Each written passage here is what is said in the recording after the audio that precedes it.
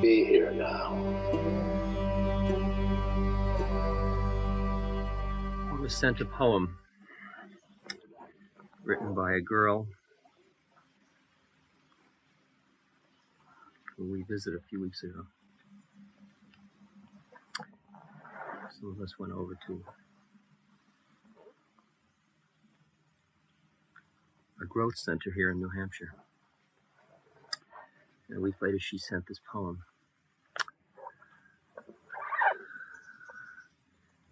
We are one, and one is joy, and joy is pain, and pain is real, and real are you, and you are me, and that is all there is to be. We are time, and time is wise, and wise is beauty, and beauty's love, and love is you, and you are me, and that is all there is to be. A hand in hand, a rainy day, a grain of sand, a child at play, dogs and moons and milk and sun, worldly all is only one. We are God, and God is truth, and truth is light, and light is life, and life is you, and you are me, and that is all there is to be.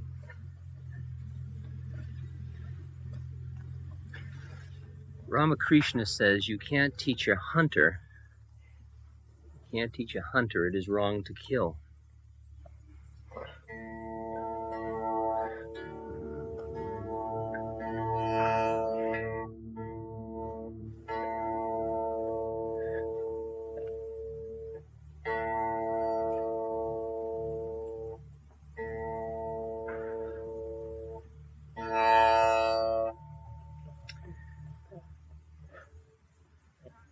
And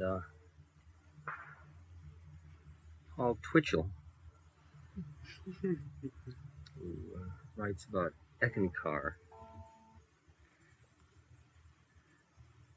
says the higher one climbs on the spiritual ladder, the more he will grant others their own freedom and give less interference to another state of consciousness.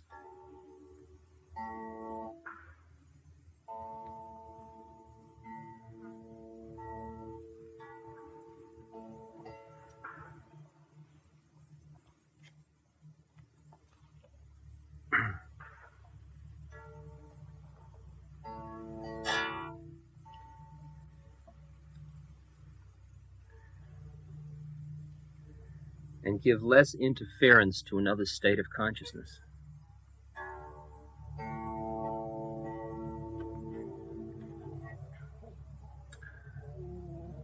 We have had a rash recently, of beings who have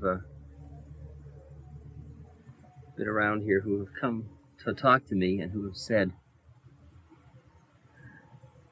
I'm doing fine, but I really want you to help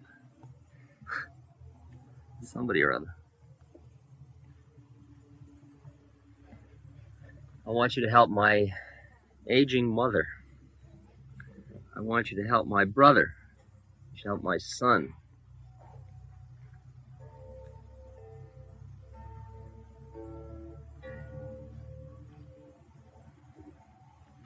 My mother is so unhappy, how can I help her?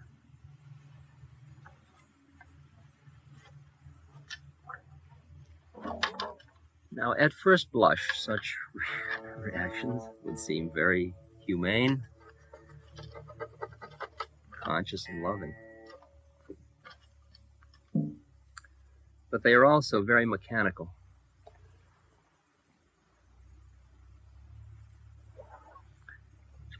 Ouspensky says,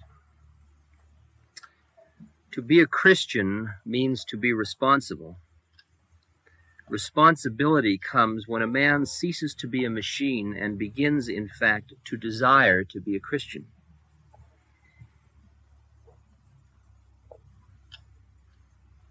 In order to be a good Christian, one must be.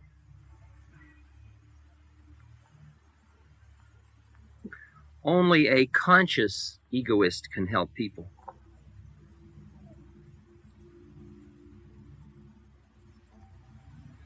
That is,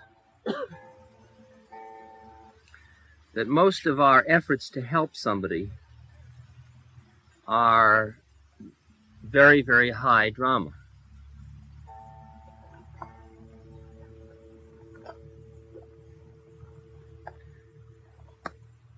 Here is a mother who was saying, "Look how I suffer."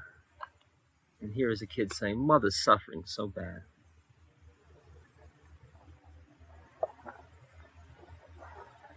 What can I tell her? Could I get her to meditate? If I could get my mother to sit down and meditate, she would become a better, happier, fuller being.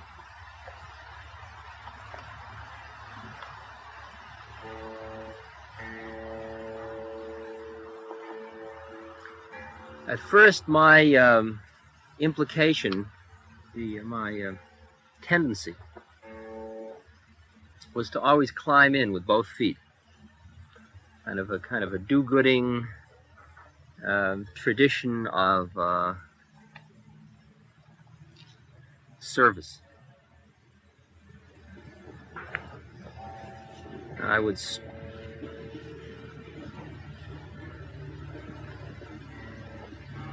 meet with people who I was told wanted to somebody else wanted me to see, and I would see them.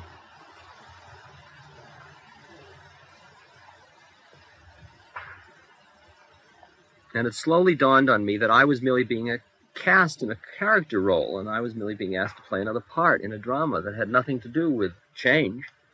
Everybody was happy in their role. The mother was busy suffering. The kid was busy changing the mother from suffering. I was busy being the wise person people turn to change their mother's suffering. And everybody had their part to play. The one thing that was missing was that the mother hadn't asked to stop suffering.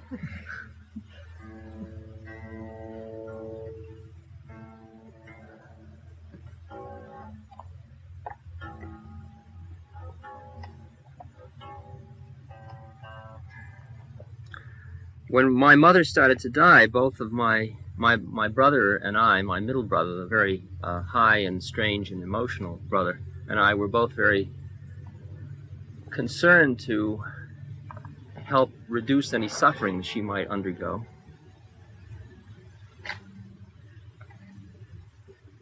But a visit, after a while, convinced me that she was... She had written the whole script herself. She knew just how she was going to do this whole thing. My brother couldn't accept this, however, and he had to relieve her suffering whether she liked it or not. And he reasoned to her, if you understood what was happening to your body more, you would suffer less. So he said, I will endeavor to share an education with you about how the body works. So he brought over Gray's Anatomy, starting with chapter 1. He was going to read to her every afternoon. And see why they locked my brother up. Whether she liked it or not. She didn't want to read Gray's Anatomy. She said, I've got a headache. He says, we'll only read one page. Okay? Just one page.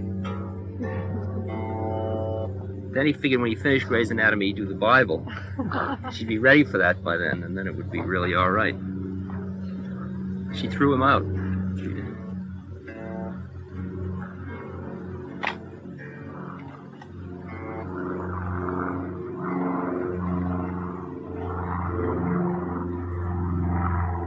And after I began to be aware that there was really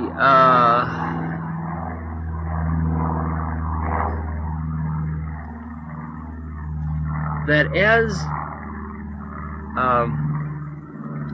see, if somebody is seeking something and then you have something that they can use, you're a vehicle through which something comes that they can use, and that means something happens to them, then they want to share it with everybody they love.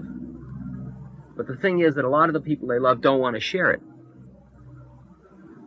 So I realized that if whatever Maharaji was doing through me was really taking, I was going to have more and more of these peripheral people coming who were being sent to me for something or other.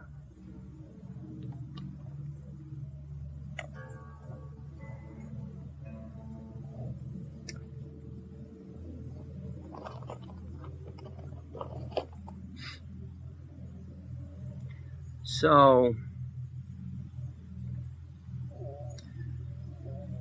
at first I tried, and then I saw the futility of that. And then I got into a place that was very callous, it seemed to me at first. I mean, I could sit and I could watch someone suffer, and I could feel compassion for them, and at the same time I did not lift a finger to do anything. Because I realized the futility of trying to do something they hadn't asked me to do.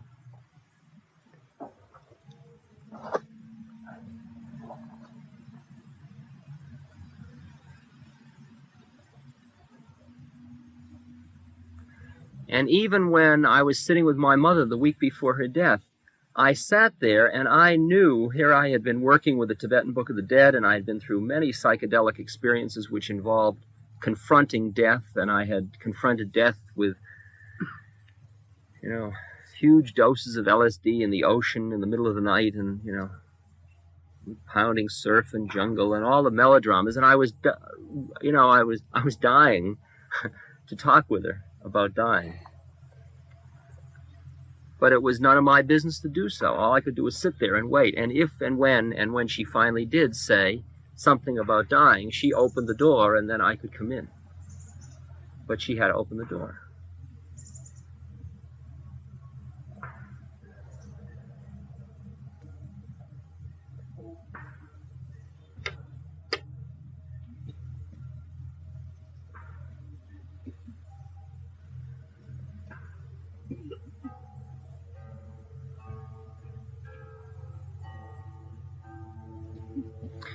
It turns out, you see, that the different members of a family have entirely different karmas. Two brothers can be such that one is a very, very conscious being and one is a completely unconscious, mechanical being. They both come out of the same parents and they almost could be twins.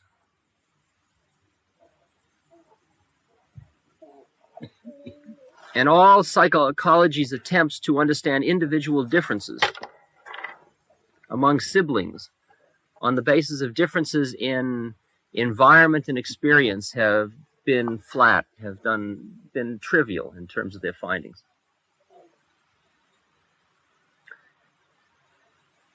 Because it's like in the grand design of things, somebody is born into a family which will allow them to have a certain set of experiences which is going to help their karmic unfolding.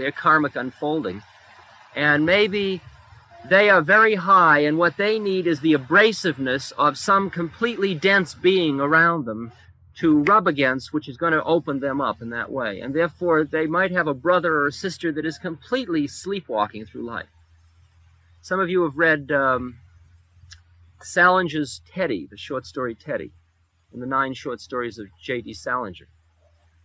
And in that, Teddy's little sister is just a nice little girl. She's a good kid, but she's just not a very conscious kid.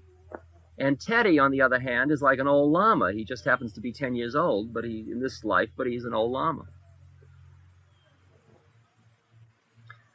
I have sat with my father in the past 2 years now, literally dozens of times, during which he has been in the presence of explanations about what it is I'm trying to do, trying to be, doing, being, what's happening here. And what has rubbed off is a feeling we're all good people. But nothing has rubbed off that is easing his own anxiety about dying.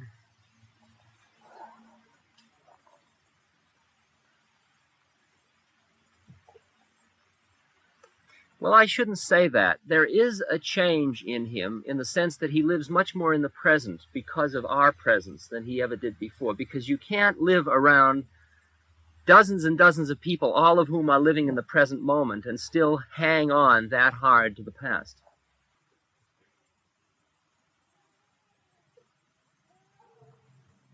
But the rubbing off has been gentle, and it hasn't given him a center that he could use were we not around.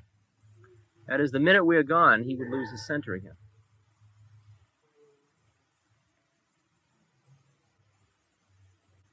In the history, the story of the Bible is the continuing story of a higher message coming to man, man hearing the message, and then ending up very shortly thereafter rejecting the message,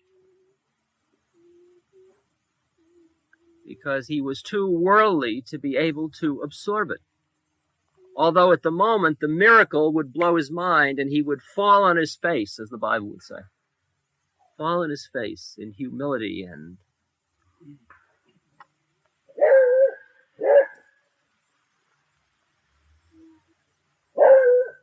the Old Testament is really the story of, it's a funny situation. It's a group of people who keep saying, we are the chosen people, and then consistently forget. They even forget in the same generation. They just don't forget. It's not that their children forget what their parents' deal they made with God. The people who made the deal themselves forget.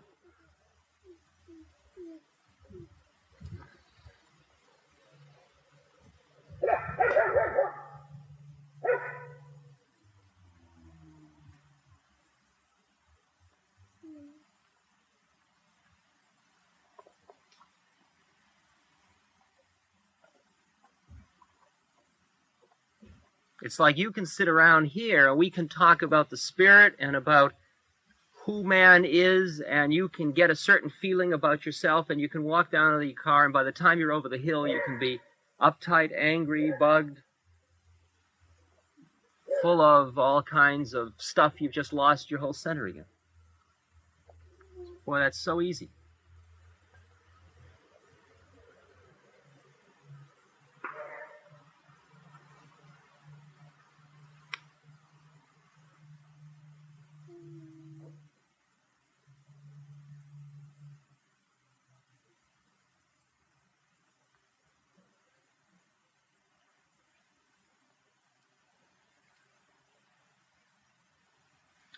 There are some people in this community who I realize that my words bring down. Because when they're by themselves, they're just so high, they're just so far out, they're just beyond words, they're just so in the spirit, in the light. Then I come along, whatever I'm going to say to them is going to bring them down. And there are other people here that the minute I turn away, they are so in worldly stuff, it's unbelievable. I mean, they'll just turn away from me, and the next conversation they'll have will be something so worldly, I can't even believe it's happening right here.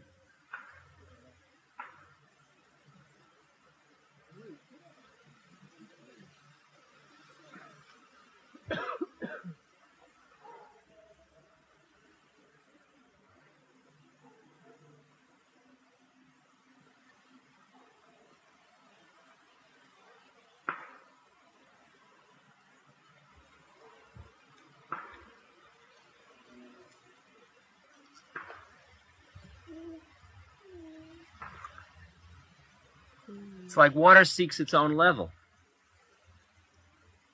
Water seeks its own level. You can force it higher or force it lower, and then it'll immediately go back to whatever level it can function at.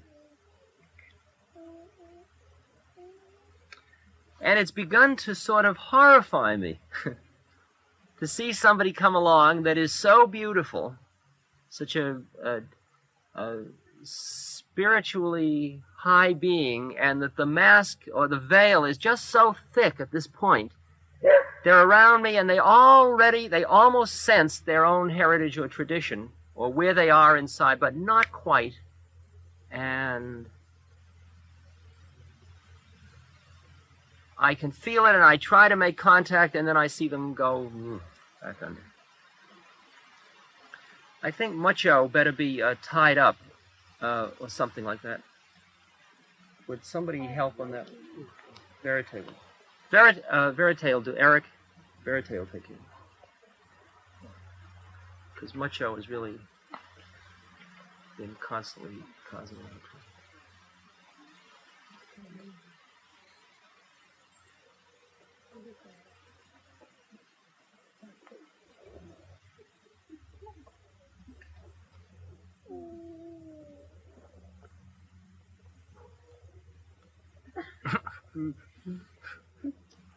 It's going with much resistance.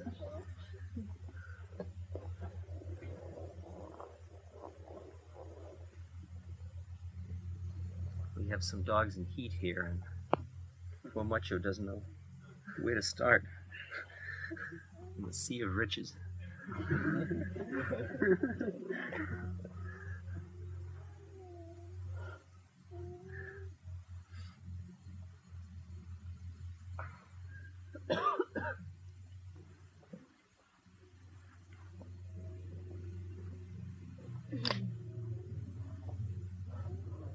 It's like watching someone you love drown.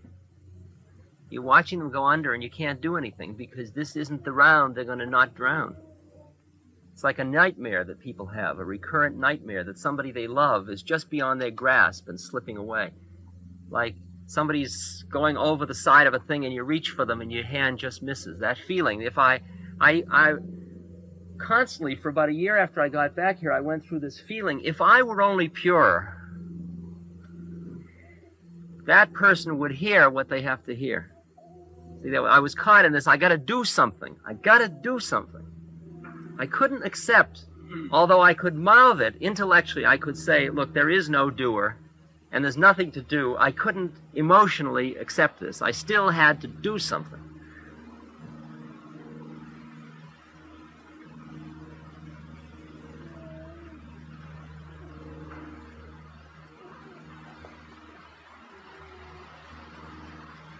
See, I'd gone through a series of stages. When I was a young boy or a teenager, I was an idealist. There was a lot I had to do. Then I got that cynical feeling as I saw how the wheels of the government and power and economics and all ran, and I thought, oh man, there's nothing an individual can do. You're just caught in this huge thing. And I got that deep depression that comes, that futility, that feeling of futility. And then I got to another place and I suddenly saw there was something you could do.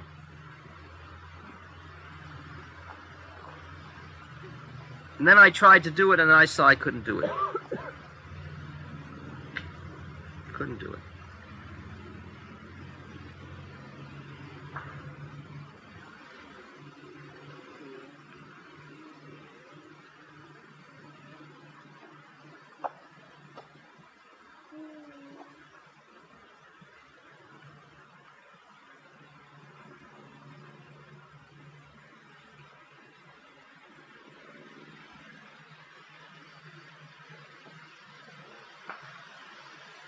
Because what everybody needs from everybody else more than anything else is help in getting out of their own drama.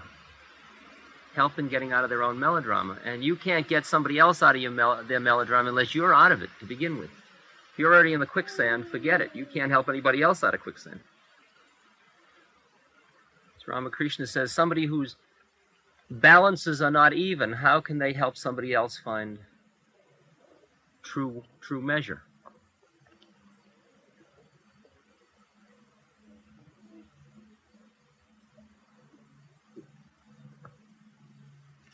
So what gets to the place that and this is the height of the feeling of impotence, that the greatest thing you can do to help somebody else is to witness your own desire to help somebody else.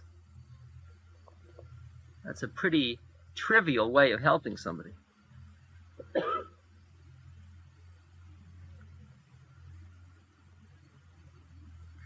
It's the same drama as this one. If I try to communicate to you, if I care about, like, I've got to get this message across to all of you. Forget it. Because I will be sending some vibrational message that will almost have in it something that prohibits your receiving it. And it's only when I use throwaways. See, all I'm doing is blowing these 3 hours. Throwing them away. Talking to the winds. Can I send the message with so little need behind it that you can hear it at the level it can do you some good? That you can work with it. That it can help you get free of attachment rather than catching you deeper and deeper into the thing. deeper and deeper into the illusion.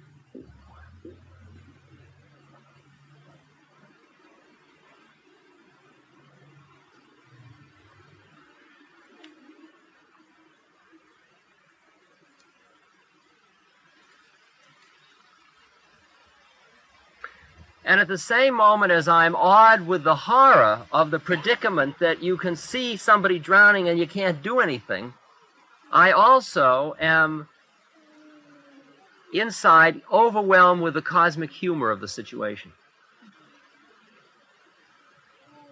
That I am still caught in the illusion where I think there they are and there I am and there is something that needs to be done. And that's really funny.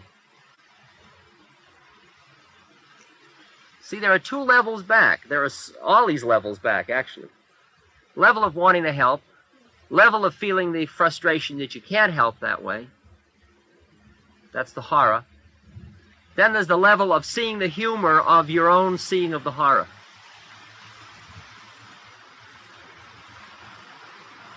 Because all I did was lose for a moment the understanding that we weren't running the show in the first place. I have quoted before, and I will quote now again, if I can recall it, the quote from the book by René Daumal. The book is called Mount Analog. And the book concerns a group of Europeans who were mountain climbers, and they calculated by mathematical techniques the fact that somewhere in the world there was a mountain higher than anybody had ever known.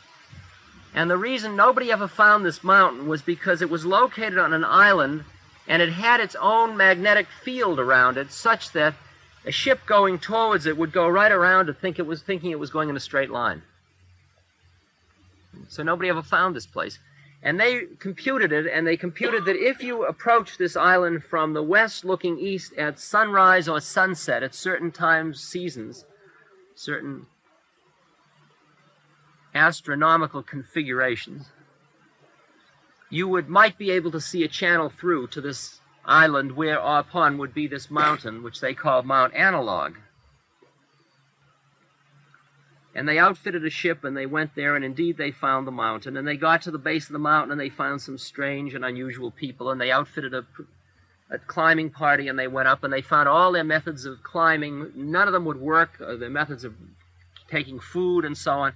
They had to adjust new things at each new level, which is exactly a perfect metaphor for the journey into consciousness, which is what the book was about. René Daumal was a nitrous oxide sniffer in the 30s in Paris.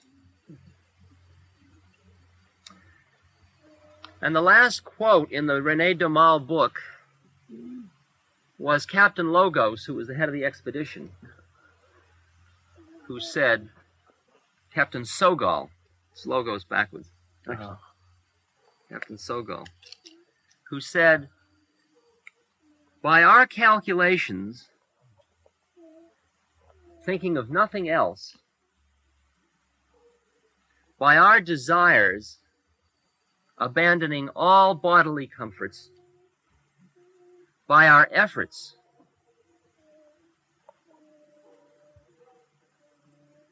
renouncing all other considerations, we gained entry into this new world. So it seemed to us. But if we were able to approach Mount Analog, it was because the invisible beings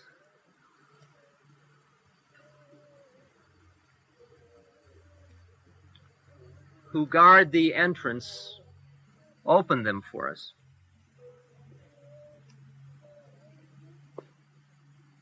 The cock crowing in the milky dawn thinks that its call raises the sun.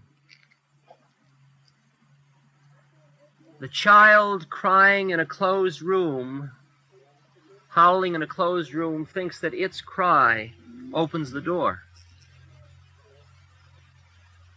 But son and mother follow courses set by their own beings. those who saw us, even though we could not see them, opened the door in answer to our puerile calculations.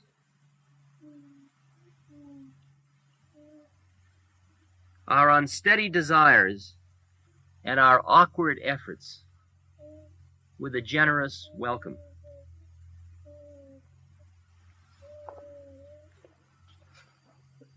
Now, there are some people who are living in this community and who are gathered here, that when I would say to you, we are able to be here, and this is all so harmonious and beautiful because of Maharaji's grace, because of the Guru's grace. Some of you would say, well, that's all very nice. That's sort of a pleasant way of putting it. But, you know, come on. That's sort of, he's just talking that kind of talk again. When you get right down to it, after all, you know, these are good kids that came along, and, you know, his father's a nice guy, and the place is built, and there's the land up there, and why shouldn't people, and it's all right. And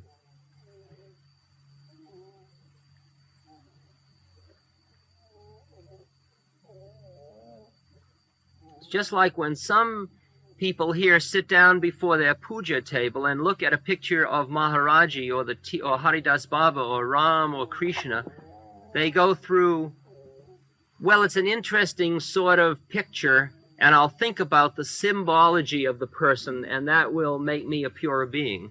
And there are others who make contact and say, I have just been with Maharaji, or Maharaji just said, or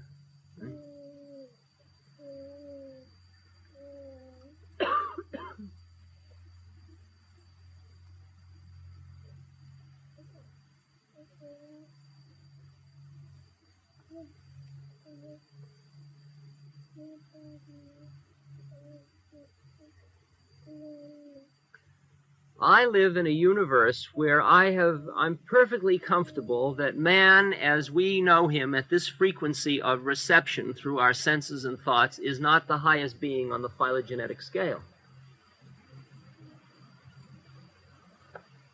There are higher beings, and they are here too.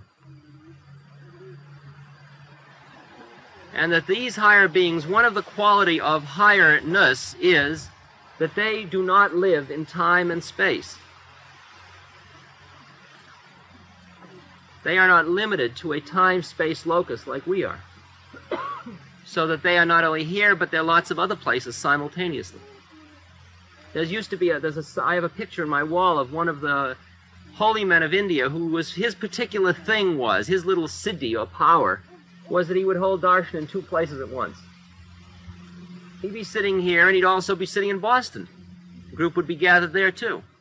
Nobody knew who was the real one, which twin has the Tony. You never knew. You never knew. Which was his material body, and which was a manifestation of his mind. Or they both were, or neither was, or what? Who knows?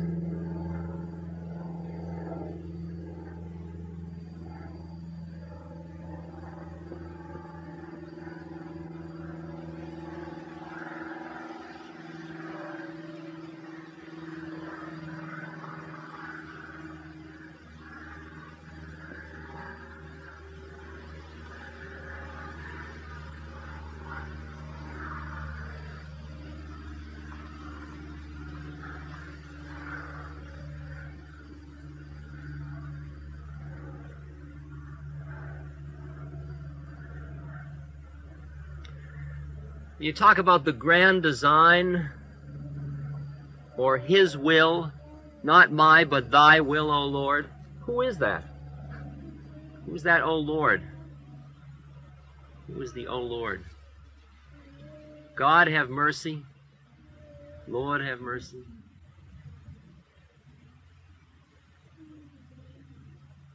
Is that like, Sam, lay off, have mercy? Is that the same thing? Is it just Sam that you can't see?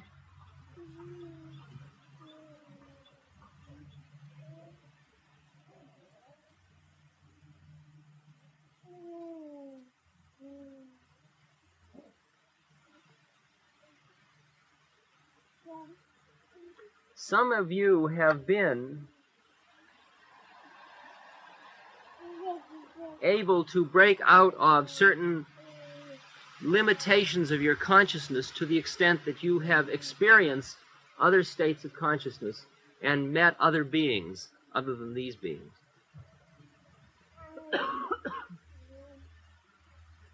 And so what I'm saying sounds almost reasonable to you. Others, it sounds a little like pretty gamey speculation. Pretty gamey speculation.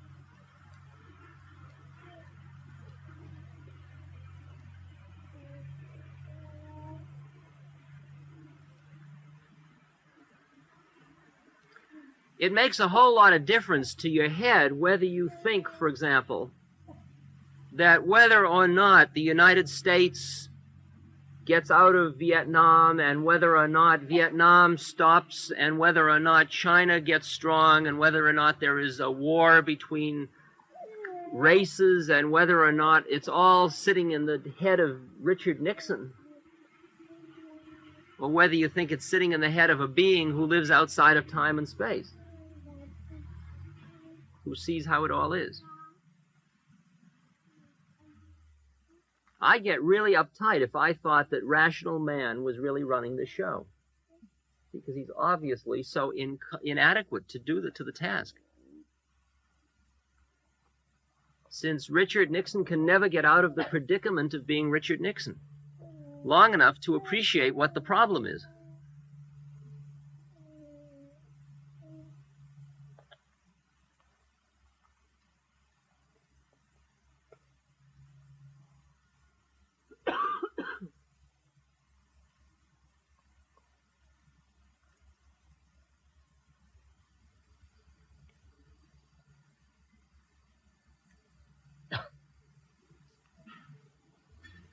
I sit and somebody tells me about the horror of the world, and I say, it's all right. It sounds like a tremendously Pollyanna-ish attitude. It sounds like you're really saying, come on, don't get worried, don't get uptight, it's all okay, forget it. Just make believe it's beautiful. Ignore all the horror.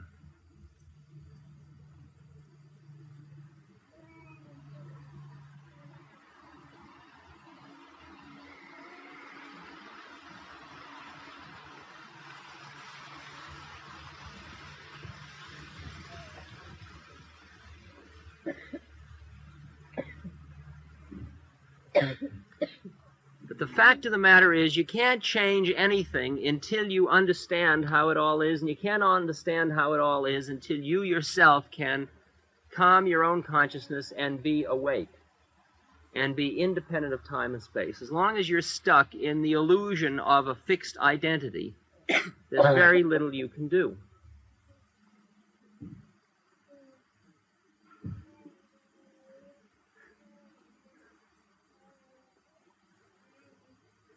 For yourself or anyone else. For yourself or anyone else.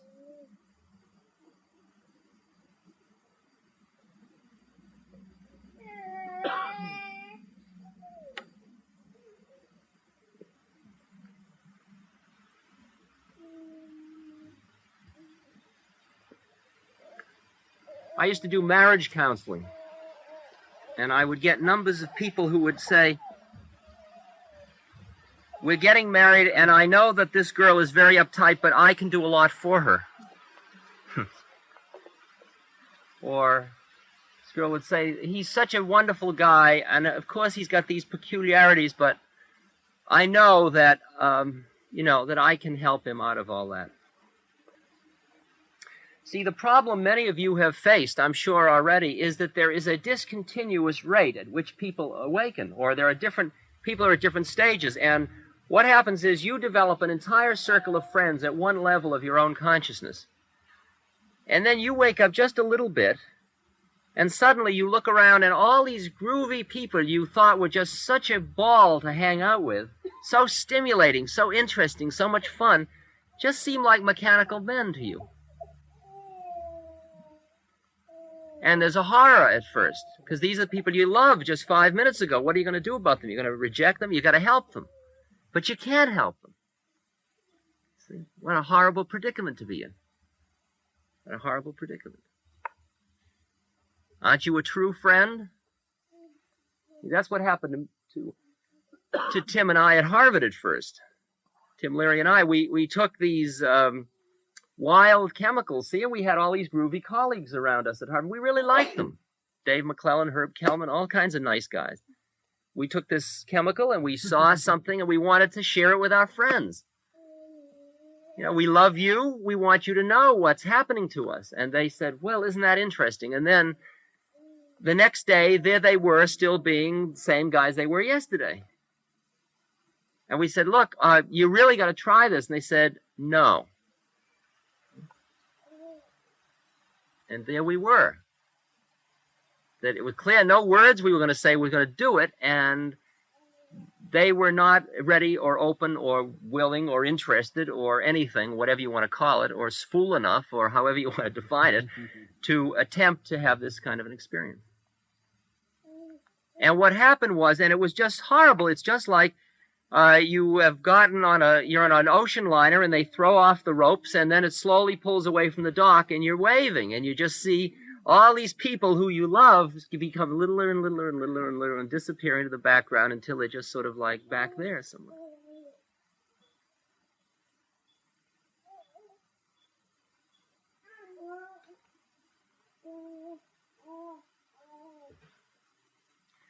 And so what happens to many people is as they start to change their state of consciousness, simultaneously they start to change the nature of the people they hang out with, change the nature of their friends.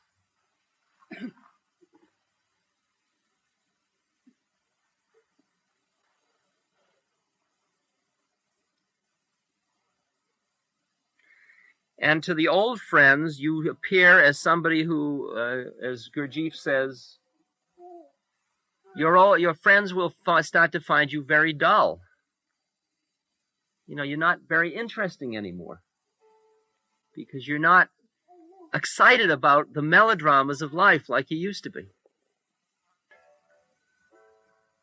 It's as if ever so gently you are shifting your entire definition of who you are and therefore the kinds of friends you would have, the kind of associates, the circle of connections, the contacts you'd have. People that were background become figure. You're working in a company and previously you've been all involved with the most statusy people around who would really help you in your career.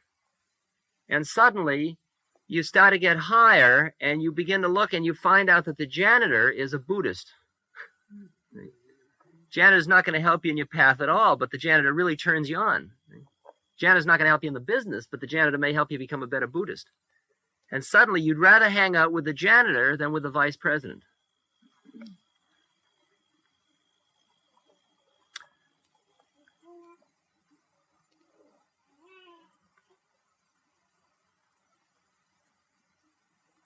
I was with a fellow in New Delhi whose father had been one of the British officials before the Indian takeover of India.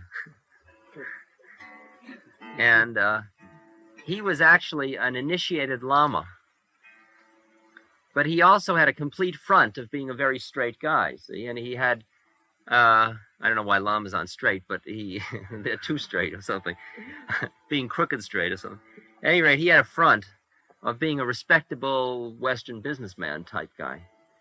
And I was walking barefoot in this through the streets of India, through New Delhi, and I was walking with him, and we were very close, and we suddenly saw one of his father's business associates coming down the street, who he wanted to, and he said, would you mind, terribly, if you cross the street for a few minutes, and I'll meet you at the end of the block?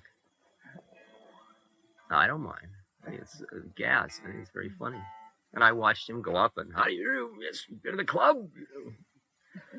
You have drinks? Jolly good. And then he went on to the end of the block and we met and came back together again. And then we went out on Mahayana Buddhism. On the great vehicle. Climbed aboard the great vehicle.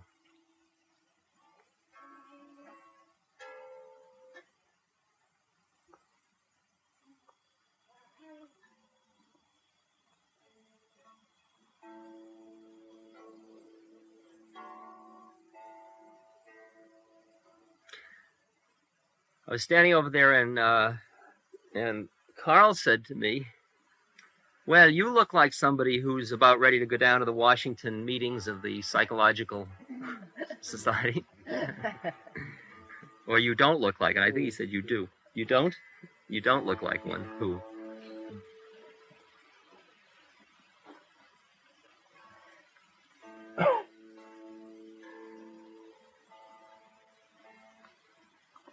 Now, if I walk into the, like I've done before, I've walked into something like the Shoreham Hotel in Washington like this. Takes guts. I mean, it's not so easy as you might think. So you walk into the Shoreham Hotel, it's okay. It's all right. It's all right. It's cool. It's beautiful. And the looks are unbelievable. I mean, the whole scene stops.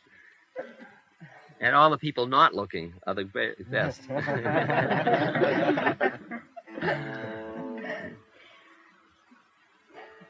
And if I walk in and all my old psychological colleagues are around, they'll go through the following changes. Some of them will say, poor Dick. Terrible what happened to him, isn't it? I mean, look at that. He's making a spectacle of himself.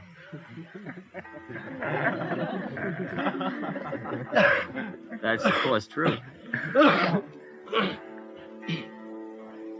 Others will say, he's really putting us on. Man, he's a great game player. Hi, Dick. Boy, you're really cool. Like, well, come on, let's have a drink. And they, of course, will be right and wrong also. Others will say, gee, I wonder what happened to Dick. And they'll come up and they'll listen, and they'll hear that there is something different that makes who's wearing this somebody else. I was in Big Sur, and some of my old rock and roll friends came down to visit me. I was having darshan daily up in the mountains of Big Sur. And there had been maybe 30 or 40 people just like us sitting around all afternoon drinking moo tea and talking, and it was very beautiful, and playing the tambur. And then they all left, and just as they was leaving, this car drove up with these old buddies. The old buddies, and everybody was backing out the door saying, Namaste, Namaste, Ram Das. And in walked these, hello, Dick, you know, like, whoa, great to see you. Did you hear what happened to... And I sat with disbelief. I mean, it was like they had come to the wrong house. And I knew who they were talking to, and I knew what they wanted, but there wasn't anybody in here to respond to that guy, to those cues anymore. I just wasn't interested. Just wasn't interested. It was very poignant. It was so worldly. It was so attached. It was so much stuff.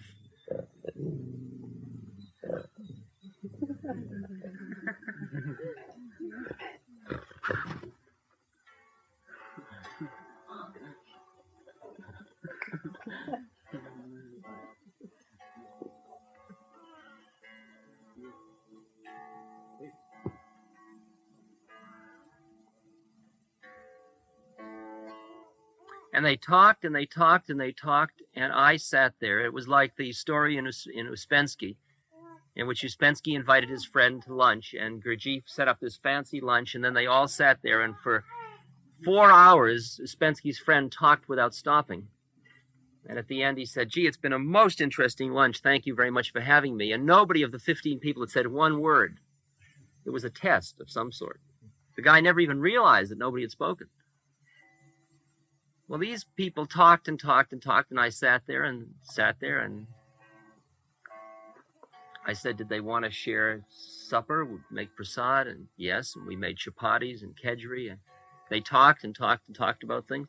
And it didn't seem to matter to them at all that I was not the least bit interested in anything they were saying. They couldn't stop long enough to hear that there wasn't the same guy back there, because they had an expectation of who I was, and I wasn't that guy anymore.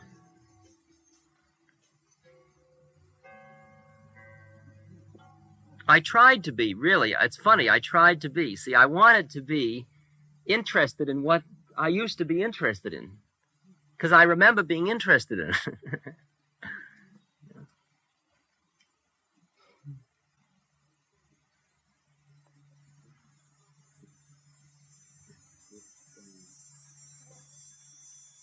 It was like when I went to visit Alan Watts and Tim Leary, both in California. Both of them asked me at one time in the evening, what is your view of how all this is going? What is the plan for the universe? I said, I don't know. Well, don't you think about it? No. I don't think about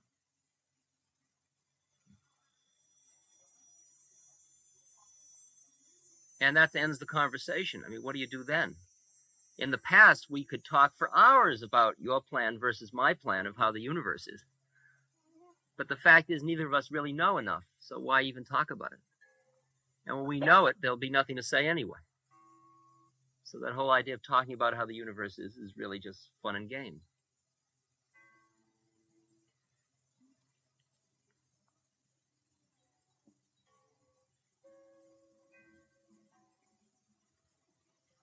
Somebody said to me yesterday, you know, there's something really bad about this place because nobody's really laughing.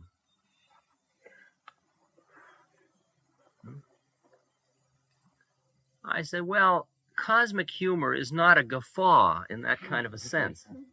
It's not a ha ha ha ha type thing. That's more like kind of a hysteria.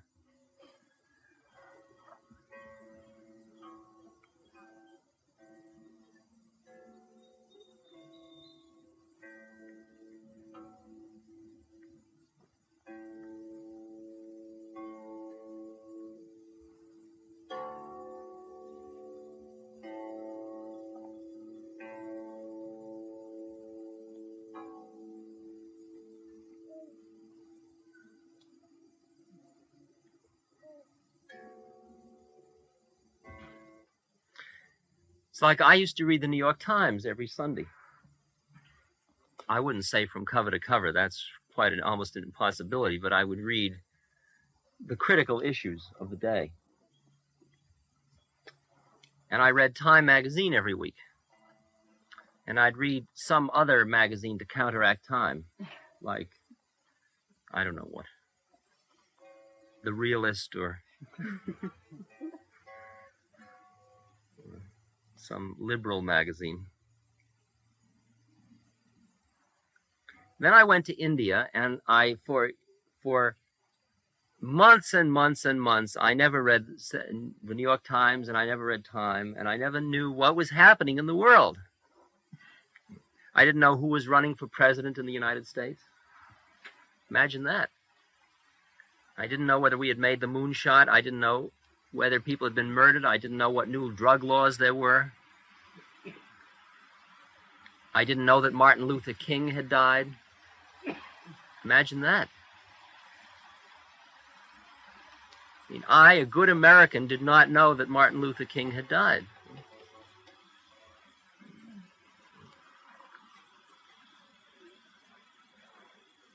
And at first, I felt very uptight about this, as if, like, because I had been so trained to keep your finger right on the worldly stuff all the time. And I thought it must make a difference because everybody's so busy doing it. I mean, every man that's worth his salt at the breakfast table always has his morning newspaper, and the comedy routine always is the wife's trying to have a conversation, and she can't because the husband is so busy learning about the affairs of the world so that the day will work. Because there are important things to be known and thought about. And I didn't think about any of them for all those months.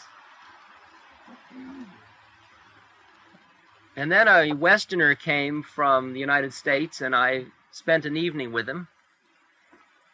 And his head was full of these things. And in the course of the evening, he told me, this happened to Martin Luther King, and this happened to Lyndon Johnson, and this is who's running, and this is, and so on. And I got a synopsis. You know, the New York Times gives a summary every week. I went from the daily thing, finally, to the summary at the week. See, I was getting better. Or worse. Less involved. Because you got the 6 o'clock news, and is the 6 o'clock news different from the 11 o'clock news? And now we've got a big coverage at 7 in the morning because something may have happened during the night.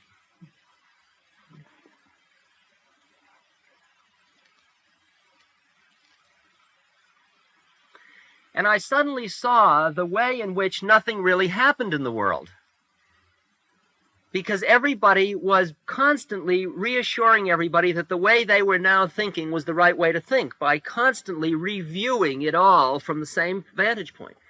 And it was only those guys who pulled out of the whole mess for a while and just sat back and got free of that constant attitudinal input, started to look and say, can you imagine the absurdity of that preoccupation?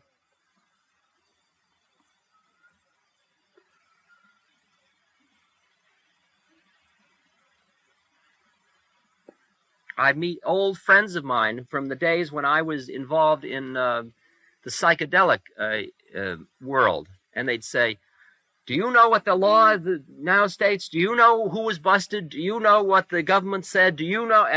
And I'd say no. Say, aren't you interested? I'd say no.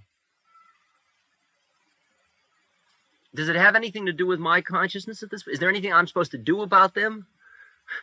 No.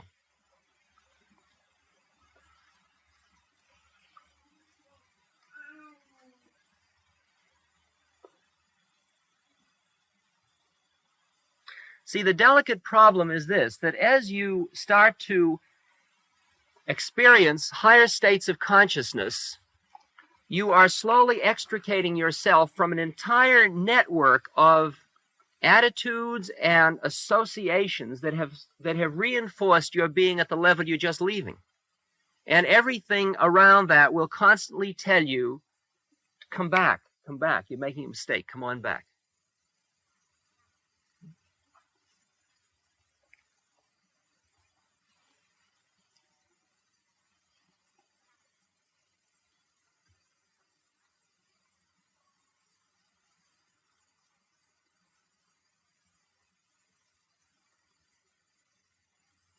So that when a child starts to change, the parents say, we don't understand you anymore. People say, what's happened to you? Your friends say, what's happened to you? You're not as interesting.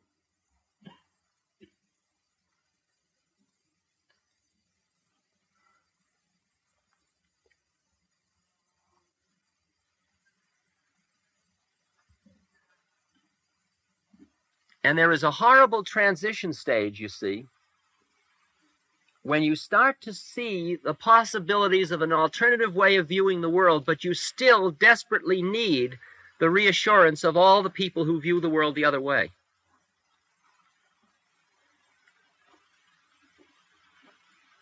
And then you're in a tough position, really tough position. I want my mother to approve of me, somebody tells me. At the same time, I know they can't, that she can't.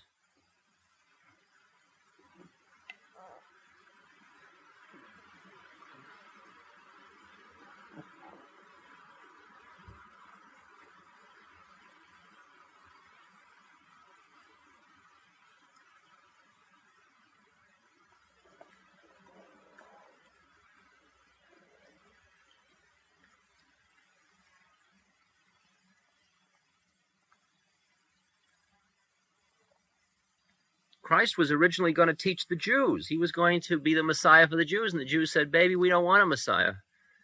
The priest said, we got the temples going, it's all cool. We don't want to upset the apple cart with any visionaries. We know how it is. Abraham told us and Moses told us it's all cool, and you're clearly just a hustler, and be on your way. Jesus said, then we will teach the people of the nations. Teach the nations.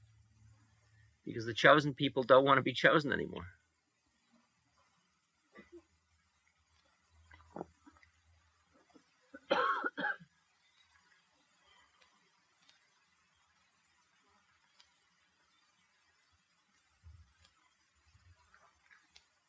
Prescription has got to be respected. Teach only those who are ready to hear. And ready to hear means that a person says, how is it?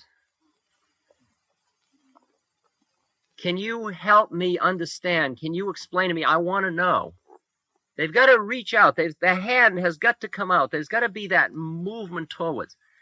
I mean, I will meet, I'm sure in Washington at the AAHP meetings next week, I will meet maybe 50 of my old colleagues, people that were graduate students with me or people that were on faculties at one place or another with me. And they will all be loving and friendly because I'm kind of notorious, and they all sort of want to make a contact with somebody this notorious. And they'll all, because in psychology, I'm that poor guy, that got brainwashed by Tim Leary. Young, promising, good boy, led astray by wild Irishman.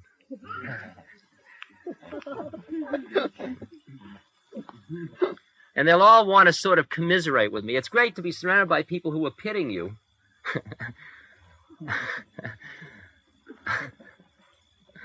When you're not suffering.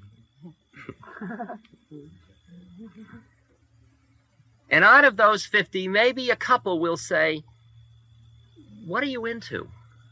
Not out of like, I met one on the plane going to Vancouver a few weeks ago, and he says, tell me, what are you doing? And I said, why do you want to know? He says, well, so I can tell everybody back at the department. Because the fact that I've seen you and I know, everybody keeps wondering, what's happening with Dick? I can go back and tell them.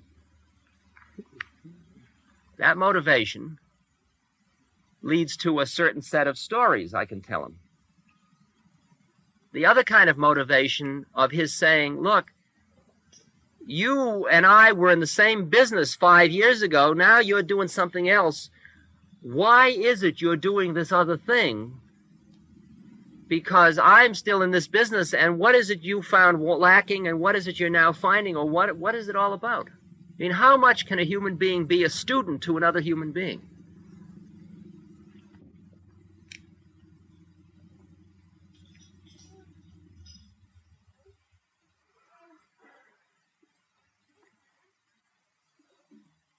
And maybe out of next weekend's darshan in Washington, in the guise of a presentation at a national meeting, there will be a couple of consciousnesses that will say, yeah, right, of course.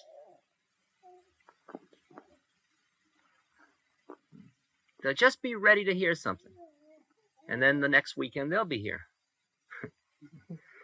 Are you going to speak on anything in particular? I haven't any idea.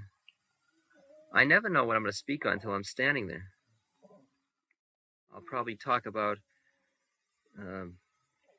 shifts in cognitive core concepts in perceptual, environmental, cognitive maps or something like that under neurophysiological stress conditions. I don't know. I can make up these fancy titles. It's all the same stuff. I mean, what difference does it make? I mean, I can say all of this without ever talking about God. Then I can go to the Benedictine monastery and talk only about God and never about science, and you're always saying the same thing. Because you're always teaching your being, and your being always comes out. Whatever metaphor you use, it always comes out the same way. And what they've got to hear is that something has happened that really is something has happened. And they can only hear that if they stop sending messages of their model of how it all is. Which means they have got to have despaired of their own model, and very few people who go to national meetings have despaired of their own model. Almost by definition. So it is not fertile ground to do one's work in. It was like giving a lecture at Harvard or Brandeis or MIT or something. Who wants to know, man? They've all got their points on their sleeves. They're all winning, you know. Rational mind's paying off.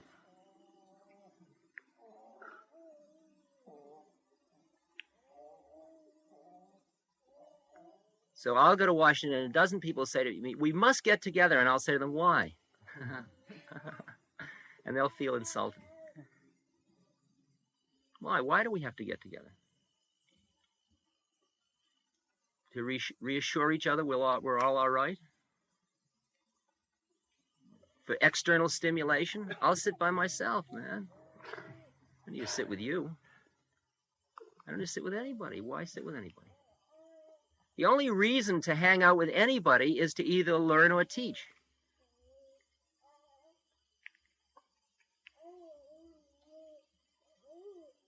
That's the only reason for words. The rest of the time, sing holy songs. I mean, that's what I like. I was with Bhagwan Das, my guru brother in India, and all these people around the temple, and that's all that ever happened. Either the speaking, which was mostly writing on chalk slates, the speaking was either specifically for the purpose of teaching some specific information about methodology of altering consciousness. Or else we sat silently. If I say to you, it's a nice day, and you say yes, is that necessary? Why, what is that about? Did I have to reassure you it was a nice day, or what? Like, it's like driving with somebody along a beautiful coast, and they keep saying, look at that beautiful tree.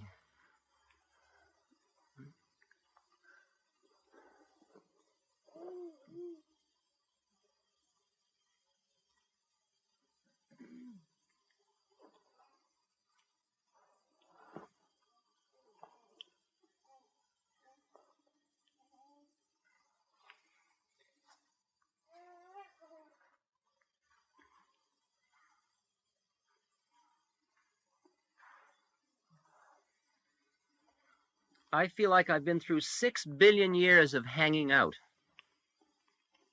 Let's hang out. We don't even say let's hang out. Just, what are you doing tonight? Nothing. Well, come on over. Well, what do we do? Well, it doesn't matter. We'll just hang out. Smoke some pot. Yeah, just hang out. Sure. Okay. Listen to some records.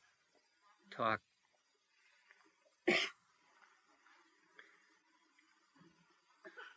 You gonna have supper? Well, I'll eat with you. Why? Don't bother. I eat alone. You eat alone? Eat alone?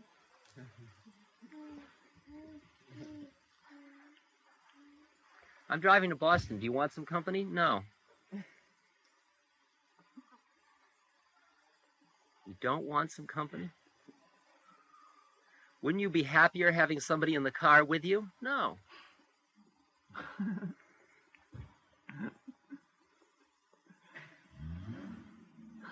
Well, I don't understand that. Certainly unnatural. Don't you think we should be together so we can reinforce our attitudes, so we can make sure it's always all right?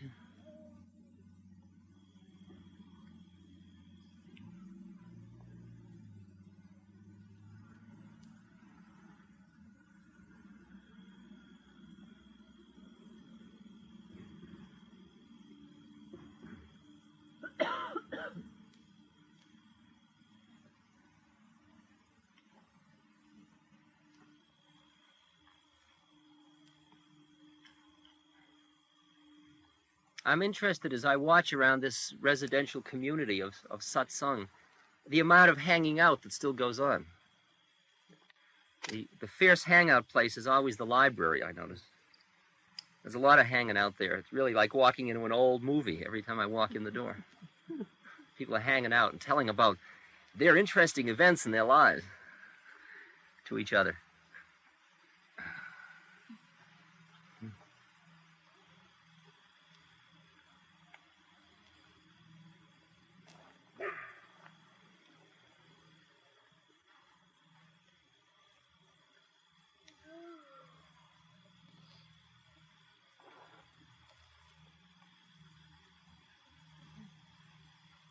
You can't let it doesn't happen if you keep pulling yourself back down all the time. That's the problem.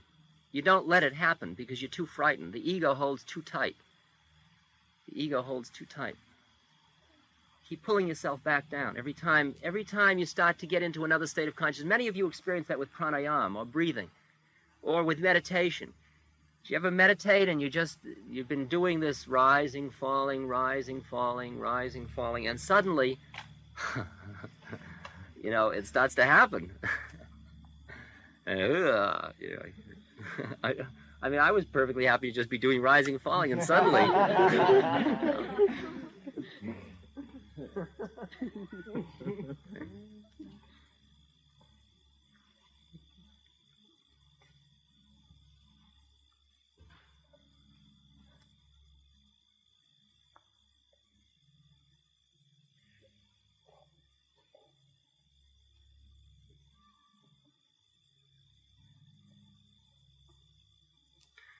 I have a tendency, I know, you see, what things I can do with my own body and mind to take me into higher states of consciousness. I also know that there is still some discontinuous stuff in me, so that when I get into certain states of consciousness, I will be less effective than in other states. Knowing that, I then create conditions around me that demand efficiency, that don't allow me to get into those higher states of consciousness. See the game? So I could always say, if I didn't have that commitment, then I'd really let go. So then I can damn that out there, when of course I created that in the first place.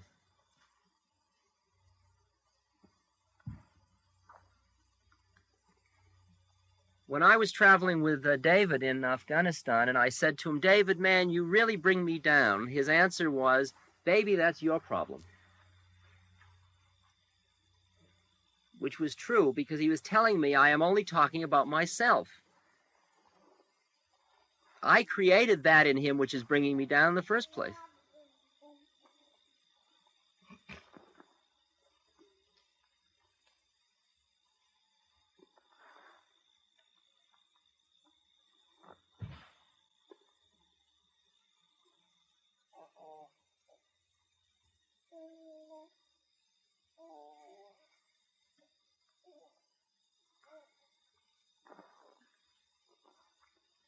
Time last year when I was alone up in that cabin for days, and I would be surrounded with the pictures of Ramana Maharshi, Ramakrishna, Christ, Buddha, Maharaji, Haridas Baba, Bhagwan Das, Hanuman. I had all their writings around me, and the letters, and I had my tambura, and I was just reading all their words as if they were talking to me, and looking at their pictures and singing love songs to them, and I was hanging out. I mean, I figured, look, I apparently still need to hang out, but if I'm going to hang out with somebody, I might as well hang out with somebody who knows how it is. There's no sense in hanging out with somebody who doesn't know how it is. People come up and say, what are you, some kind of an idol worshiper? What are all those pictures doing on your walls? I mean, do you really believe in all that stuff? I say, well, you got to cover the walls with something, you know, just pictures. And then I say, well, those are the people I hang out with. People I hang out with.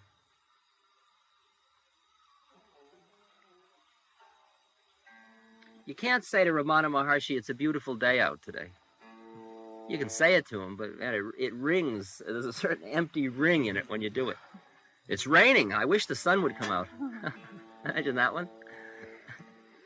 Gee, my arthritis is killing me, Maharaji. He just laughs himself sick. With compassion. Compassionately.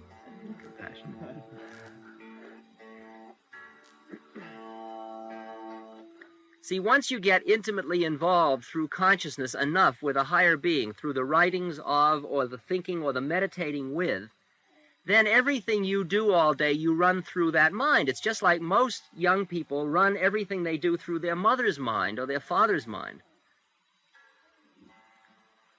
And they may do something 20 years later that is an achievement, and they can't figure out why they did it, but they know their parent would say, well, that's a good boy that did that. And they get a feeling of pride, some little warm feeling from rehearsing that thing, of running their whole behavior through the consciousness of one of their parents.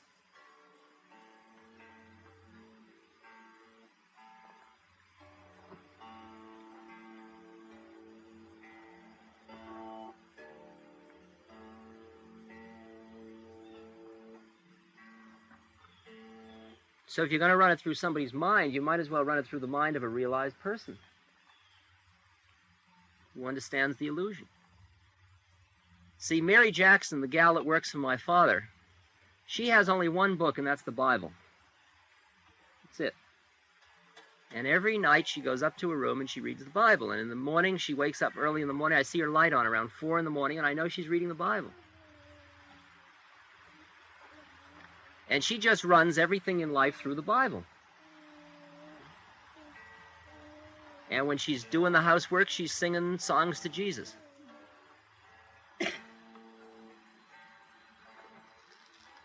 Now, it's interesting about Mary because Mary can do all that and then turn around and get terribly paranoid about being exploited and get into a tremendous servant-master type melodrama, you know, and not have any awareness about the Bible at that moment. It's like the big compartments. There's Mary 1 and Mary 2. And if you say, Mary, how would Jesus look at that? You're feeling that you're not getting enough time off. You just feel like you've dealt a dirty blow. Because what you'll have to say is, oh, you're right, Mr. Richards, you're just absolutely right. You're just absolutely right. Jesus would say, just give it all away. Jesus would say that. Yes, he would. It would make no difference. All it would mean is at that moment she had a twinge of discomfort, but then a few minutes later she'd go right back into that same place again.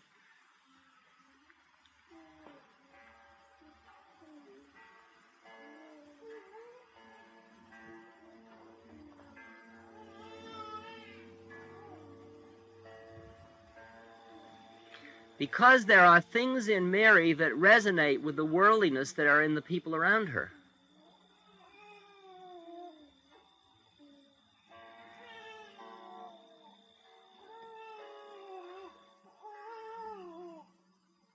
See, you got to dig. Let's say you work for somebody and money is passed from hand to hand for the work. Now the question is, where is the consciousness of the people who are giving the money and receiving the money? If I am the giver of the money and I am looking at you as help, it is subject-object relation. And if you climb into that place in my head, you and I are going to be stuck in a very low place of paranoia. On the other hand, if both you and I see, here is supply, here's demand, here's goods, here's services, here's green energy, you have this, you need this, we'll exchange this, and here we are, and we're doing it from this place where we both see how it all is and we both share the understanding, and we're collaborators. We're collaborators in the the roles we're playing. You want to be the boss, I'll be the, we're collaborators. Then the action itself, the work, the labor, takes one into a higher state of consciousness rather than into a lower state of consciousness. It's like a woman came to see me the other day who was a teacher, and she said, how can I be a better teacher? And I said, by realizing that you are a human being first and a teacher second. Get into a collaborative relation with the kids. And then you can play the role of teacher and student.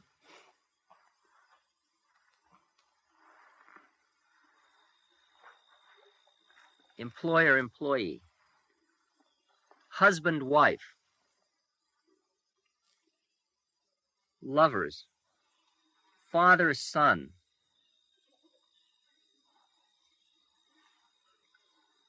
And as the Bhagavad Gita says, even enemies.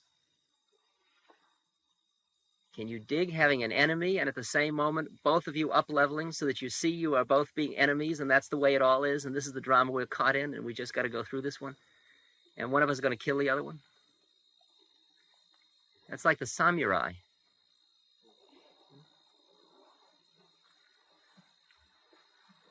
That is doing what one does and at the same time not being attached or identified to the role of being the doer.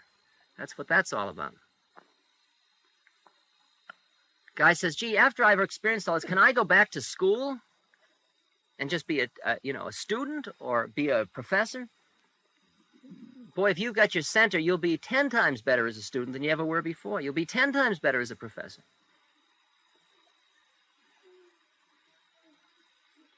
Because if I make a contact with you, if I am teaching you and I make a contact with you where here we are, you are then open to receiving whatever it is. Since there's only one of us, it's just like my right hand isn't paranoid about my left. Watch out for that left hand. It's got a very, very, I don't know, the twist of that little finger looks like might be with the CIA. Watch out.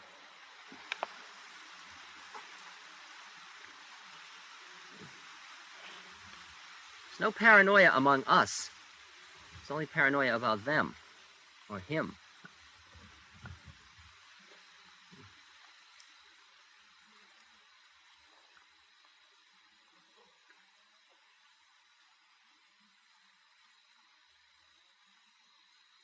It's breaking down the compartments. It's just like trying to help Mary to break down her compartments. I can't do anything. All I can do is be something so that every time she's around me, wherever she was at that moment, she's got to come to this other place because this is the place that resonates with that place in her which reads the Bible. And she does the same thing for me. We turn each other on. I mean, she comes in the morning, I come down in the morning. I've told you this before. I come in the morning dressed like this, and I'm sort of just coming out of my dreams, and I'm uptight. And I'll walk in, and I'm sort of thinking like, oh, man, they dumped the garbage out there, and oh, everything's wrong, and Dad's uptight. And I walk in, she said, Mr. Richard, you look just like Jesus. Wow, baby, that's a hard one to face first thing in the morning. You know? I better get on with it. Sin not, lest you... And I used to say, Mary, lay off, will you please? Come on now. It's pretty heavy. Or you sit down, I have my meal with my family, and she said, oh, it's such a joy to serve the Lord. Who can eat? Who can eat? Oh, she's so beautiful. So beautiful.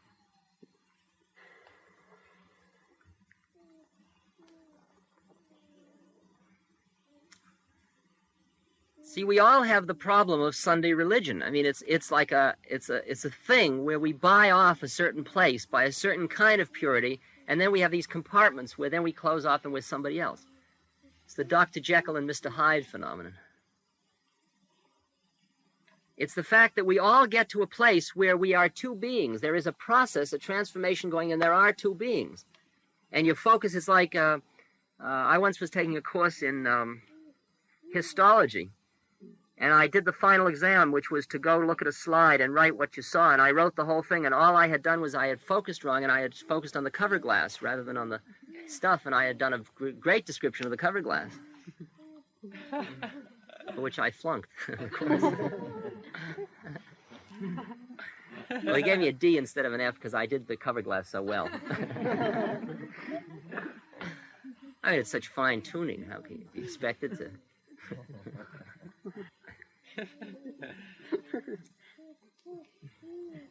The idea of being a conscious Christian is really interesting, the suggestion Ouspensky makes.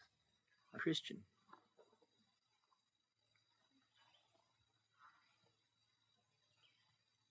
It's very hard to think of the holy wars and at the same time be a conscious Christian.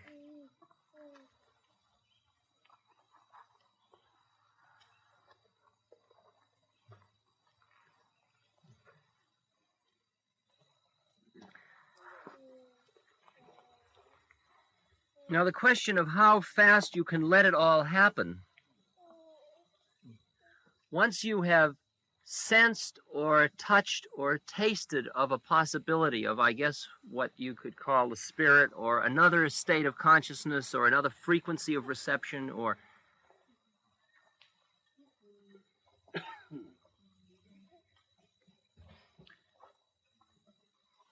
See, at first you don't know any better, and so all kinds of different information is coming in, and you don't know which information is which, and then you're surrounded by a whole system, a culture, an environment, parents who are socializing agents, they're called in science, teachers, newspapers, news media, they all tell you how it all is, so that when you draw a horse that has 5 legs on it, somebody says, no, dear, here, try this fresh sheet of paper. See if you can do better. Now, look carefully. Maybe you saw a horse with 5 legs.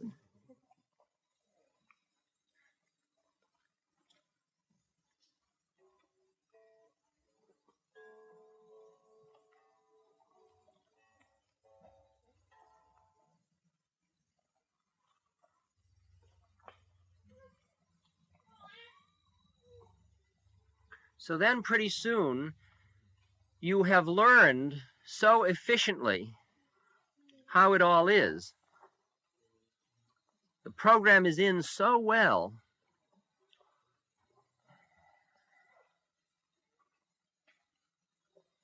that you cannot not see it that way. You cannot see it differently. You're not able to break your set, it's called. You have a set to see it that way. It's like in the Second World War when the troops were going to Japan on the ships, they would show films of Japanese committing atrocities in order to fire up the servicemen to want to kill the Japanese.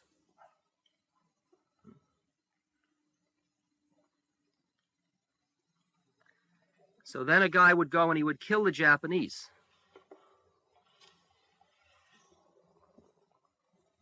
Now the question is, if he really bought into that model and then he killed in support of that model, therefore strengthening that model, how does he handle when the war is over and suddenly now the Japanese are our allies?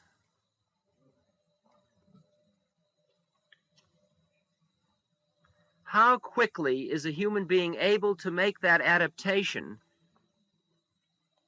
to entertain a model other than the model that he started with? When is a person able to be flexible and when aren't they as to possibilities?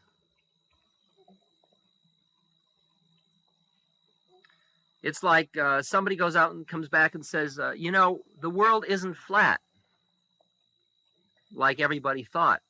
The maps are all wrong.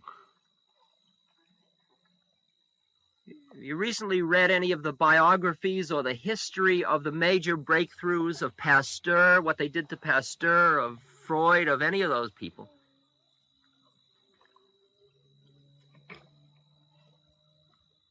When the anthropocentric view of the universe was changed to the heliocentric view?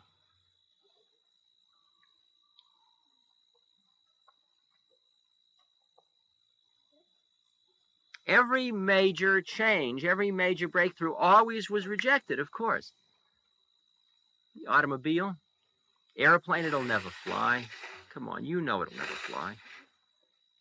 Silly Wright brothers. Those kids in that field, they're going to kill themselves, that stupid thing.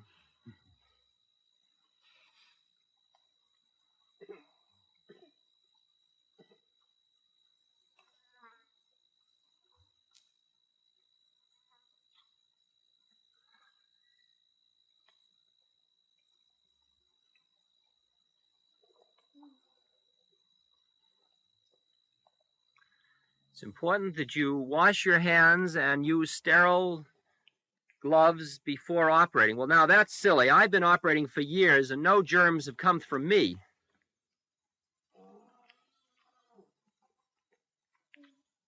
But you can't see them. Well, if I can't see them, I'll tell you.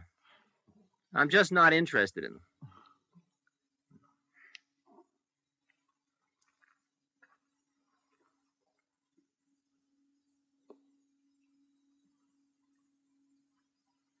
How many is a million? How many is enough? How many is enough for it to happen? How many is enough for it to happen? If you see a flying saucer and you say, there's a flying saucer, everybody says, you're nuts.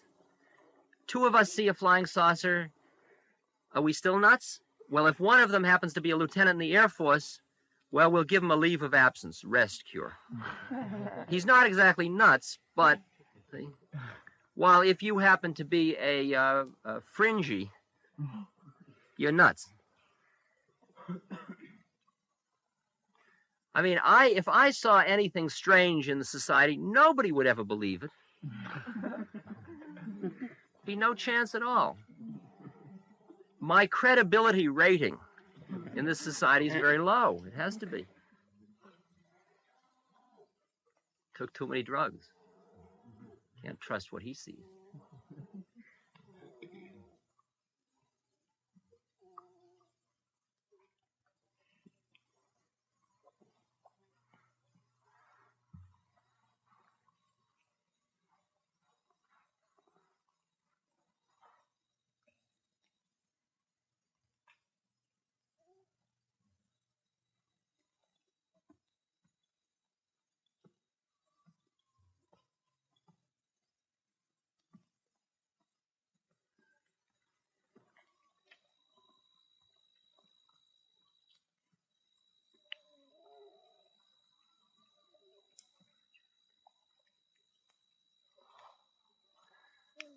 But let's say I experience something,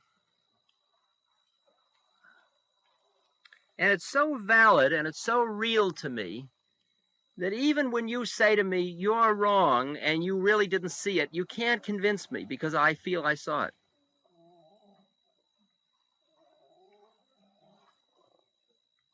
Very few of the people who saw flying saucers were able to be convinced that they didn't see flying saucers. Very hard thing to do, to convince somebody they didn't see it. Just swamp gas. Didn't look like swamp gas to me. The head of the Air Force said it is swamp gas. Well, then I guess I must have seen it wrong. It must be swamp gas. Nobody said that. Most of them said, well, I don't care what the head of the Air Force said. It was a flying saucer, you know. Some of them even said, and they came down and talked to me. Well, now, come now. And they were this high, and they had, you know, well, how far you go? Where did we lose you? Where did we lose you along the way?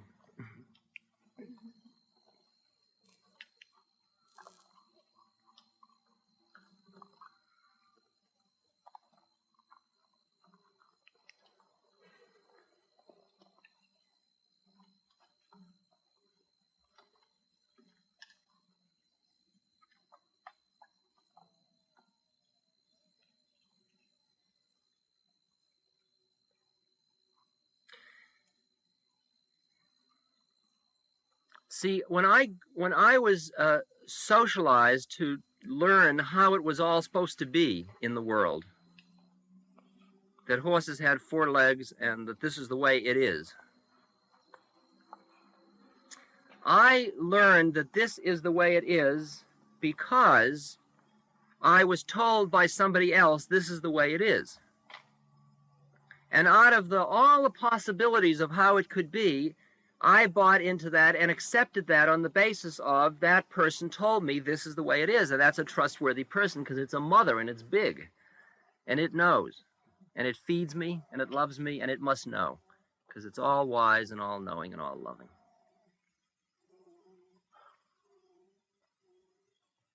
And then the mother becomes the school and the school becomes the university and the university become the books. And it's all the mother. It's all telling me how it is.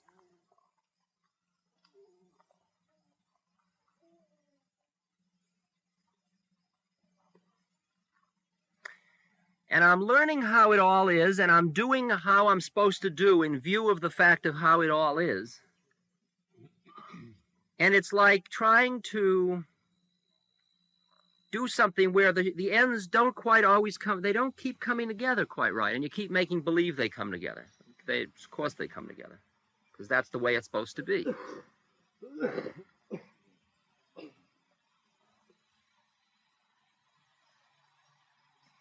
It doesn't quite make it, but there's nothing to do about it, because that's the way it all is.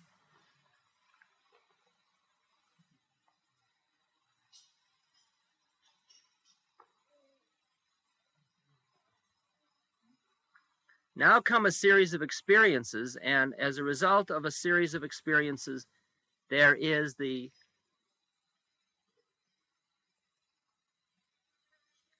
feeling it's not that way, it's this way. It's a little different than I was told it was, and I see it's this way directly. Not because I'm told, but I see it.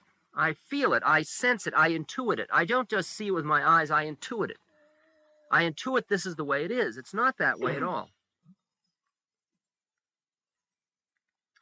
And then everybody says to me, you're wrong.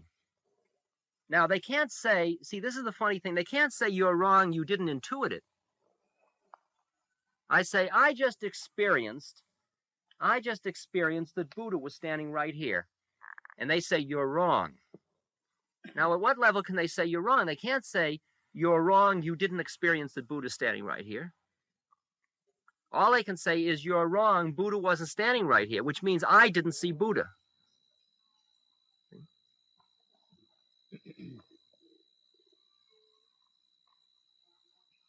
Now, at this point, you've had one experience, I've had another experience. There's all we know. I see Buddha and you don't see Buddha. Here we are, 2 guys, and we have 2 experiences. So we call in a third guy, and we say, is Buddha standing there? And the guy says, no. Now we have science. That's what science is. Science is a group of guys who agree Buddha isn't there. Well, I don't mean to say it quite as, or they agree that something is there, or whatever it is, they agree. It's an agreement. It's consensus. It's consensus by everybody who was taught by my mother. That's really what it is. It boils down to. It's a closed system.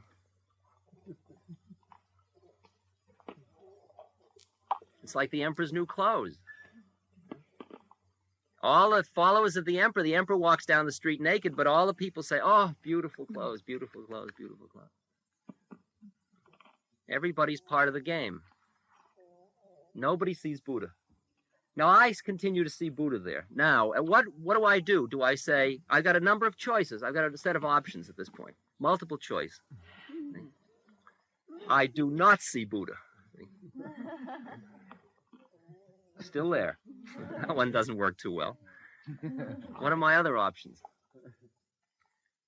I'm crazy. I will go to one of you who doesn't see Buddha, and you will help convince me that I am not seeing Buddha. Right? And if I don't go, you'll take me, so that's also an option.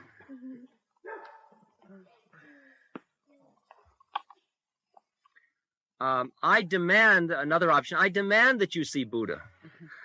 Oh boy, that one's a bad one. That's turning over the temples and the tables in the temple.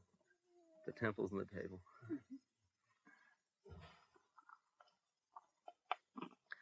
I continue to see Buddha, but I cool it. You don't see Buddha, great. I see Buddha, fine. I don't demand you see Buddha. Let me see Buddha. I mean, I'm a good guy. I'm not hurting anybody, but I see Buddha. We'll call me eccentric. He tends to see Buddha.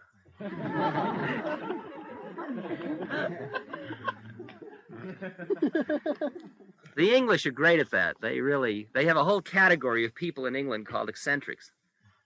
And they're really far out people. I mean, they live in all kinds of realms.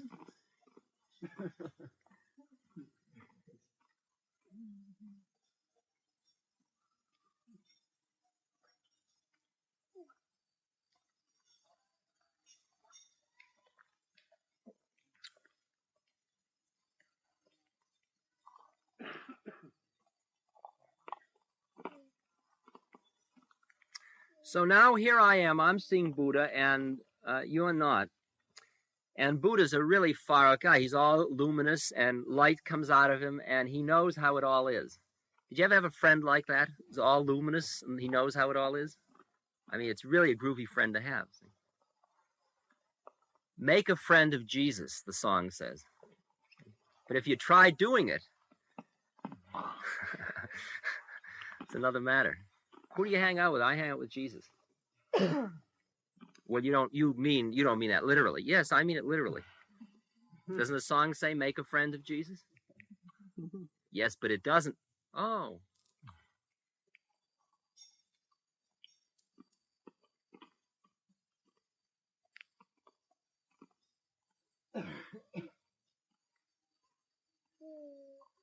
See, I've cooled it a great deal because the fact of the matter is, and this is as straight as I can say it, that much of the time I hang out with Maharaji. I hang out with my guru. And I talk to him, and I feel the presence, and I feel messages coming from him, and I feel his presence, and there's no doubt in my mind that he's there. But I just generally don't go around saying this. Because when you resonate it against other people's consciousness, it comes back, watch it, watch it, watch it. Very interesting, very interesting. Yes, yes, yes. Rather peculiar, don't you? He's only giving us a metaphor. Seems like a rational guy.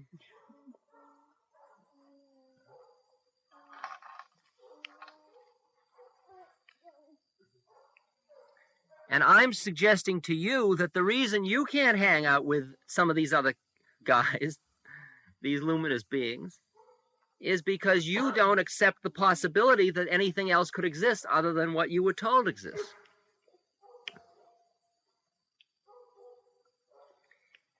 Sometimes it's called, the rigidity of thought is sometimes called functional fixedness. Do you ever have like, you got a hammer sitting in the room, and you've been hammering nails, and there's a hammer, and what you really at this point need is a weight to put at the bottom of a string to use as a pendulum, and you look all around the room, and you decide there is none in the room. And so you don't have something to put on the bottom of the pendulum. Because you couldn't break your set of seeing the hammer as something to hammer nails with to realize the hammer is something you could tie at the end of the string and use as the pendulum. Wait. Blake said mind-forged manacle. Mind-forged. Manacle. Manacles.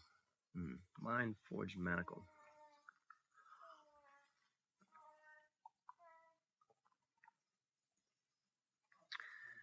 Now, the difference is that I'm not saying to anybody else what they should see.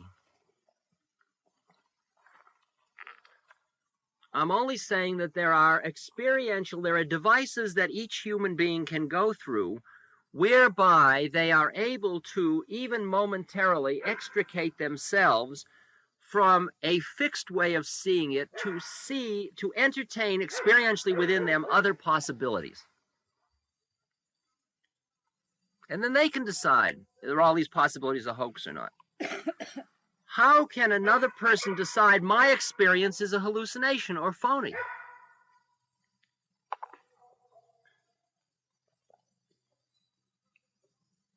Because they say, because I don't see it and I see reality.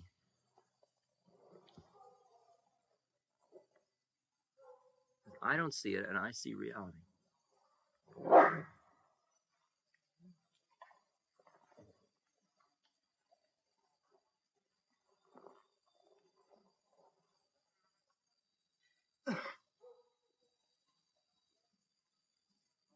See, the reason wars are fought is because two guys have two different realities.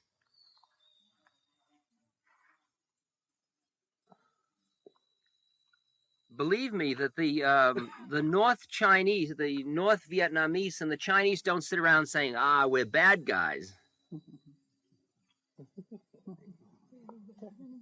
And we don't sit around saying we're dirty Western imperialists.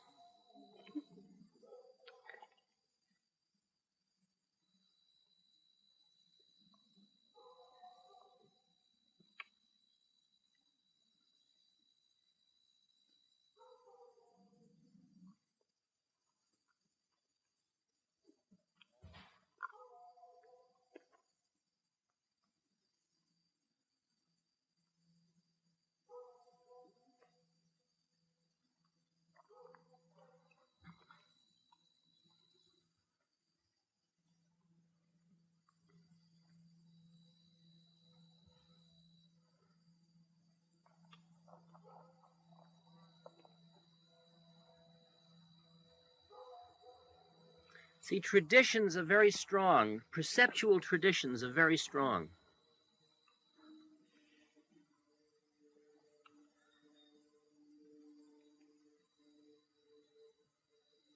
If you've always seen it a certain way and your parents have always seen it a certain way, it's very hard for you to conceive that it might not be that way. It might not be that way.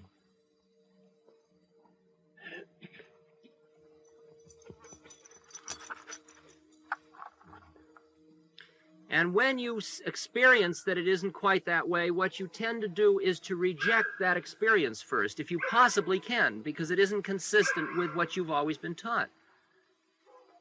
I was very ready after my first experiences of other states of consciousness to reject them. Every time somebody said to me, you did nothing but hallucinate, I said, that's right, that must have been it. I did nothing but hallucinate. See, there's an interesting thing that the Bible talks about, because it talks continually about the lest ye see miracles, ye will not believe. Remember the disciple that had to stick his finger literally into the wound in Christ's side before he would accept the fact that Christ was resurrected, before he'd believe.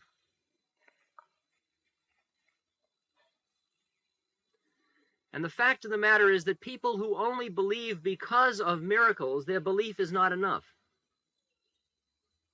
Because they're overriding a resistance in them to belief.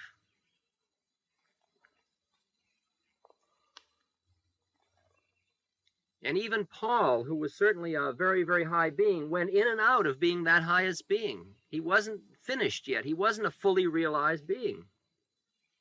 He wasn't Jesus. Some of the things Paul said in some of his letters were very hang-uppy, institutional-type statements. And some of them were statements of pure light. He was very erratic. Because the way Paul got his belief was because he was right in the middle of his horseback ride. He was struck, I mean, he was told in no uncertain terms how it was.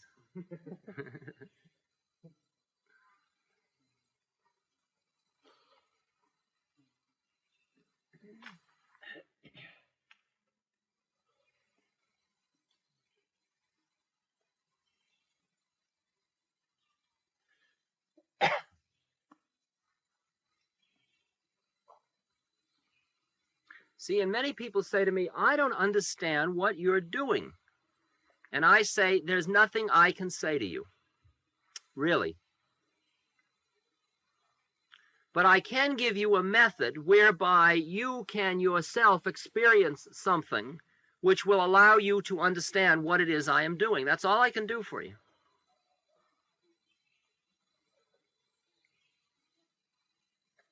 It's like try to explain to somebody what it is like to eat a raw oyster.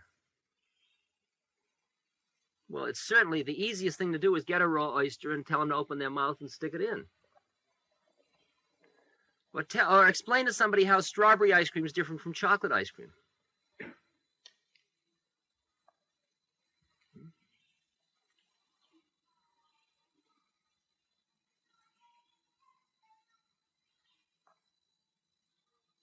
See, science can only indirectly be concerned with these issues because it can't deal with direct experience. It can only deal with reports of experience. If I taste strawberry ice creamness, my experience of tasting strawberry ice creamness can never be science because it's a personal experience, and scientific data must be public knowledge.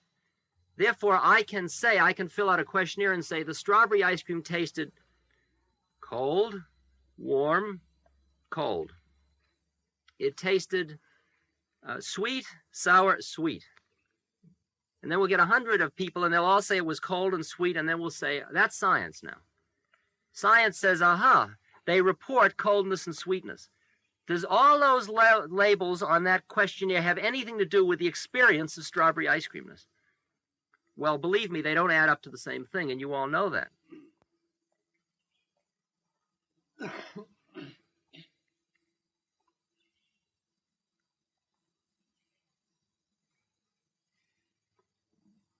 In the same way that all of the words any visionary has ever said about his vision don't have anything whatsoever to do with the vision. They're sort of like, well, it's not to say they don't have anything to do, but they're trivial. They're trivial words. And whole religions have been built on that trivia. That's the problem. Whole religious systems have been built on that kind of trivia.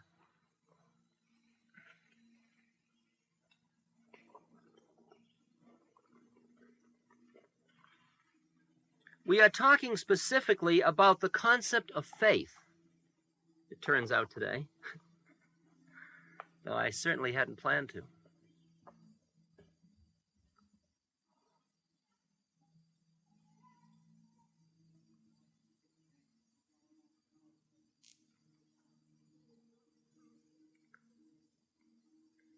See, you may have just enough faith to see Buddha when you're alone, but when somebody else is around who doesn't see Buddha, you can't see Buddha.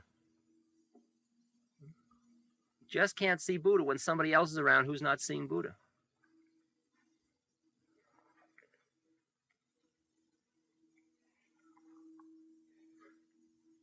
And that's why Ramakrishna says,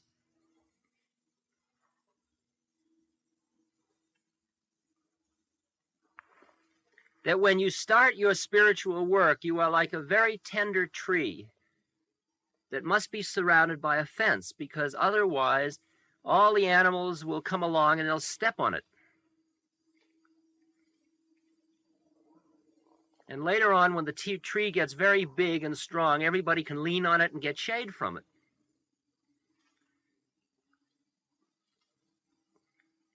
Or it's like trying to cross the ocean of existence with on a leaf or on a bamboo shoot. If your bark is very delicate, you really can't take many people across on it, or everybody goes under. If you just cool it for a while and wait, it may get so that everybody can go across on it.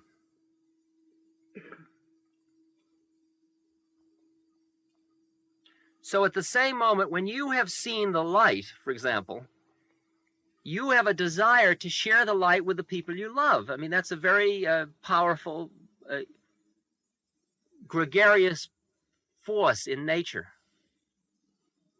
And the fact is that you can't do it at a certain point, because you don't have enough light yet. You don't have enough awareness. You don't have enough faith in the reality that you are seeing, which is slightly different from the reality that you were in before, to be able to share it with somebody who has the old reality, because the strength of their commitment to what they know and your lack of strength in your new commitment is just enough so that you'll keep going under all the time. See, that's why my 5 months when I couldn't read the New York Times and I couldn't read Time magazine and I was sitting in a temple with all kinds of other Meshuggah people, all of whom were seeing Buddha there. The result was that I could build an acceptance of this other awareness to the point that when I came back into an environment out of which my traditions in which others were trained in my traditions, and they said, he isn't there, I could feel compassion and say, gee, I feel terribly sorry that you can't see him there. And I love you very much.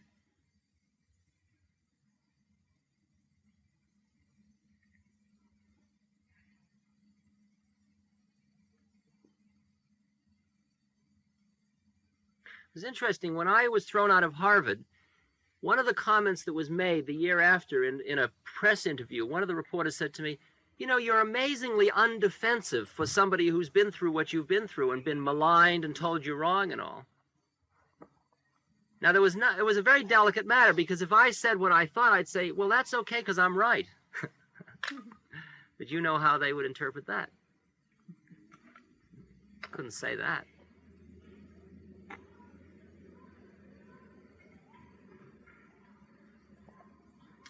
So I said, yeah, well, that's interesting.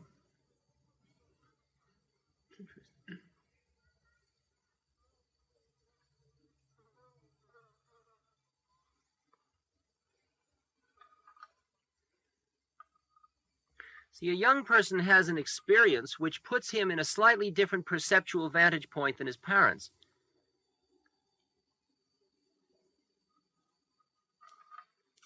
And his parents say, you are wrong, and they can get the kid to say, I am wrong, but there is something in the kid that knows that he isn't wrong. And they don't have to beat him to say, because he is so interrelated to their value system that he is willing to buy back and say, I must have been wrong. But yet that experience was a direct experience, and he can't reject it. And he's caught in this terrible bind where he's now in a dishonest condition with himself.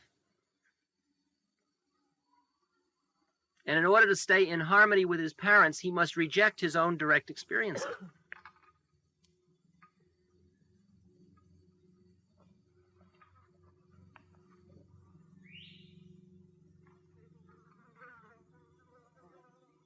But it takes a great deal of faith to be so rooted in a new system that you can meet somebody in the system you just came out of, honor them, respect them, allow them to stay in their system, not feel the necessity to convert them, honor them, and find that place which is behind their system and your system where we are.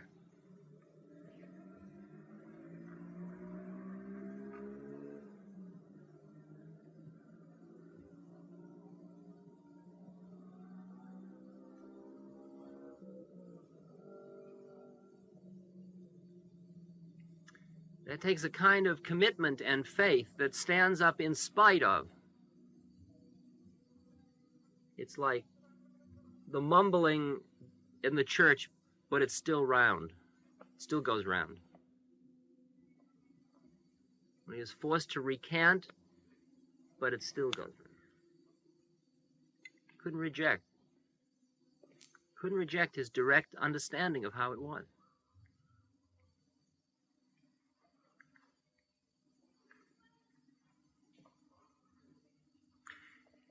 See, when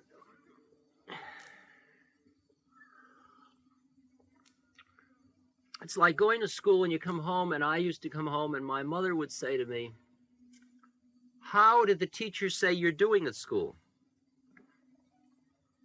That's a different question from what are you learning, which is a different question about, do you feel you're learning anything?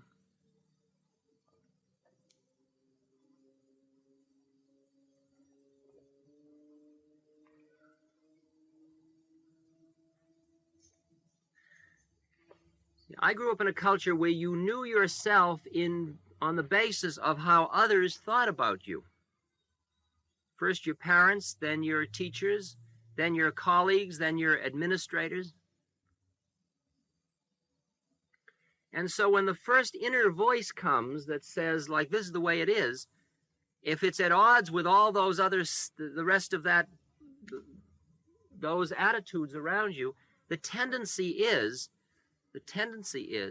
to get pretty uptight, because in general you've rejected that, but it comes through with a certain kind of validity. The thing is that the history of people who have had direct mystical experiences or direct spiritual experiences is, no matter how hard they try, they can't refute them. They can't refute them. And so what then starts to happen is that the person has got to develop a set of attitudes to allow him to maintain that inner belief system, that new belief. See, I'm a Western scientist, and then suddenly I have an experience in which suddenly I believe in God, but Western scientists don't believe in God.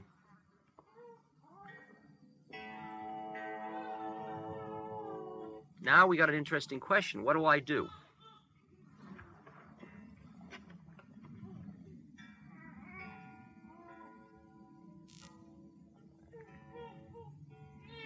At first, I try very hard to hold on to being a Western scientist because that's my bread and butter. That's my gig in society. That's what gets me all the brownie badges. And it gets harder and harder and harder, and the strain gets more and more intense. And finally, it just gets unbearable. And I got to go one way or the other.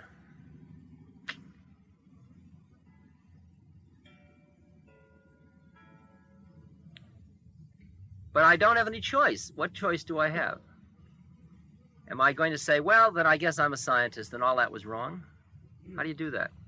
How would you even know where to step next if you reject your own experience, your own direct experience? I mean, that's like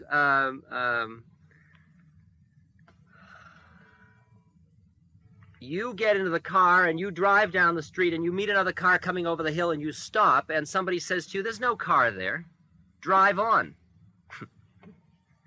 How would you do it? How would you know whether the next car you met was a real car or not? The minute you reject your own experience, all you can say at that point is, look, I see a car. I guess I better not drive because I'm seeing cars. I'm seeing pink elephants.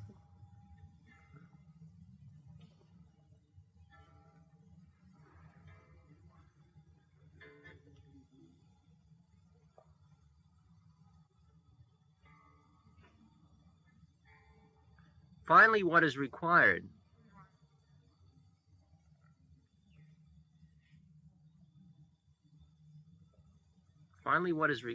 is that you take the injunction given so beautifully in Shakespeare, to thine own self be true, then canst thou be false to no man. You've got to find a way to live it out being totally in harmony with your inner experiences. Because you're building your house upon sand the minute you reject your inner experiences because they're too dangerous and too scary.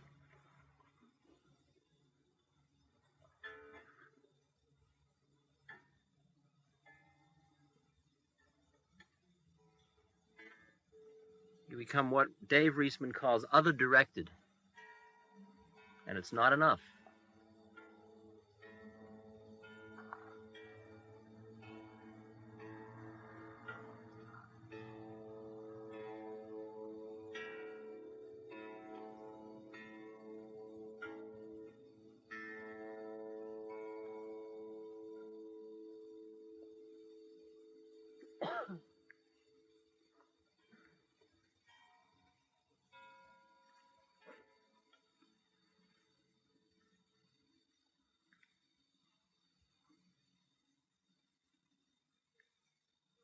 But you see, the way you learn the original model of the universe was with a certain amount of emotional tone such that you felt that if you lived outside of it, the whole thing would crumble and it would all be horrible. That was the way in which it was taught.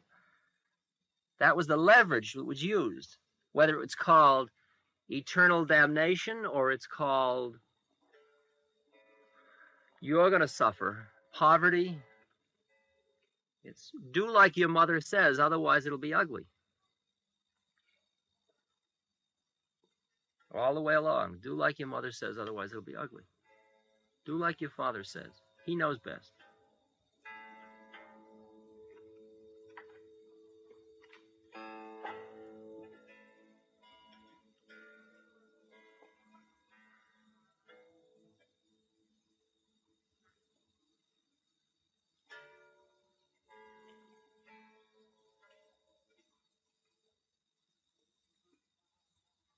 So there is a lot of anxiety to the experience of having an inner experience that is disparate from the existing cultural perception of the universe. It's really pretty scary.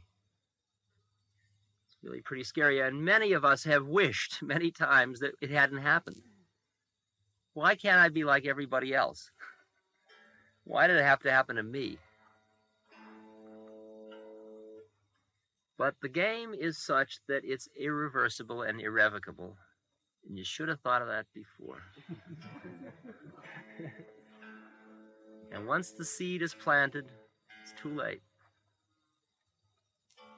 And the fact is, you had no choice, really. The seed was planted because you were ready to have the seed planted.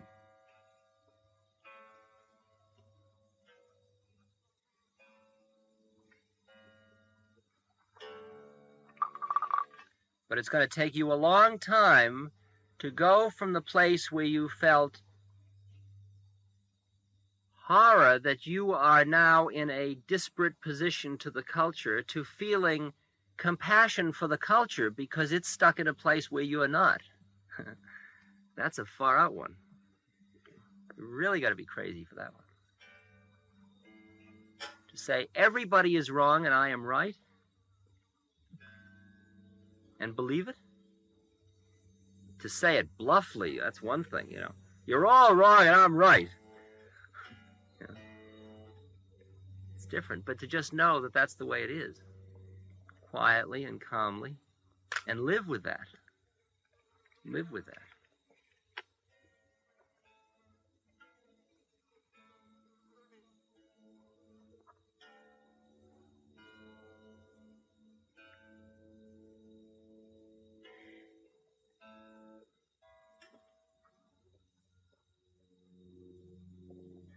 What can you do? What is there to do?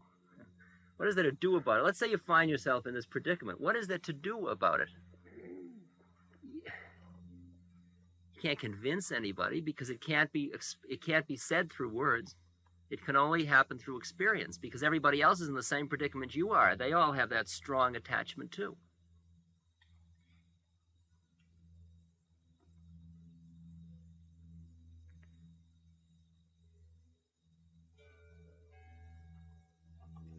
Well, at first everybody gets very grandiose with their plans of how to do it. Why don't we put LSD in the water supply? They say. Of course, that's not going to work. That's just going to scare everybody. That won't plant the seed. Just plant fear and terror. That's like turning over the tables of the temple. Can't do that. You can't do it. Nothing you can do. You're in this absurd predicament. It's just like the Philadelphia Inquirer ad in the New Yorker. There's nothing you can do about it. The train is bearing down, and everybody's reading the paper, and they're so fascinated with the paper, and you're screaming, look out for the train, and nobody's listening to you, and there's nothing you can do. There's nothing you can do. So what do? You work on yourself. You center more and more. You get calmer.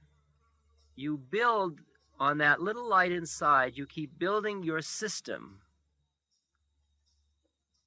And after you get over the horror and the awe of being in this disparate position to everyone else, you find out that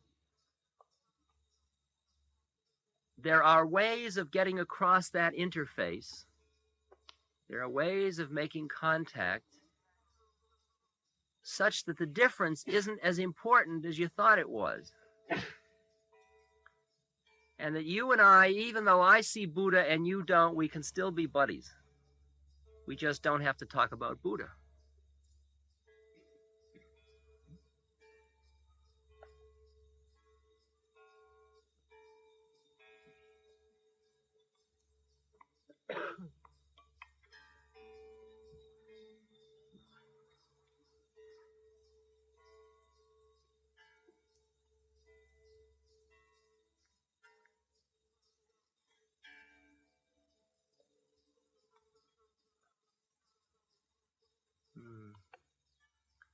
We don't have to talk about Buddha.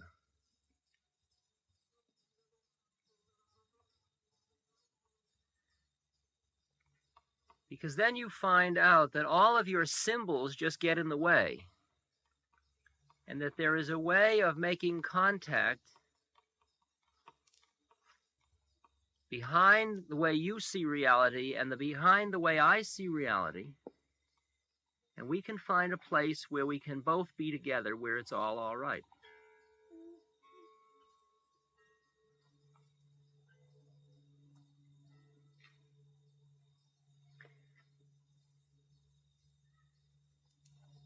But in order for that to happen, I have got to be able to give up my attachment to my new symbols. And I'm asking the same thing of myself as I was asking of somebody else.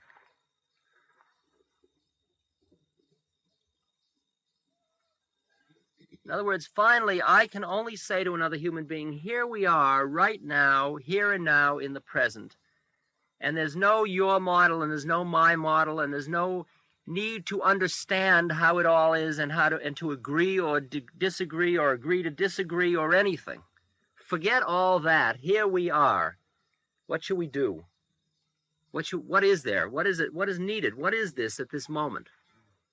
Well, we're hungry. Who's going to cook?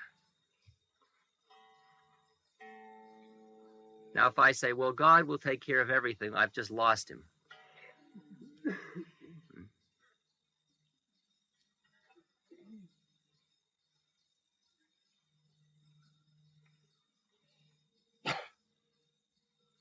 What I'm saying is that there are many people in a social system at any time that are living in different stratas of reality, different degrees of consciousness. And it is possible to jump these interfaces between these levels of consciousness, and it is always the responsibility of the most conscious being to do it.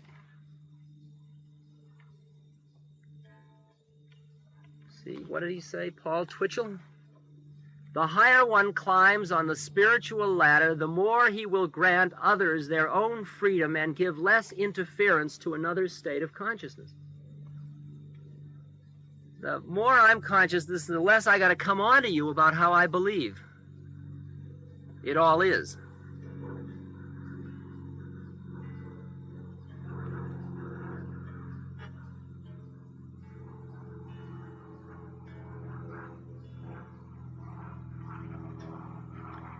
Because with higher consciousness comes compassion. And compassion is the understanding of why everybody is at the place they're at. Did you ever be around somebody who has a little boy with them, and the little boy can't do exactly what an adult do, and the adult keeps saying to them, come on, step aside, you can't do it. That constant, you're just a little boy, you can't do it. But not even you're a little boy, like you're some incompetent being because you're not big.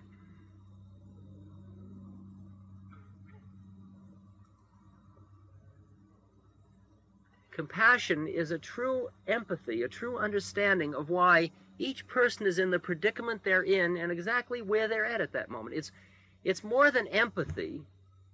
It's a total identity with the other person. You see, this is who we are. I am Richard Nixon in the White House. I am caught in my dilemma of my history as a Quaker and my background and my values and my attitudes and my attachments and my responsibilities and my problems. And I am as much Richard Nixon as I am Ram Dass. And when you have met somebody with compassion, you know you have met somebody who appreciates the predicament you're in, even though they may or may not agree with your predicament.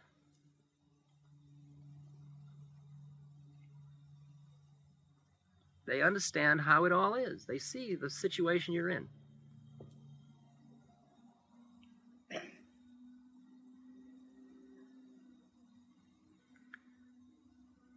And how does that compassion develop? The compassion only develops as a result of non-attachment.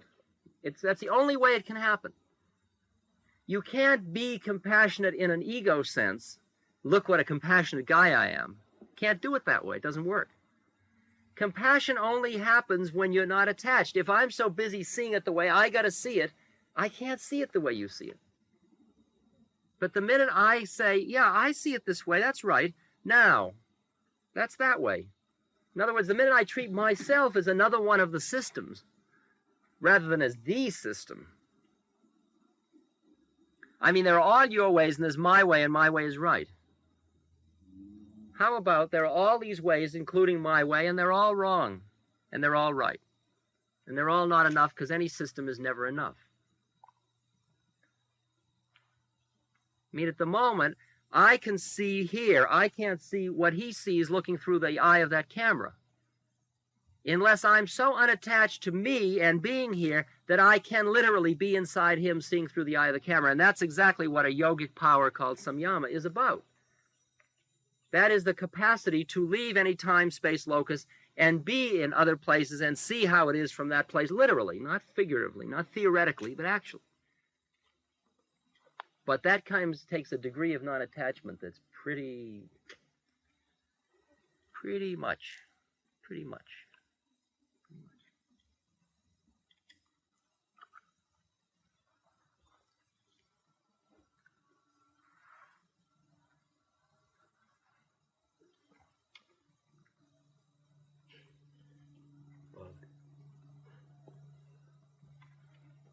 We can share it.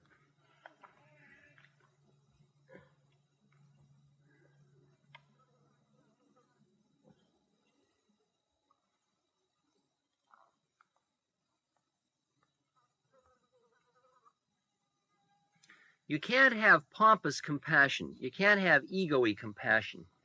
You can't have, look how that I'm a very compassionate person. Compassionate people never say I'm a very compassionate person. They're just compassionate people. It's like realized beings don't go around saying, I'm a realized being. I'm a very high being. Had you noticed?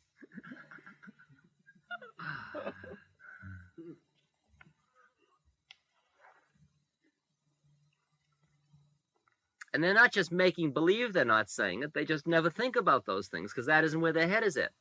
They're not busy in self-definition.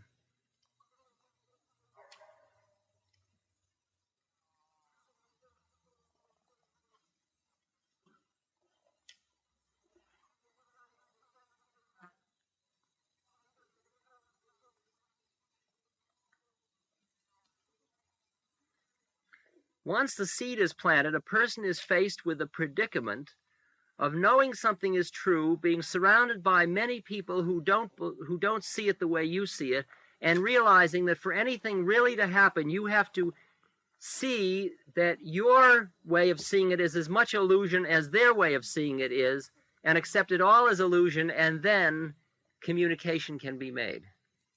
But as long as I say, look, it's black, and you say it's white, and I say it's black, and you say it's white, here we are. We're always going to be stuck on these two sides. But if I say, some say it's white and some say it's black, and here we are. Now we've just gone right behind that place.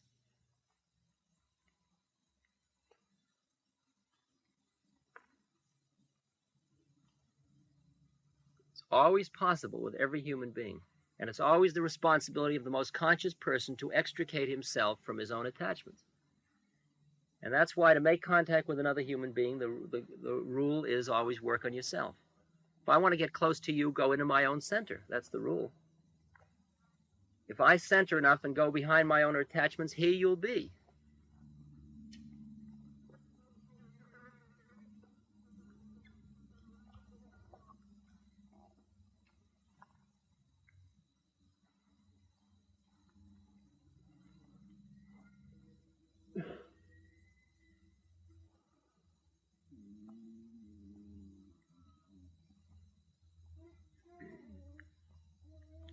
And once you develop compassion, then you keep going. Then there are many more levels before you are free of the illusion. Compassion is just another illusion.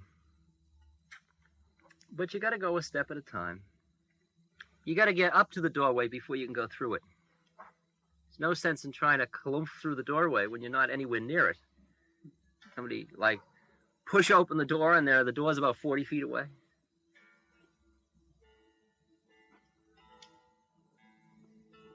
Westerners, in their intellectual zeal to get there, always intellectually get ahead of where they're at.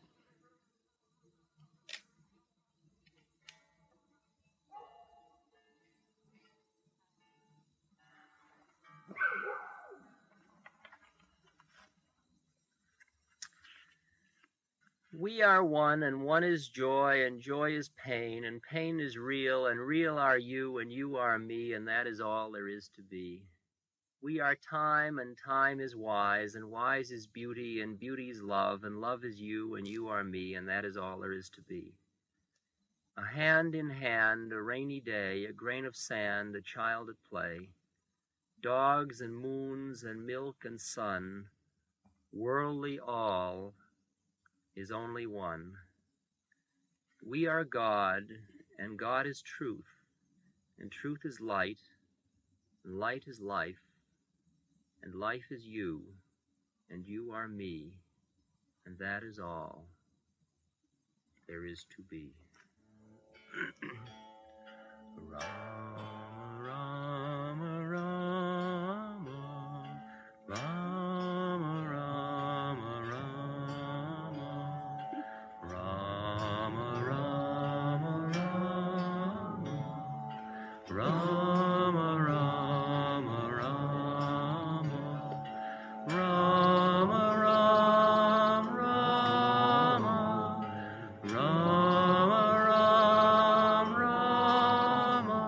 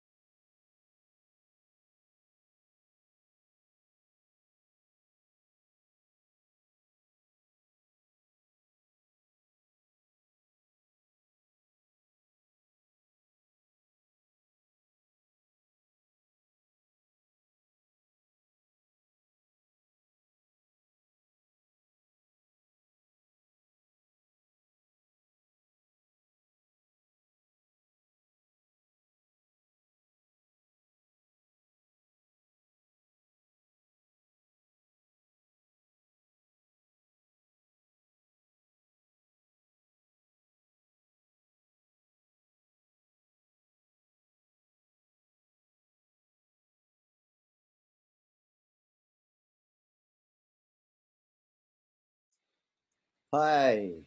Hi, Ramdas. Hi. Hi, everybody. Welcome to our special webcast. All of you who've taken this wonderful mindfulness and meditation course.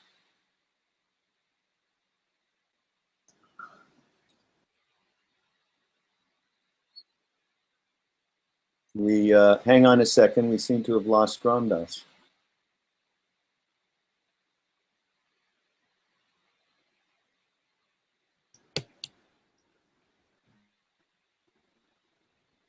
Little technical difficulty.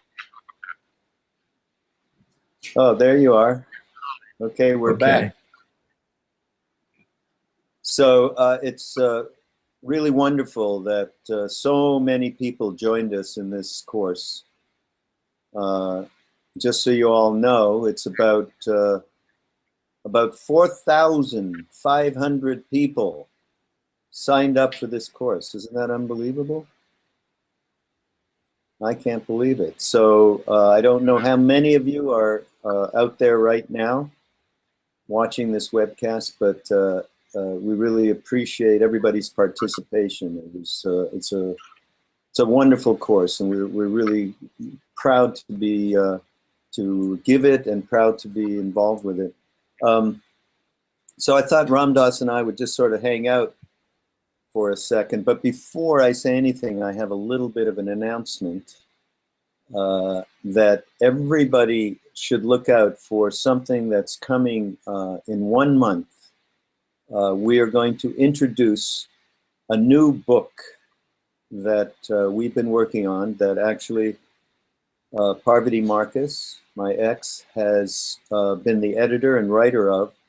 It's called Love Everyone, and it's all of our experiences meeting Ramdas and then finding out about Maharaji and then ending up in India, and all of our stories of that encounter. It's a wonderful book, and it actually, the reason I'm even bringing it up is because I was Ramdas was reminding me of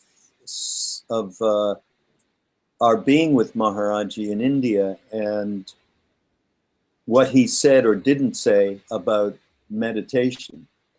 And so I went back into my diary to take a look and find some of the things that he said about it. And in that way, I was sort of drawn into that whole period of time, which was so very special, obviously. And it made me think about this book that I think everyone will enjoy big time. So that's coming September 8th. Just keep an eye out on ramdas.org. And I think the pre-ordering will start September 8th. So Ramdas and I were hanging out the other day and just talking about our first meditation encounters, first experiences, and just how we were turned on. And I said to Ramdas, well, it must have been when you went to India the first time, because I know you were with Haridas Baba, your teacher in Kenchi, and so Ramdas said that's not quite the case. So tell us about your first meditative experiences. Was actually when you were at Harvard. My boss was Dave McClellan, and he had an artist, spiritual woman as his wife, and I thought she was wonderful, and she introduced to me the Quaker church where we meditated, and she did it out out of just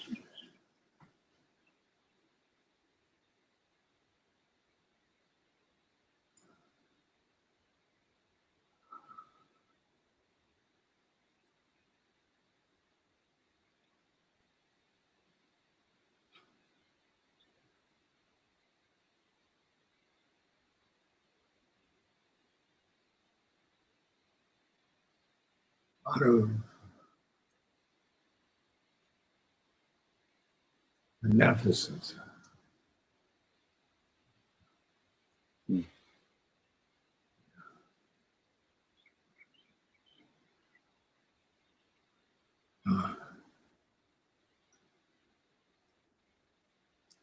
And in the church, we meditated, and if anyone felt they were picked as a voice,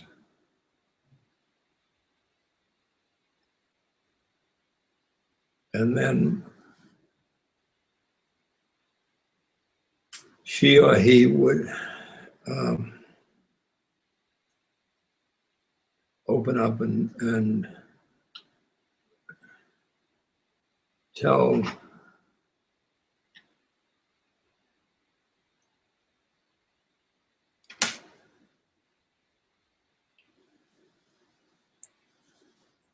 the spiritual truth.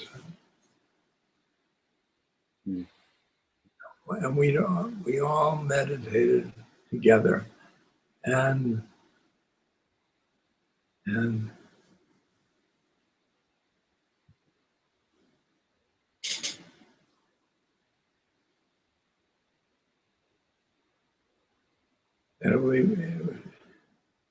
yeah.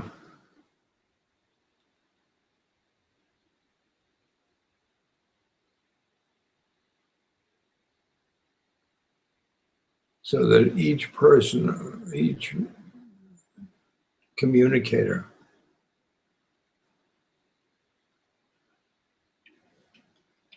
would get calmed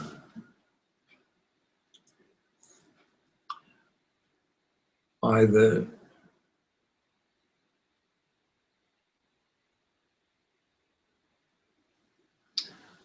God within.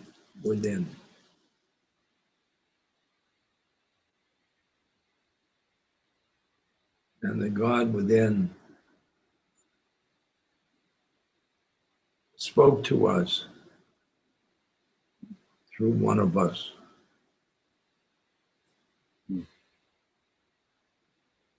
Yeah. I remember you telling us about that meditation, of course, in those days after you first came back from India. And it had a certain name, I think, still small voice, something like that. Yeah. That's it? The still voice within. The still voice within. I love that. Yeah. Yeah. And then fast forward to you going back to India, and this we talked about the other day as well. When you went back to India the second time, you were looking for Maharaji. I remember that because I said, I've got to see Maharaji too. And you said, well, when you get to India, write to me. And you gave me an address somewhere, American Express or something like that. And you wrote me back and said, Maharaji is not to be found. So just keep me in touch, keep writing to me, and I'll let you know when I find him. And then you mentioned the other day that it was actually Bhagwan Das who said to you, well, while you're waiting, you might go to Bodh Gaya, to the Burmese Vihara, where there's a teacher teaching this particular brand of Buddhist meditation. and that is where you went and spent those what was it, couple of months, I would say, right? And it was Vipassana meditation with Goenka, S.N. Goenka, who many people know. And Manindra. And Munindra, right. And that's where the famous story came about, where you and a busload of people who were at the course met Maharaji in the middle of nowhere in Allahabad by the Kumbh Mela, and he took you over to Dada's house. But to me, the interesting thing was that you said, it's in talking about, and this all goes back to what Maharaji told us about meditation and what he didn't. And you somehow, he of course led you and a bunch of us, although I particularly wasn't in that time at that course, of those courses. I was waiting to hear from you in South India at the Mothers and Sri Aurobindo Ashram, actually. But you ended up taking this course with a bunch of us, and then it was, I said this, I don't know if you agree. I said, this must have been Maharaji preparing us in some kind of way with a formal meditation practice of at the very least, of one-pointed focus, concentration, to be able to perhaps receive him in a more full way. And you've talked about this a little bit. Less. Yeah.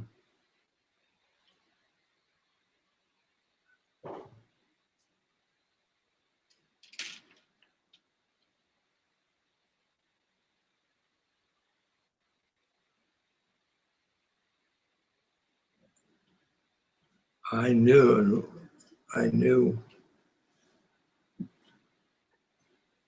after that I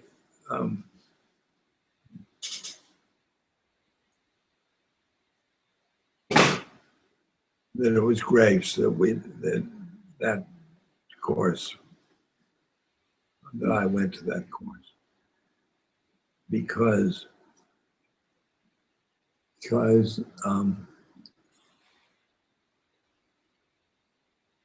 when I concentrated on Maharaji, all the things that I learned from that about concentrating on the primary object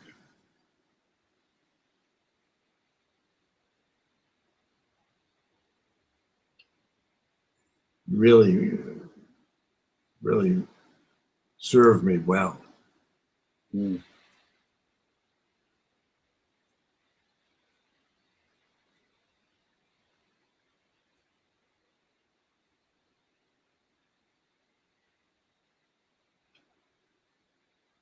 In concentration or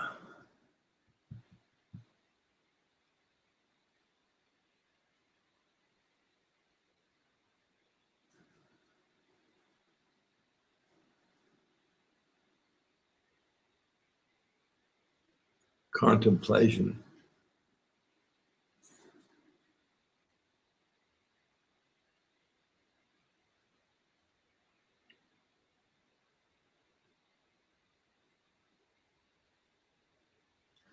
And getting out of my mind.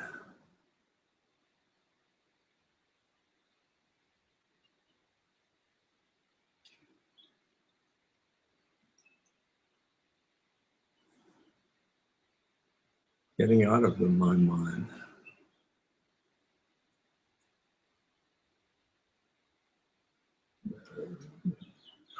Concentrating on the breath. Mm.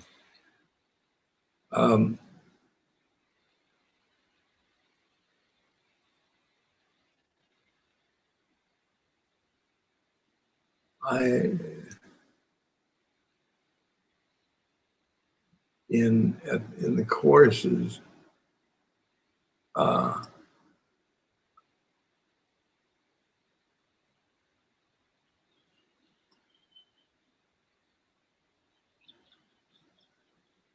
when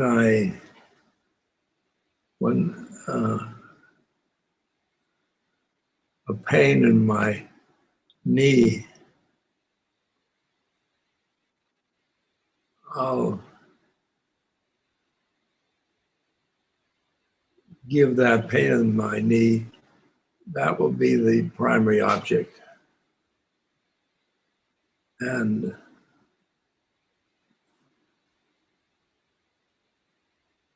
I'll just painful, painful, painful, painful knee, painful knee,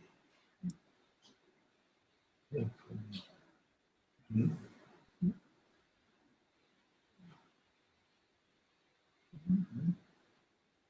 Then the pain disappeared, and I will go to the breath.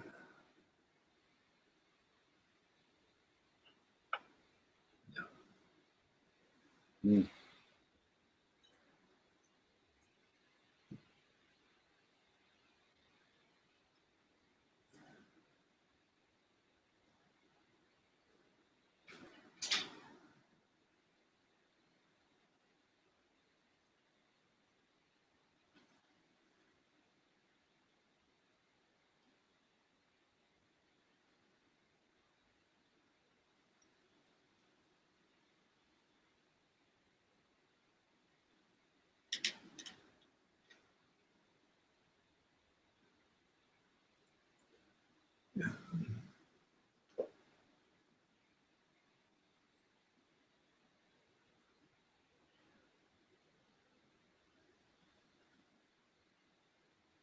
After that course,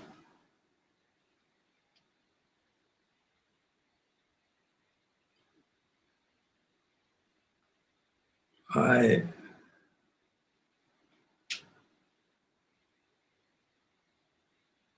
talked to Menindra, who was Joseph's teacher, and who taught that course with Goenka.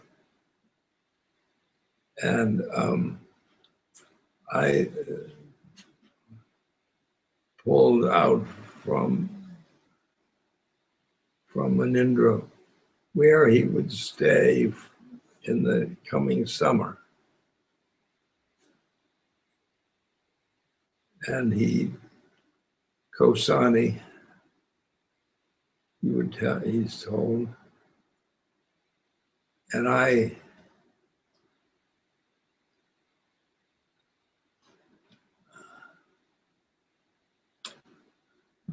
was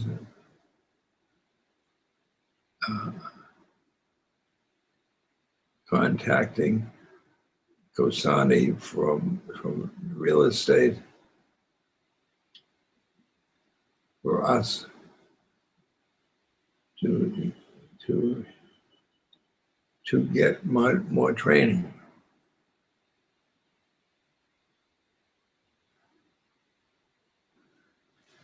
And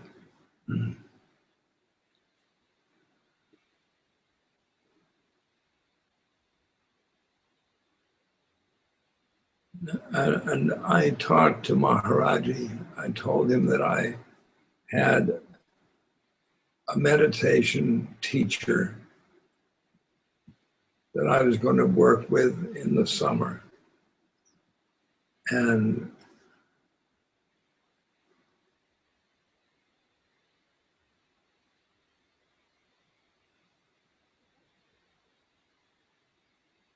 he said something which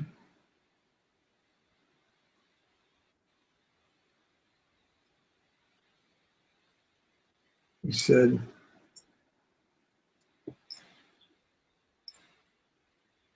if you wish. That's the usually kiss of death. And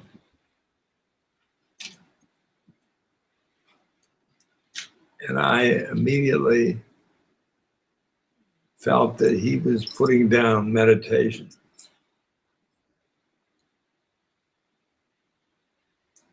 Mm.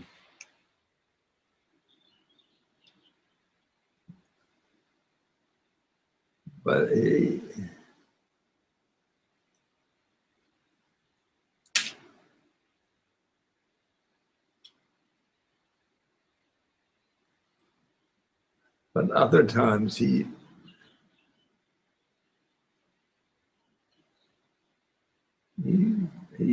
for meditation. Well, let me tell you my side of the story, because you set up this whole meditation course. That happened when I first got up to Kenchi and met Maharaji for the first time. And the first thing he said to me the first day was, oh, go be with Ramdas, do the meditation thing up in Osani. And you weren't there that day. Krishnadas was there, Ramesh, a couple other people. And the next, and after the darshan, I hope Krishnadas isn't watching. I know he's not. He said to me, you can't come. You didn't take that course in Bodh Gaya. You don't know how to do Vipassana. How are you going to go? I said, I'm going. He told me to go, I'm going. So, and then you came the next day. And then soon after, a couple of weeks later, off we went to Kosani to do this meditation course. And you taught me the basics of Anapana, which is basically the meditation in the second week of this course, where you taught one-pointed concentration, which is called Anapana. And you taught that to me so I could catch up with the others who had done 2 months or so of these courses, right? And we were staying in that house up on the hill in front of the Himalayas. It was the most exotic, incredible place, right? And there was a cow shed that we fixed up to meditate in. That's where we would go meditate, remember? Yeah. And people told us from the town, oh, that's where Haryakan Baba meditated, okay, in the earlier part of the century, who was, for those of you who don't know, he was like Maharaji, a Siddha, a fully realized being. And so we were all, wow, this is great. We're meditating in Haryakan's cave. And sure enough, that was the first meditative experience, true experience. I had done TM or something before that. That was the first true meditative experience. I had a complete absorption experience in the first week or so after you showed me the essential practice of Vipassana. And so that was a momentous time for me that happened. And just further to all of this, by the way, everybody out there, Maharaji, I don't know, I would say 90-odd% of the people who came through Maharaji, he said to all of them, are you going to the course? He would say course in English. So everybody ended up, I mean, almost everybody ended up going to this course. So it was obviously a required 101 to be in that presence, or else it wouldn't have happened. So, so second to all of that, because of Ramdas and my chat the other day, I went in and I, as I said, I looked up in my diary to see what he said about meditation. And here's the most central quote that I found. Maharaji said, one can attain a pure mind by detachment and one-pointedness, which is directly what this course is about. I mean, to be another word for what we commonly now know as mindfulness. he said, it is difficult to sacrifice. It comes through and the blessings of Christ. Purify and wait for grace. Quote from Maharaji around why practice. Said, and this will perhaps refer people. There's okay. I can't get you.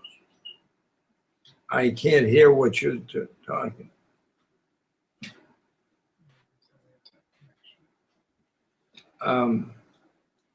Okay, everybody. Another technical. Is your connection working? Your voice connection Is not working? not, Now we can hear. now. How about now? Can you hear me now? Yep. Okay. So I just hopefully ever heard me quoting Maharaji's central take again. And one can attain a pure mind and one-pointedness. When he talked about detachment, it really can refer to mindfulness, what we refer to mindfulness these days. So to sacrifice, it comes through grace and the blessings of God, Christ, and wait for grace. You talked about why practice, and purification is one, and of attachment to thoughts, and that's what we talked about. Detach the action that we take. This is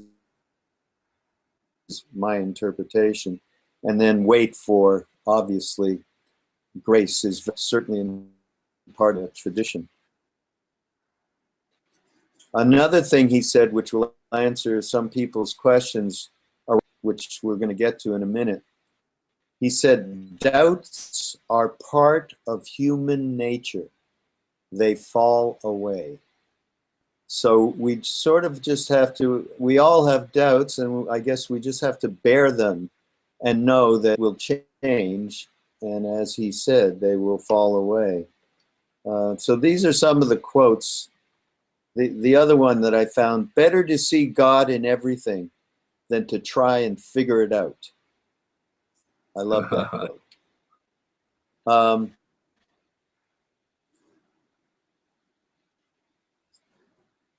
I think at this point, Ramdas, I'm going to get into questions. Okay. I remember the Kosani.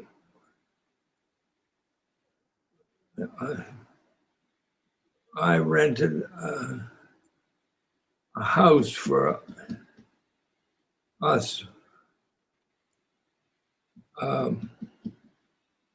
for 5 of us,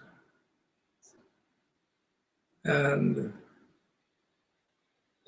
we're going to work with a meditation teacher. It was all fit in my mind, and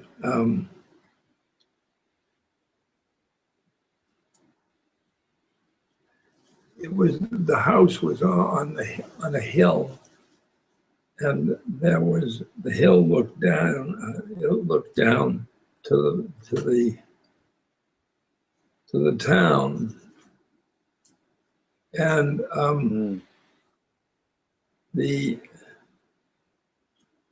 and suddenly the town was overrun with Westerners. And I was mad. And Yeah. so we brought the Westerner up. What were they doing here? He said, Maharaji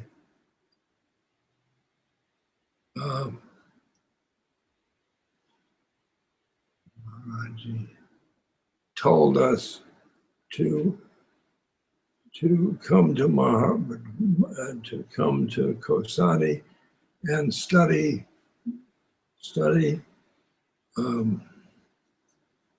meditation with Ramdas.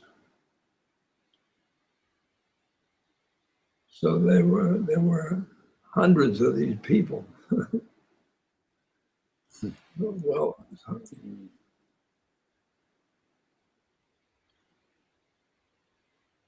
and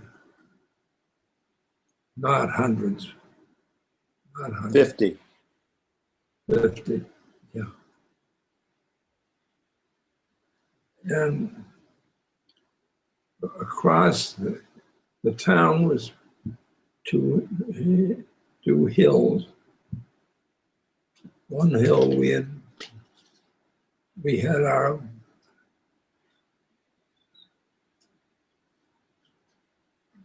house, and the other hill was the Gandhi ashram.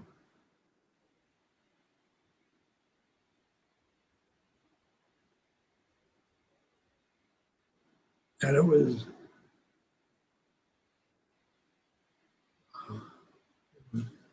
not being used. And so my plan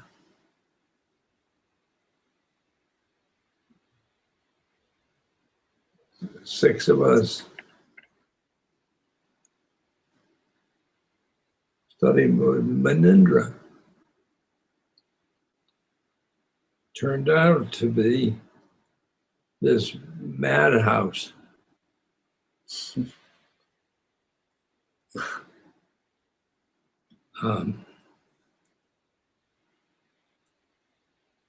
In which I was teaching the meditation.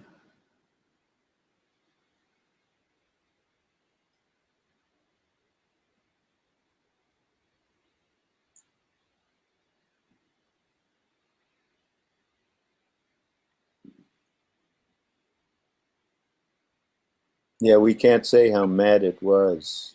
We couldn't tell anybody how crazy it was. Yeah. Yeah.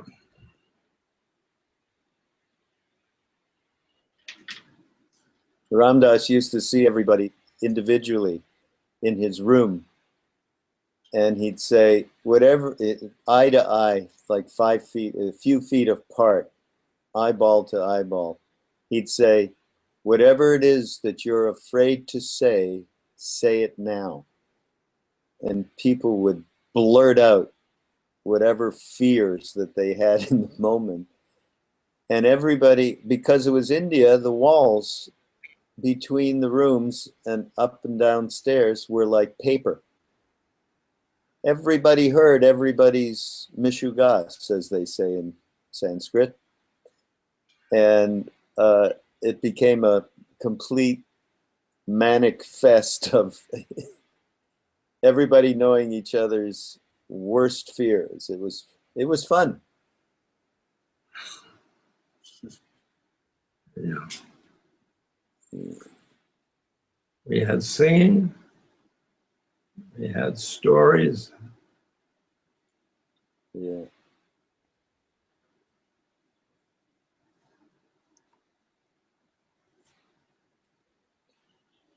All right, I'm going to get to some questions now. People have written in, and they want some answers. Yeah.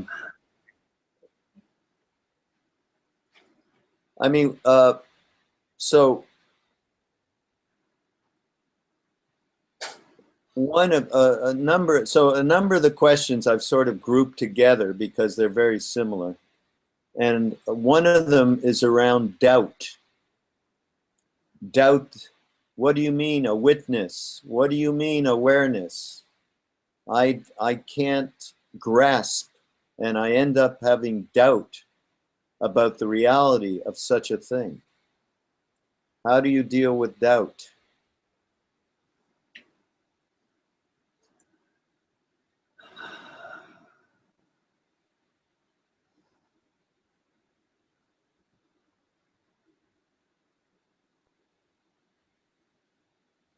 I think you should deal with doubt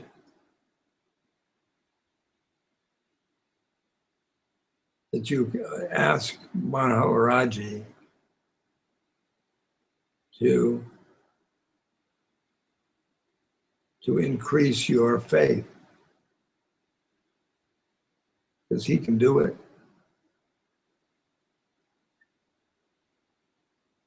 And once you had that faith, then spiritual things can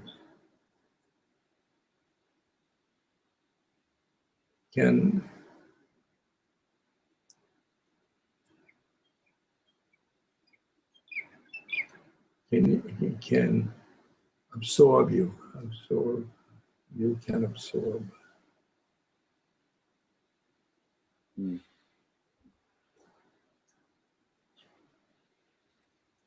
Doubt is a thought.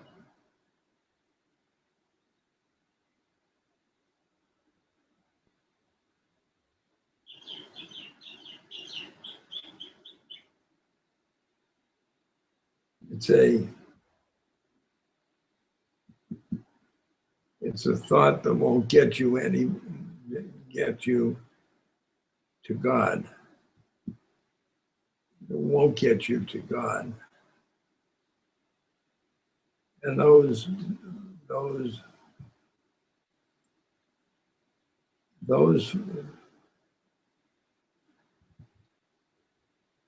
thoughts, you have to do something with them.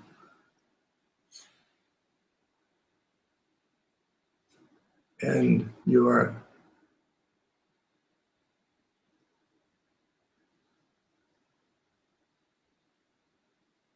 witness them.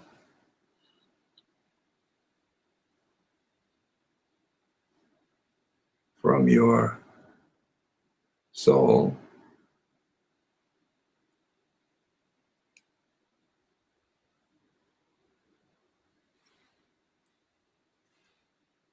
And then you love them, because that's all you can do from the soul. So you love your negative thoughts.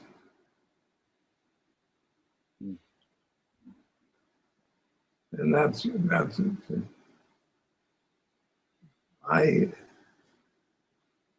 it gets rid of them.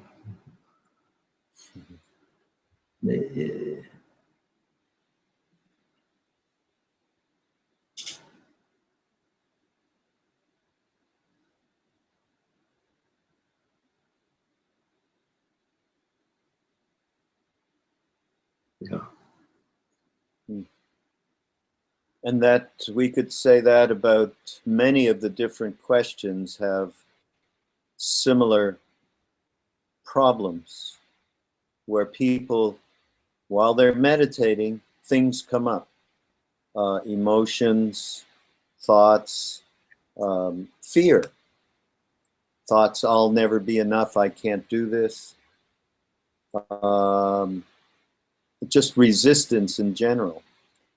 And so I guess it really comes down to making a commitment to practice. I think we should move on to another question. Ramdas, Someone is asking, I understand be love. I understand be loving. But I don't understand how to be love.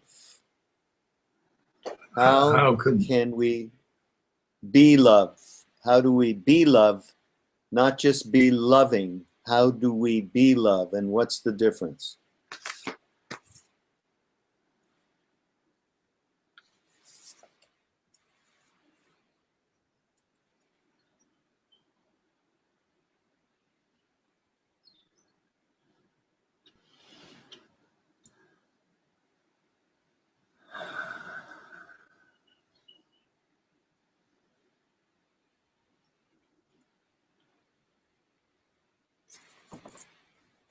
The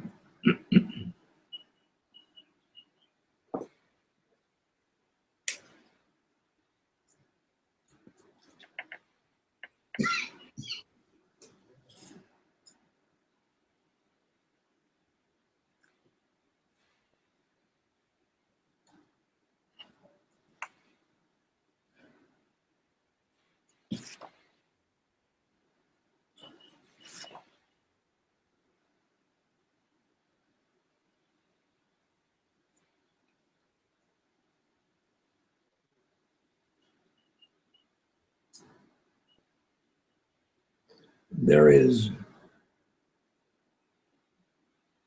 one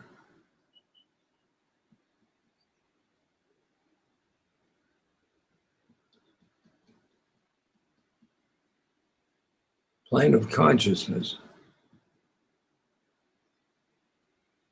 It's within us. It is in Hinduism, it is the Atman, in which all of us become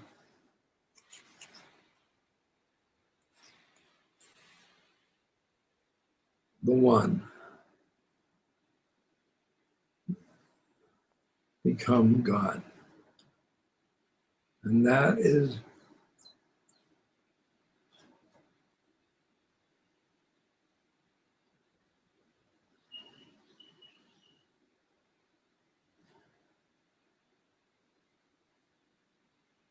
God is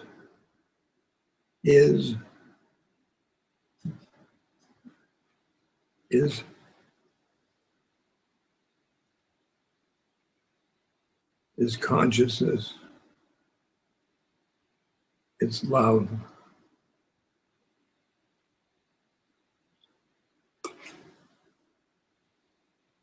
And therefore you come to that plane of consciousness.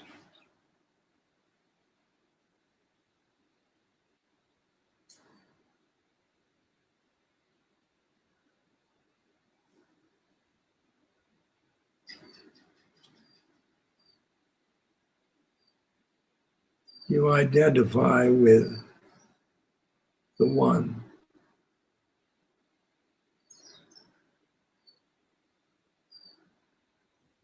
And you are conscious, are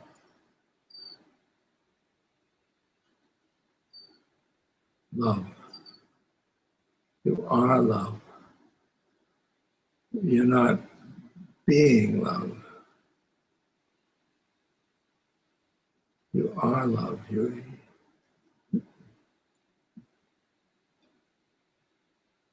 are love.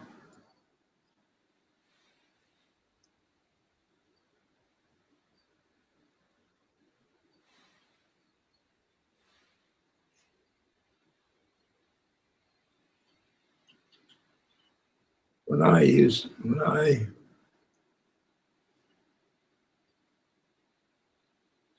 was my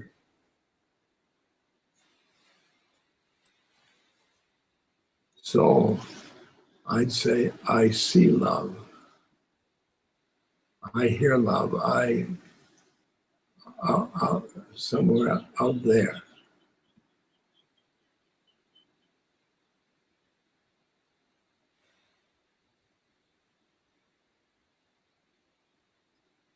Separation. But there's this third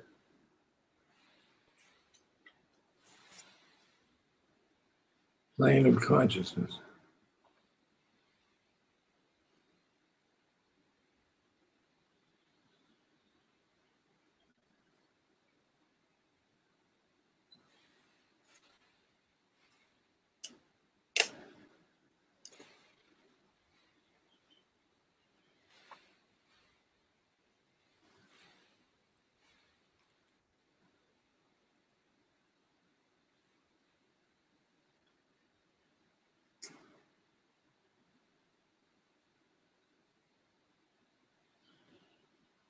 There's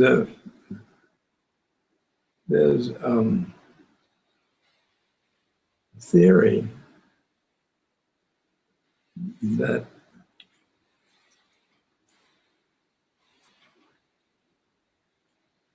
our consciousness is God.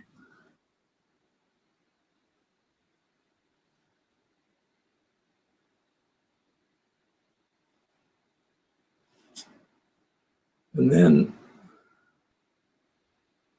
we are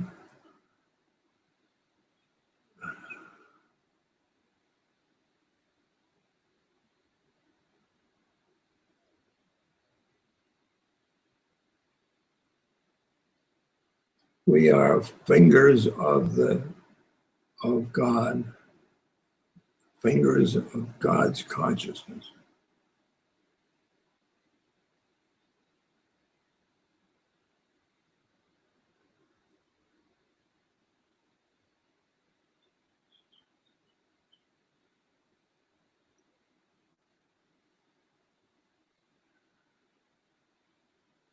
The one, God,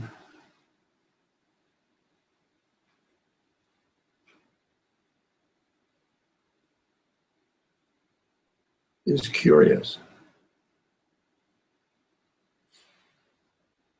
Is curious for what God manifests. So all of our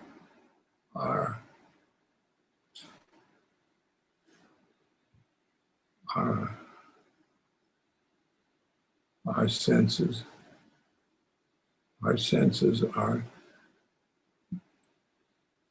are fingers of God. Yeah.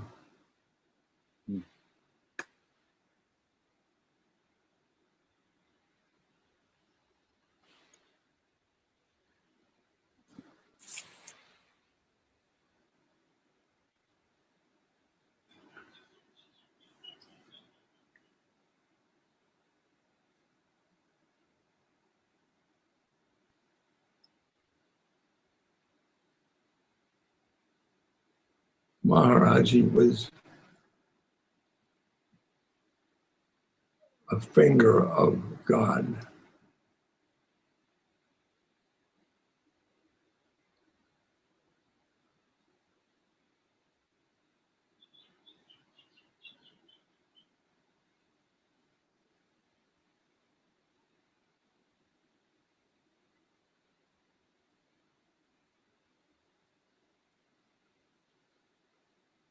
Yeah.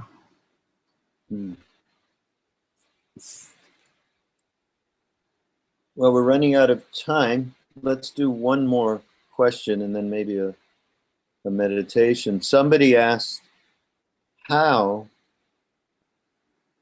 can I cultivate love for the Guru the way that you have? How can I develop the surrender and bhakti that you have?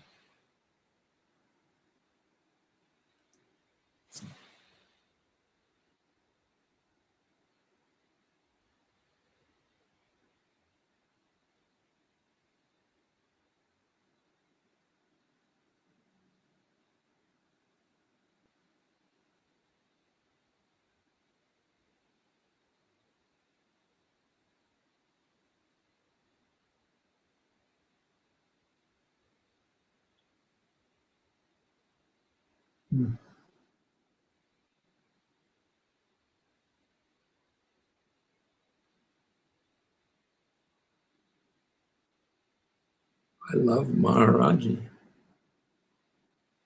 That's what the bottom line.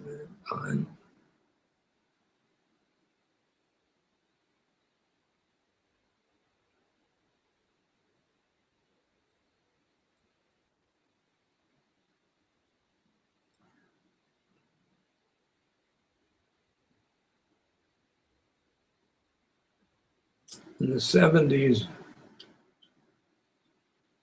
I thought of Maharaji as somebody in India. And then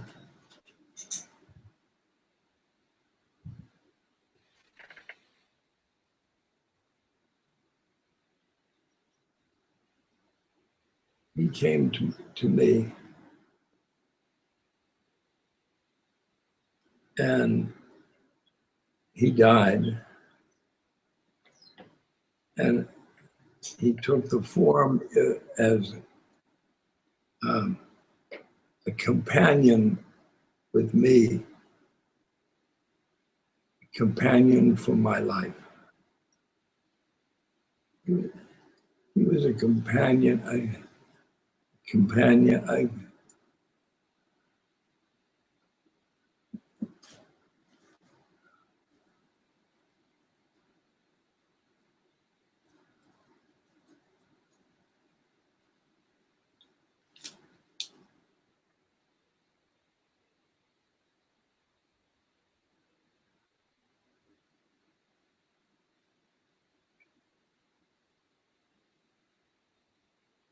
He was an imaginary playmate.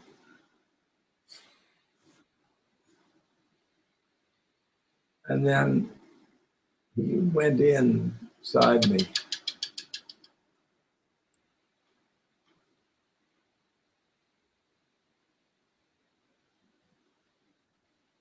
And the Atman includes God, Guru, and self. So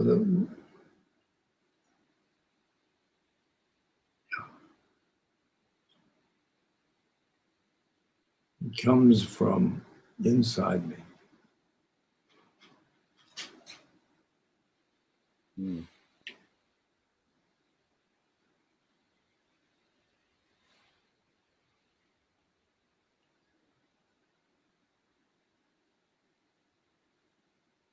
And then the darshan, the first darshan I had with Maharaji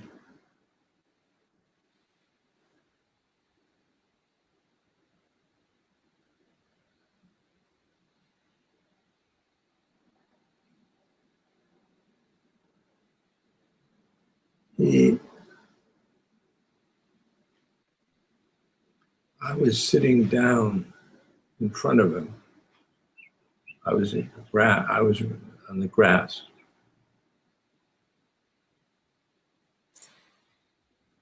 And I was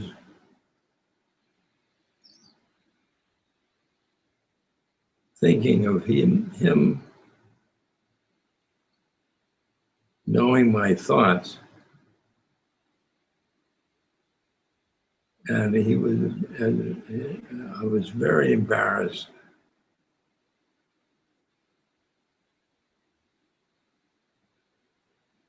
This man he's knowing my thoughts.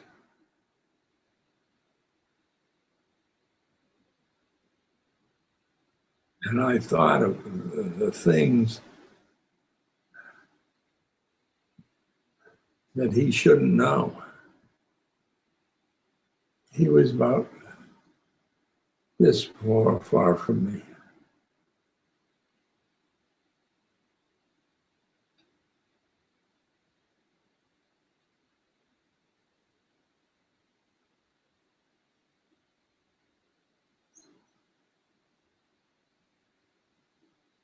And so I recited the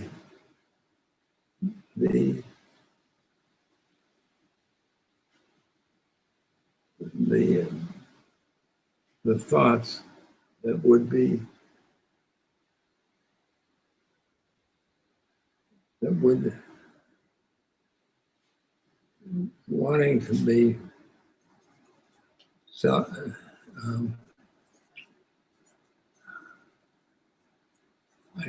I guarded. And then I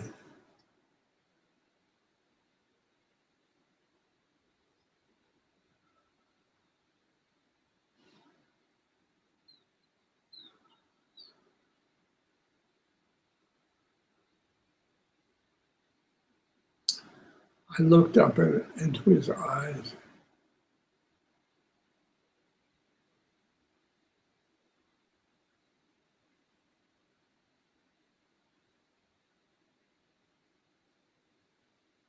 And he was looking at me with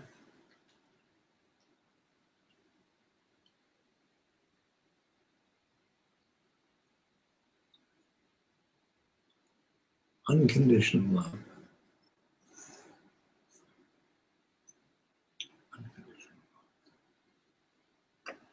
And that moment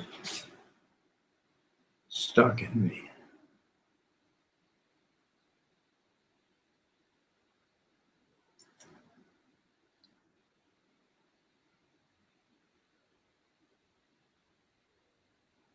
Because I had never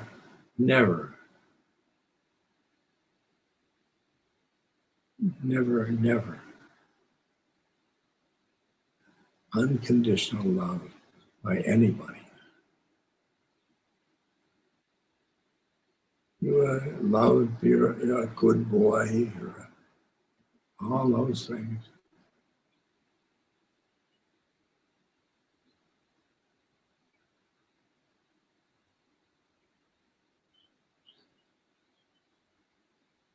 I was loved.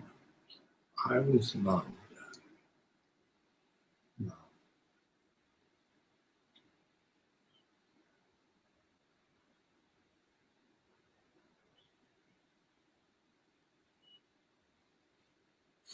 And that moment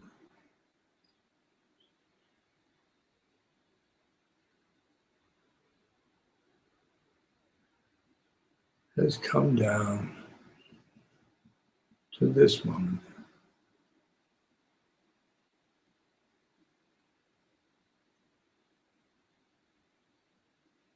He's unconditionally loving.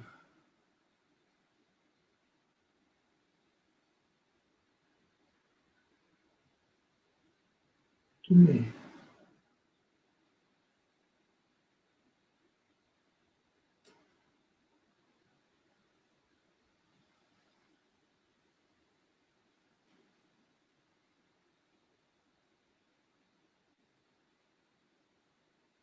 I guess that's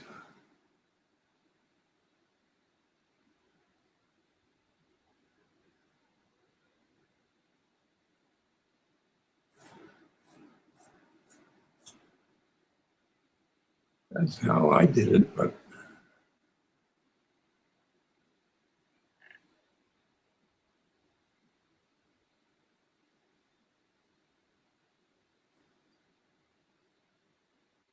you can do it differently.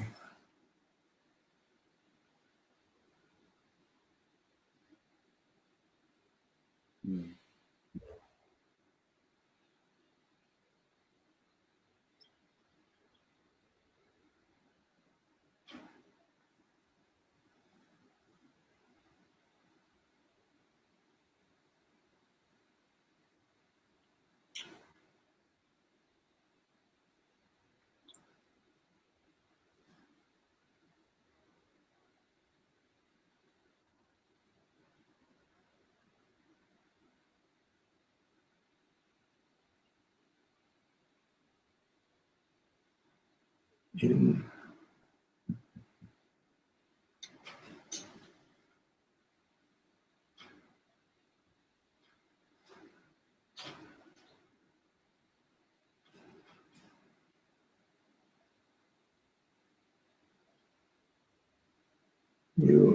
you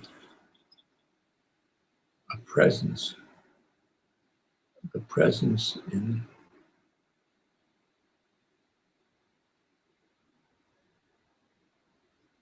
Maharaj is there.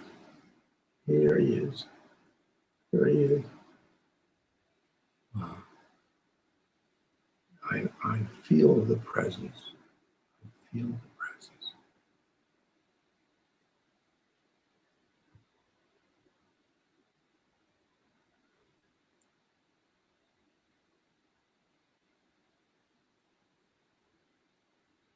And then I talk to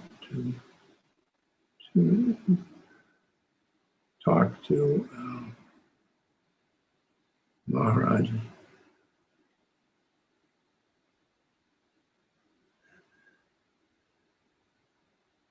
There was a guy that he said to me,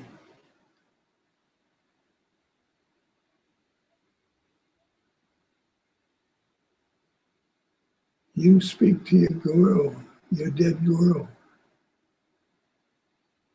How is that possible?"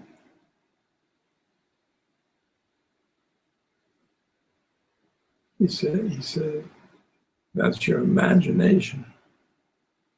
He said it in a condemning voice. And then I told him, "Oh yeah, it is my imagination."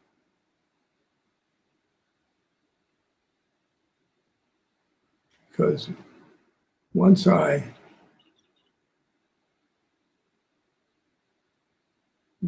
have Maharaji on the phone,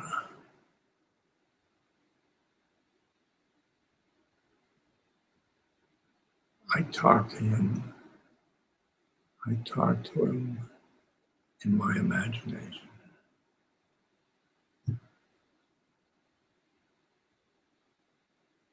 He goes into everything. He goes into my imagination.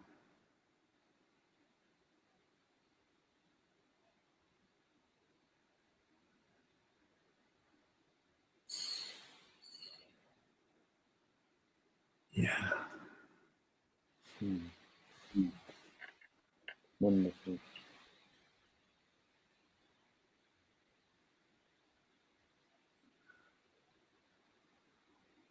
Ram Ram. Ram Ram.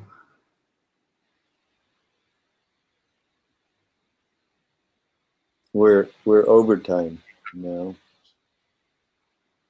So thank you.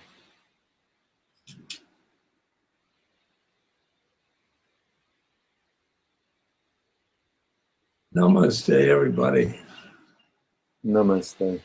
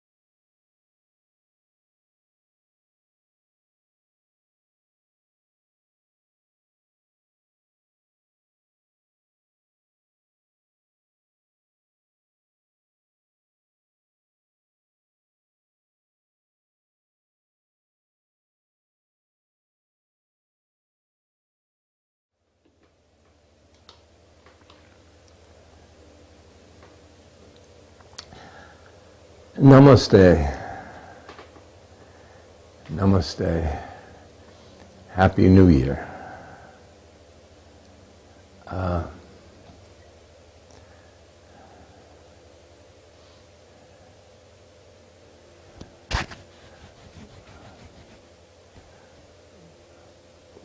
On the second day that I met Maharaji, he said to me, do you know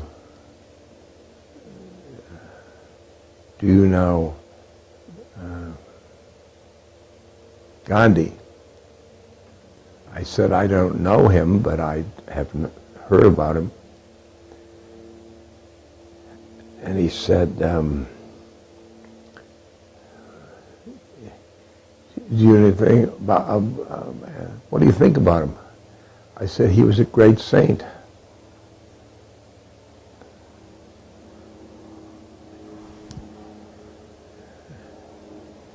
And I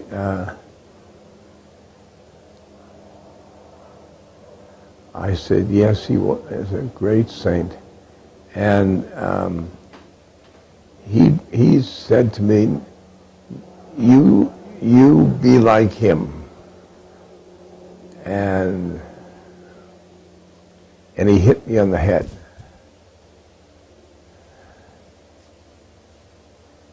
And of course I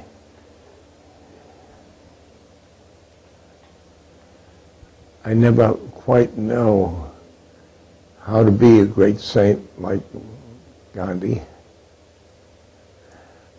I went down into the bazaar and I got myself those little round glasses. That didn't do it.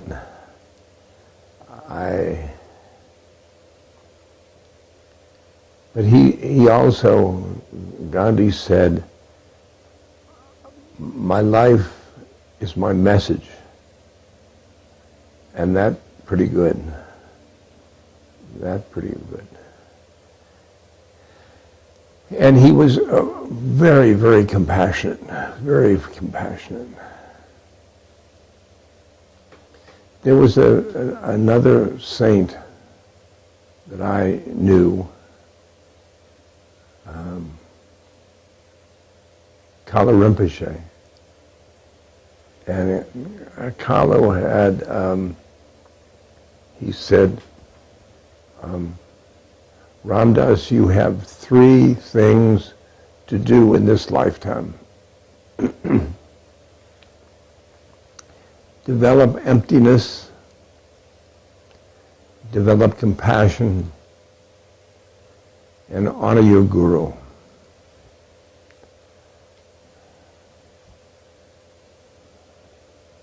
That's pretty straight. It's pretty straight. And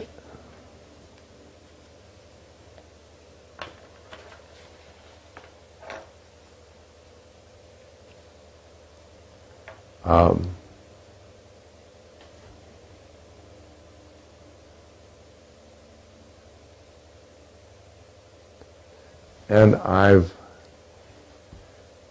worked on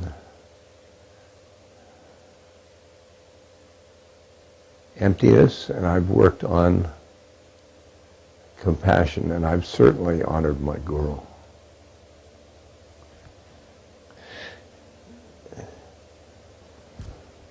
When I joined Seva, this organization, Seva is a world known to serve God. And it was the first meeting of the Seva Foundation. And this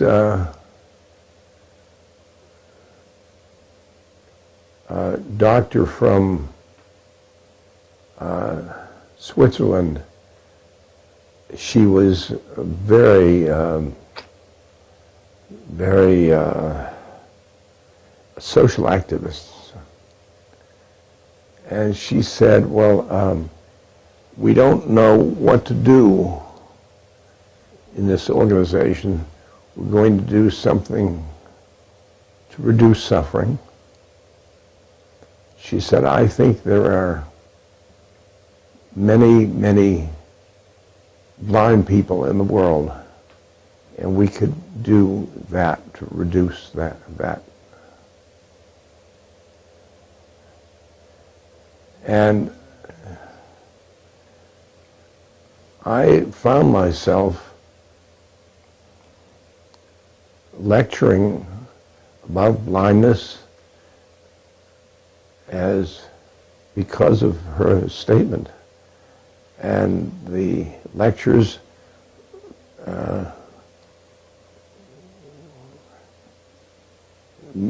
raised money for Seva, and I found myself in Nepal and India and many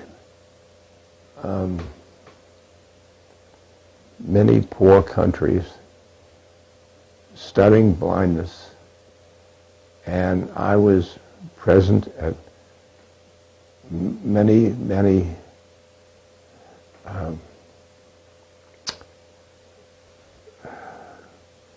operations where blindness removed.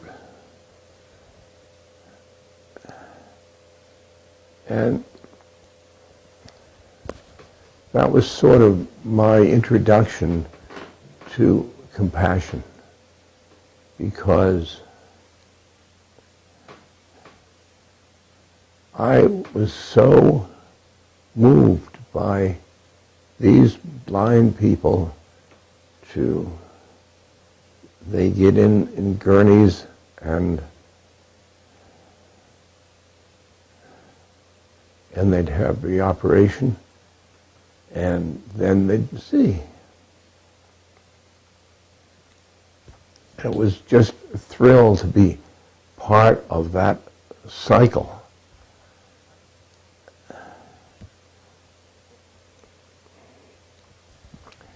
And I could see how I used to have empathy for people.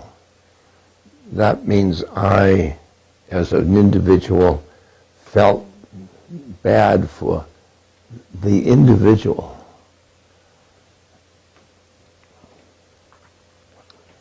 And that isn't compassion, because compassion is where we are all one. And your suffering is my suffering. And that's your really compassion. Compassion is where you have achieved oneness.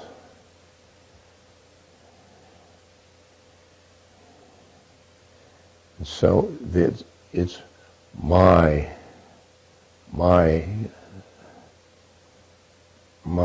suffering that you work on. And there are different levels of compassion. First of all, you're sort of empathetic, and you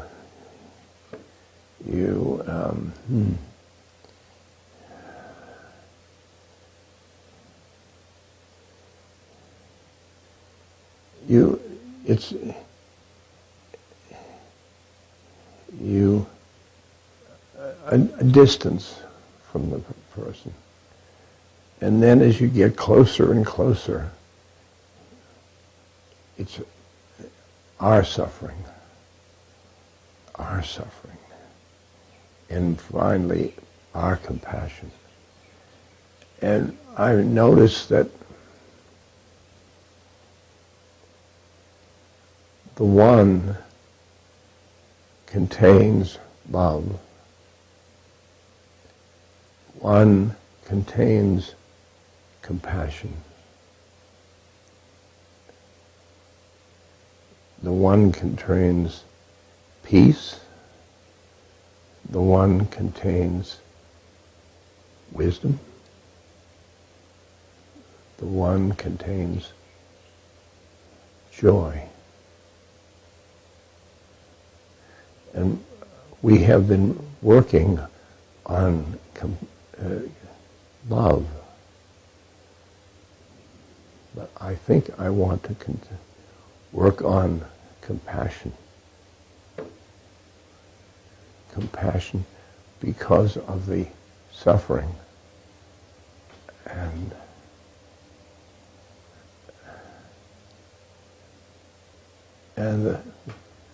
the chaos in the world. And I want to, well, do something, but the real compassionate act is to be something. I be compassionate. First I do compassion, and finally I be compassionate. And then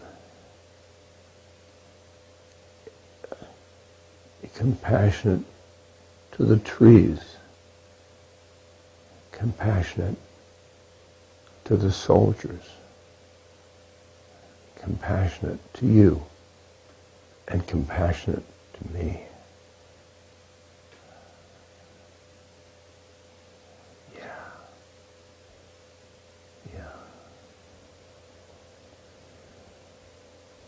So when we are compassion, that's the final step. The final step. We are love. We are compassion. We are peace. We are wisdom. We are joy.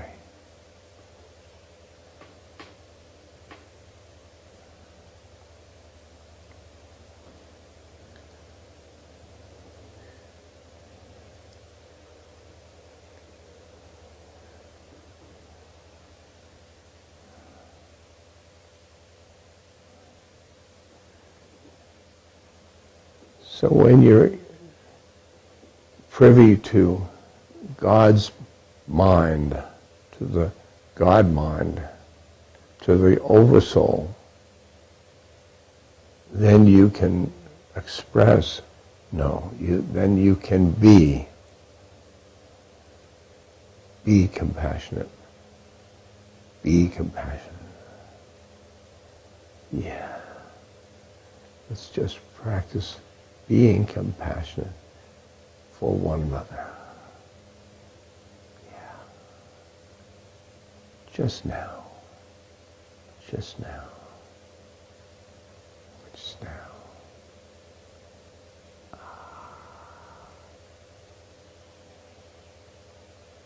Compassionate. And for our enemies, we feel compassion for those souls who have gotten an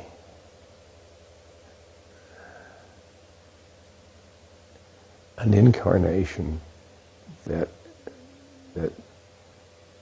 doesn't make them happy.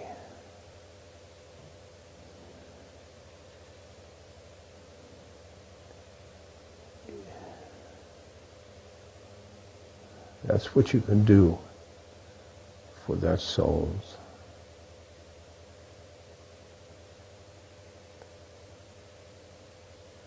Now I say we will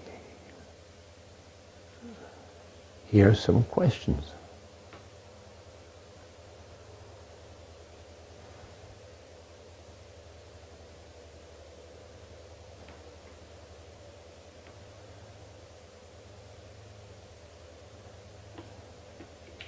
Thank you, Ramdas. Our first question is, in understanding the soul and its movement from being to being, life after life, how is it that the soul's substance stays intact as it moves through time and space?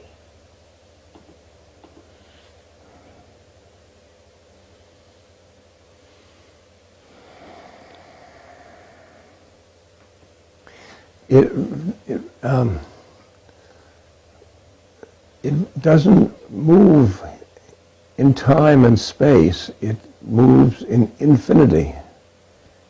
And it is infinity. It is infinite.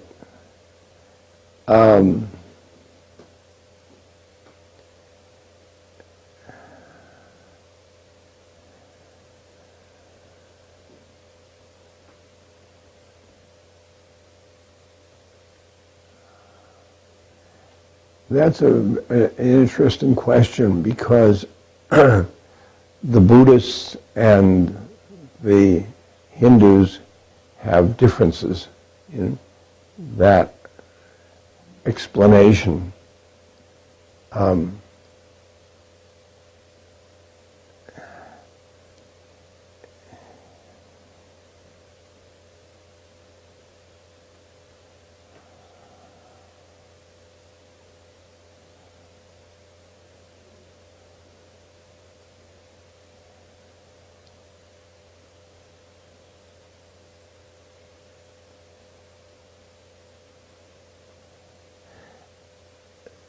I guess this is the karma of the past karma keeps it together. Keeps it together. Being a being. It's the past karma.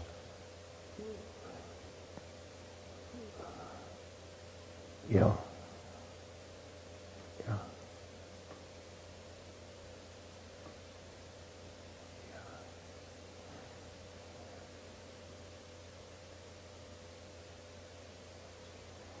Yeah, I think that's okay.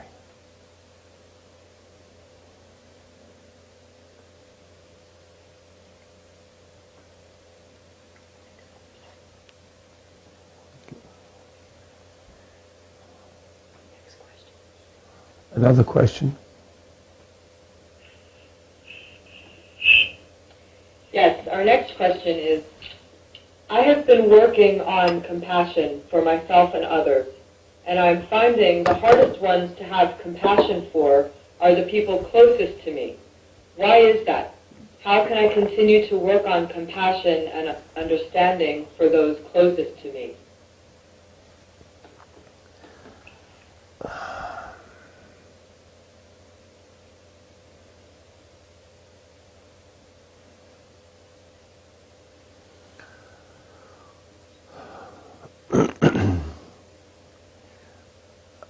Those closest to you, their incarnations are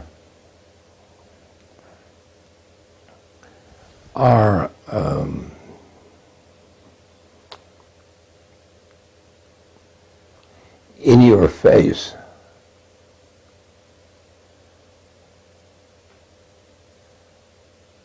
It's their souls you can't find. You can look at yourself, your incarnation, your roles and all that. That's all very vivid. That's what we call the trumpets, and the soul is the flute. You can't hear the flute because of the sound of the trumpets. And it's the same with people close and the self. The incarnation overwhelms you.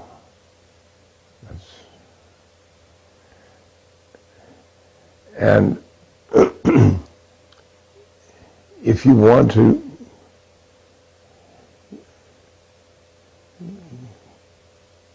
get rid of that, you pull back into the witness in the heart.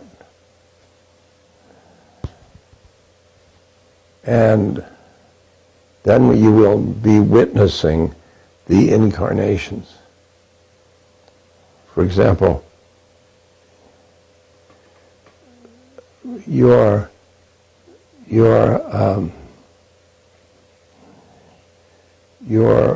relations with your children, your mother and father, your partner. These are roles of mother, child, parents, child, husband, wife. These are roles that are compelling. And you've got to substitute soul for role. And it's not so easy. It's not so easy, especially when you find yourself in the roles.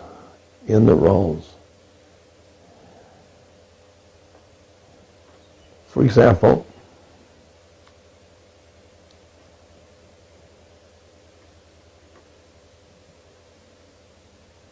I've said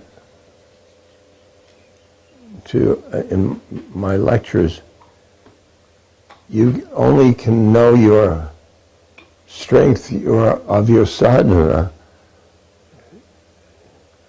when you spend a weekend with your family. Meaning, get in where there is close relationships.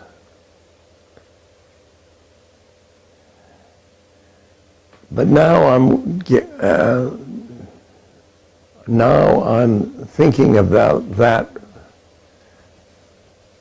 I think the family is satsang that hasn't yet realized satsang.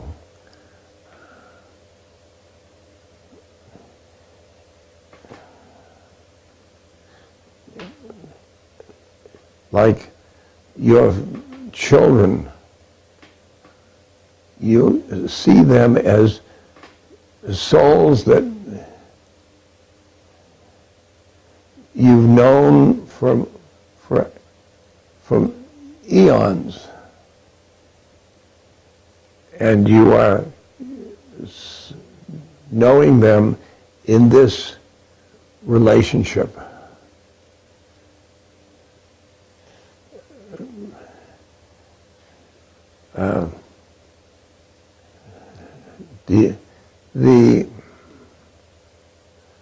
The Dalai Lama says, think of every person as your mother. They've been your mother in past incarnations.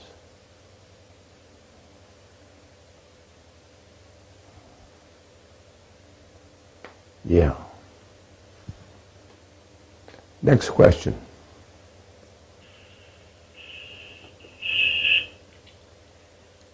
Okay, our next question is, how do I balance my call to serve God and to be in my Dharma with my inner rebellion against all the work and discipline that balance requires?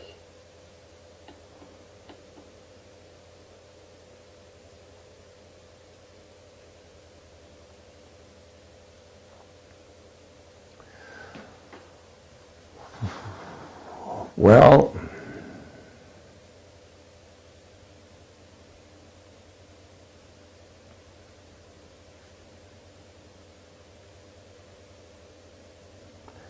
it's not, it's hard.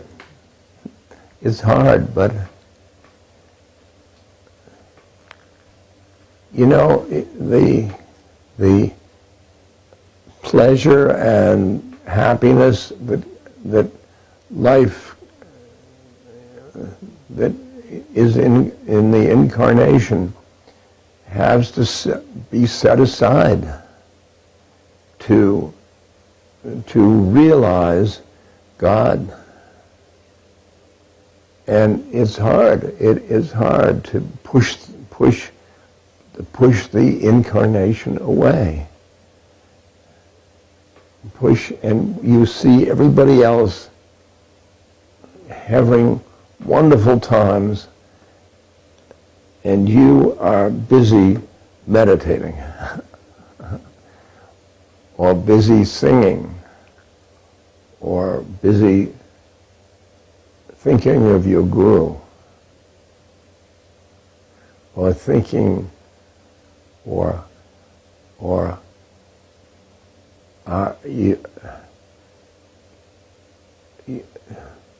doing seva.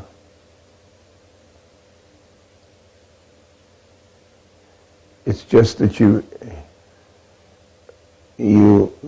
have God in mind. You have Ram in mind, have Krishna in mind, have Jesus in mind. These are the manifestations of God. And all I can say is the spiritual path leads to joy that will not be found in the incarnation. Yeah. Next question.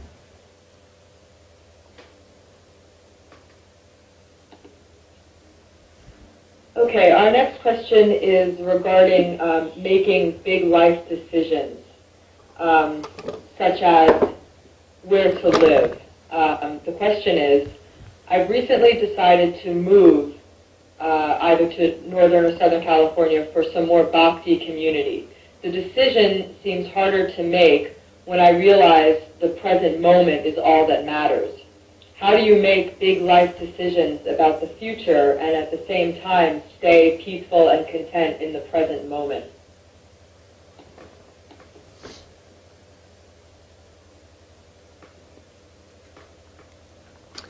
Well, the decision is in the present moment. It's a decision about the future, but it's still in the present moment. And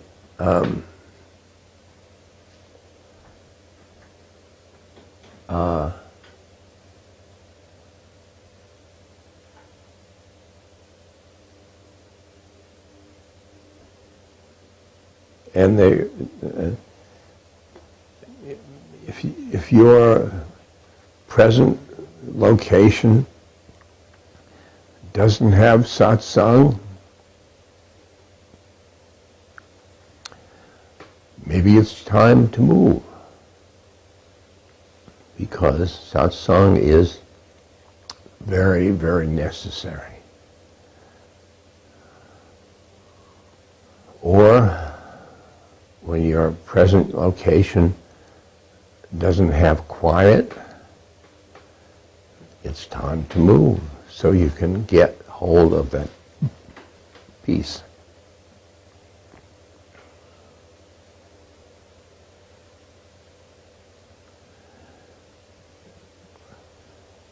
As you start to shift from a worldly plan to a spiritual plan,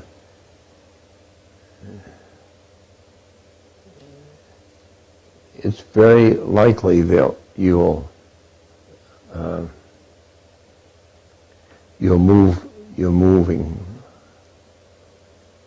moving.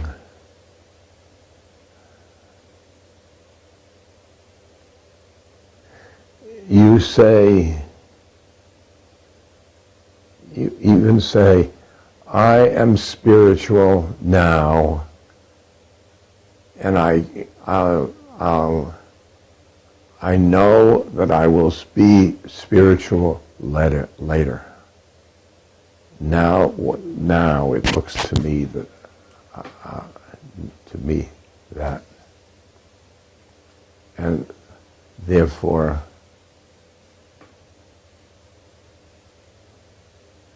this is not the best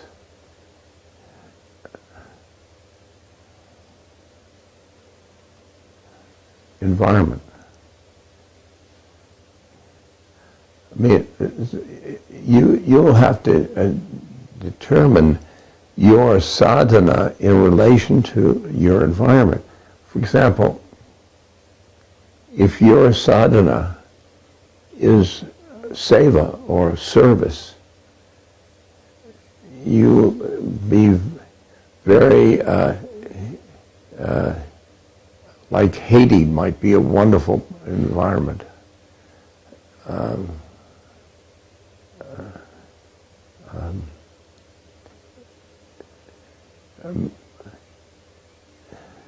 India is a different environment because you look at suffering so close, but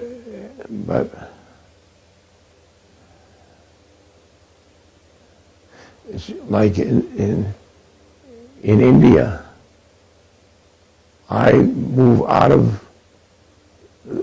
the big cities as fast as I personally can, because the mountains are quiet. Mountains have the bhav, the spiritual essence.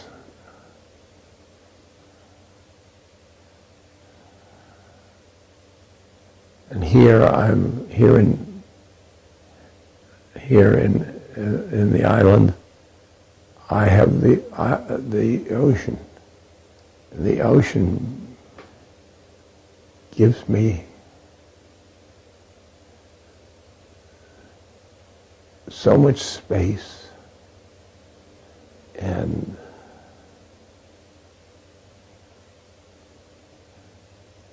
so much oneness.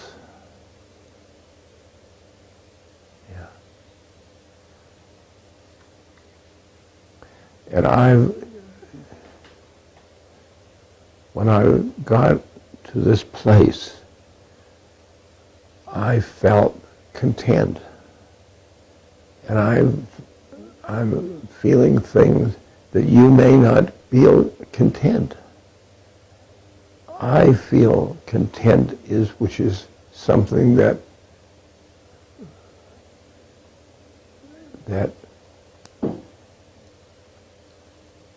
spiritual work is built on contentment. Next question.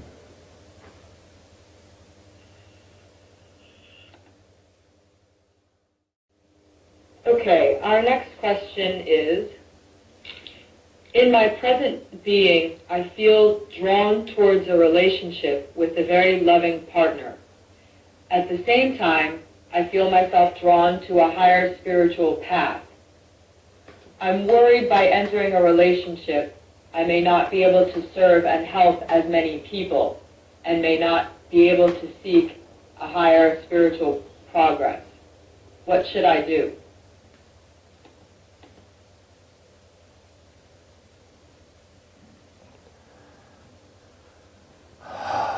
Get the relationship and turn it into a spiritual relationship, soul to soul. And you can do seva together. Then you can discuss it's not hard to do that. It's not hard to do that. You've got the either or business in your head, but in your heart, those two aren't separate. These two aren't separate. A relationship can be a spiritual work. Spiritual work.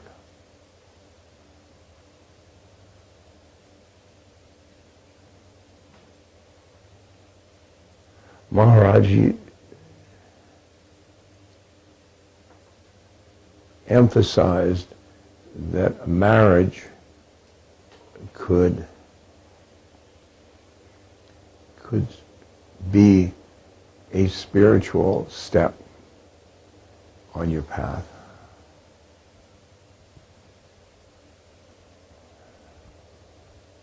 Yeah. Next question.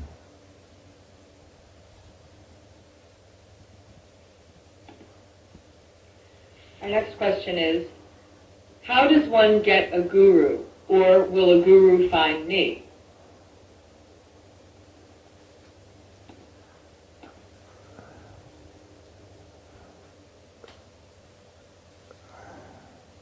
The guru will find you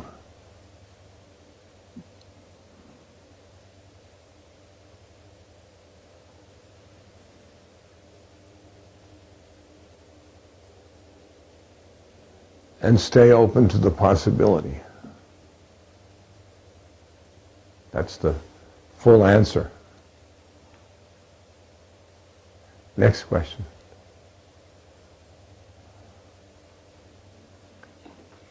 Okay.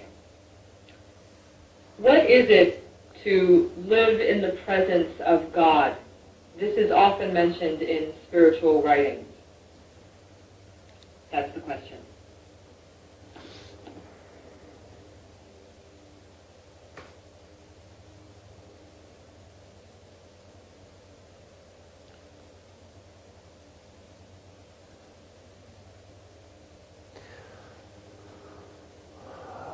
When you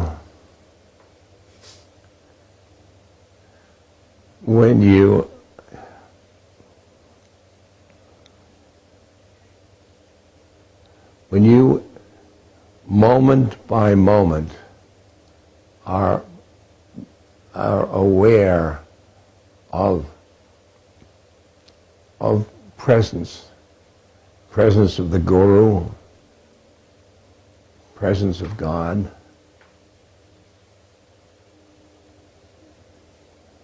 no matter what you're doing or what environment you're in, you've got the presence of God. And then you don't have it that, oh, why? What'll I do?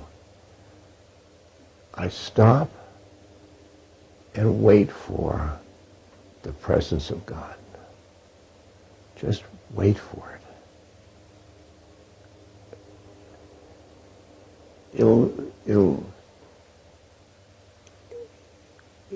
When you sing a kirtan, when you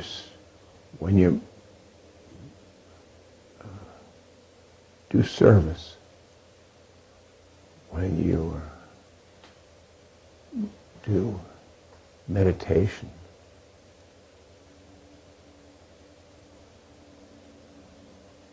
then you'll have it. But even when you're in the worldly marketplace, there's the presence. There's the presence.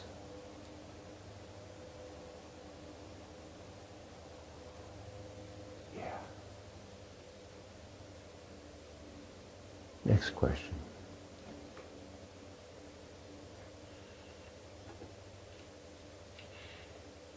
Okay. The shift from judgment to appreciation of one's predicament is hard work. Observing without reacting, observing without pushing against, leads to change. You say that stuff just changes when we cultivate the witness. How do you get to the point in this life where you start to notice the change in your behavior by simply cultivating your witness?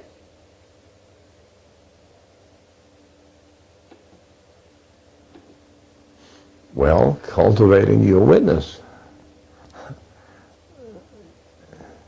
Witness, and witness it from the heart. And witness your thoughts. Because most of your environment is thoughts, is from your mind. From your mind is attachments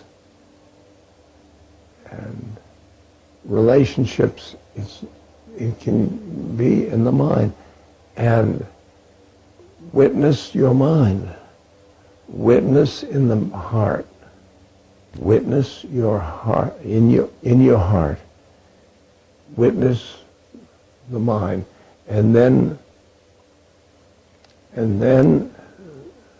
identify it's a thought. It's a thought. It's a thought. It's a thought. And reduce it to a thought. And discard it. Discard it.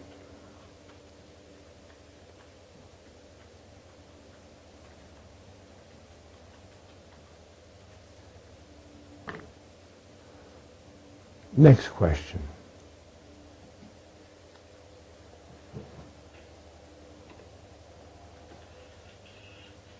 Ramdas, your love has taken up residence in my heart, and I see the light of God consciousness in everyone and everything I look upon and serve. That when I grow tired or ill, I find the perception of the light can grow dim. What can we do to deepen our awareness of the light of God, no matter what state we may be in?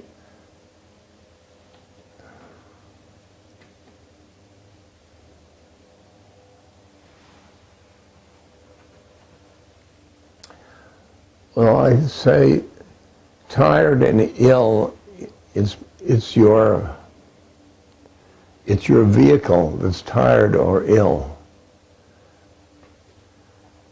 And if you separate yourself from your vehicle, like I do,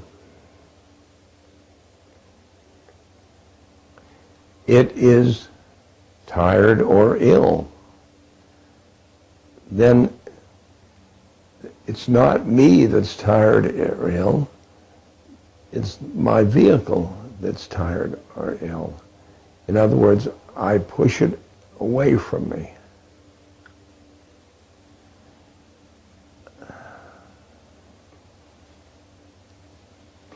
Yeah. Yeah. Next question.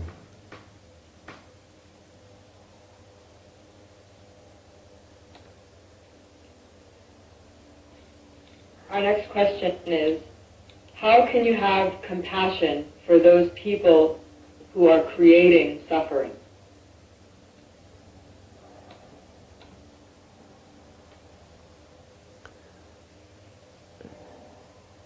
If you can bring compassion to bear on their souls, then you see, isn't it too bad to that soul has such an unfortunate incarnation?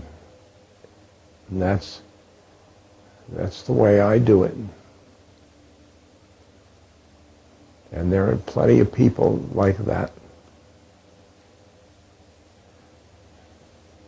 And then in the game of, the game of life, you may have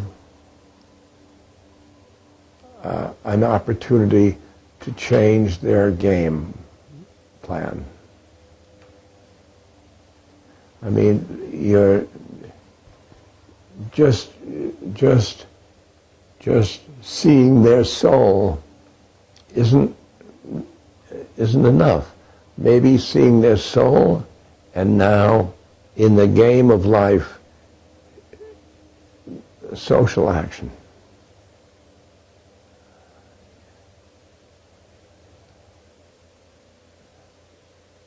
Next question.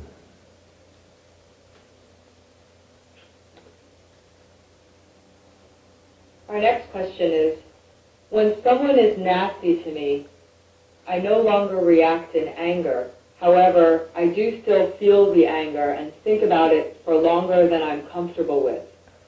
How do I see God even in a person that is antagonistic and feel love for them rather than impatience?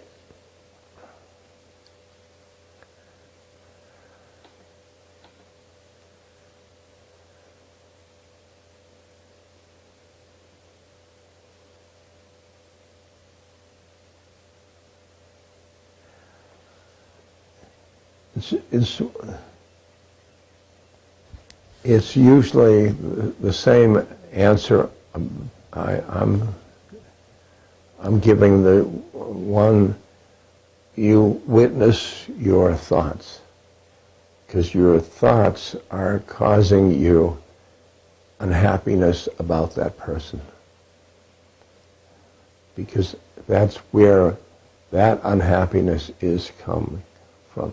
And your thoughts have judging, it's called judging mind.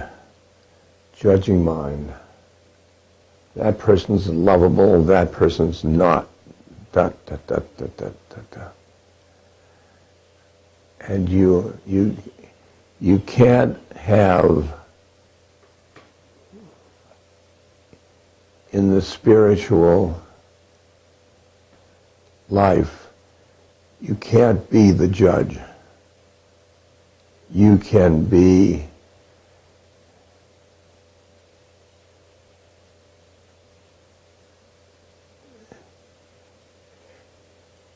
you can witness your own judging.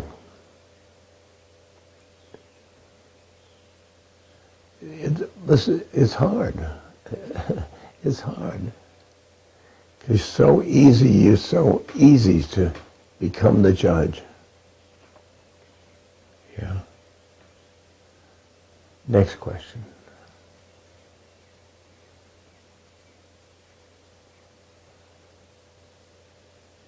Thank you, Ramdas. We'd like to go to our closing meditation.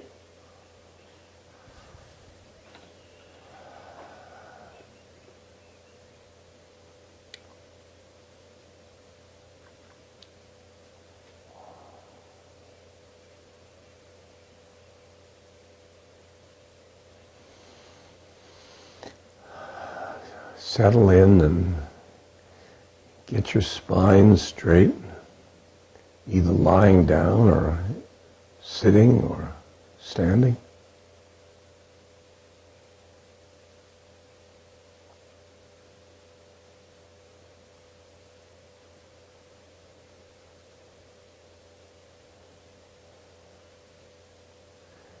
Feel the presence now. Feel the presence. Here we are, in the moment, in this moment, in this moment, this moment. Feel the presence.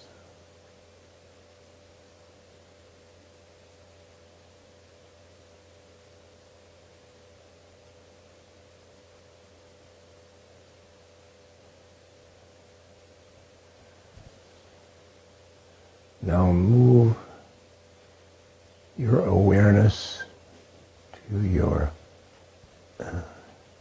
middle of your chest.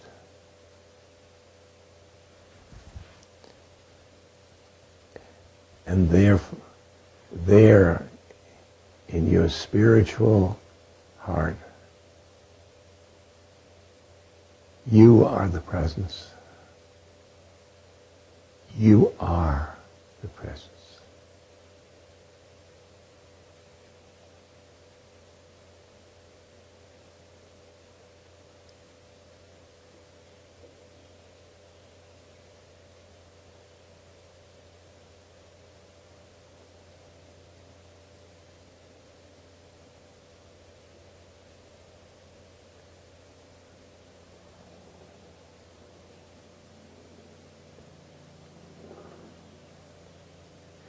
You are loving awareness. You're loving awareness.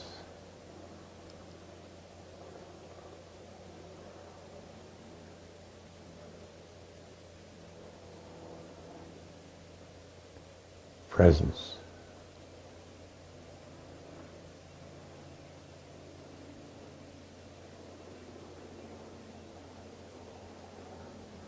You are presence.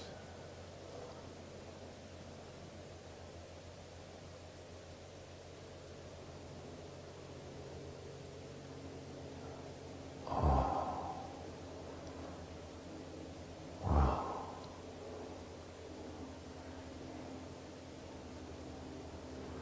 Yes. Yes. You are the presence. You are the presence.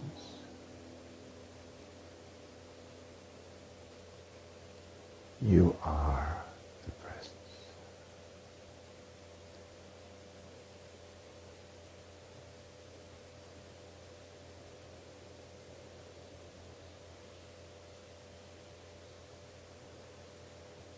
Deep in the moment. Deep in the moment.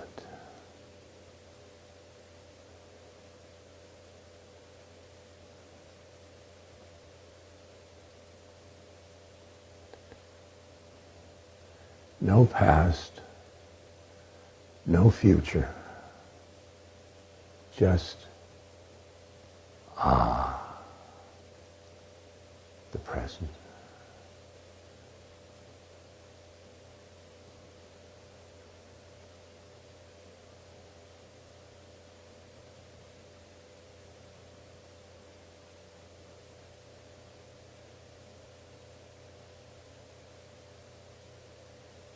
You are the presence.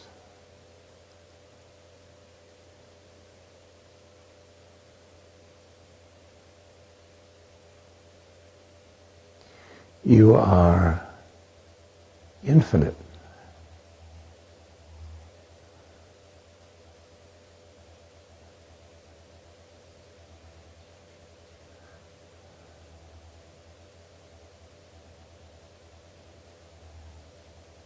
Time and space are in your mind.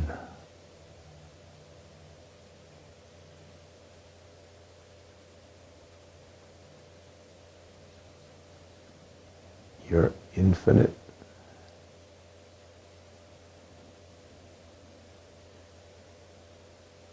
The presence is who you are.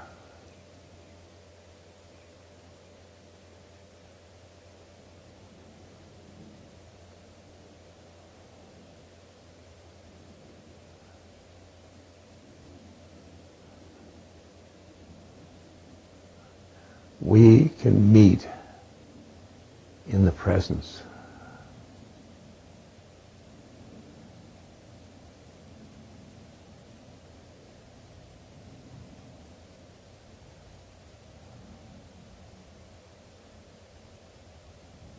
Just one.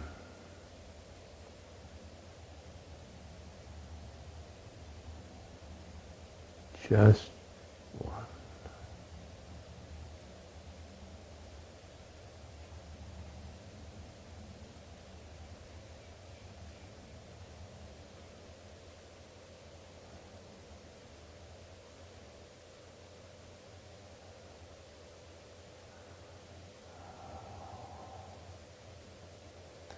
Namaste.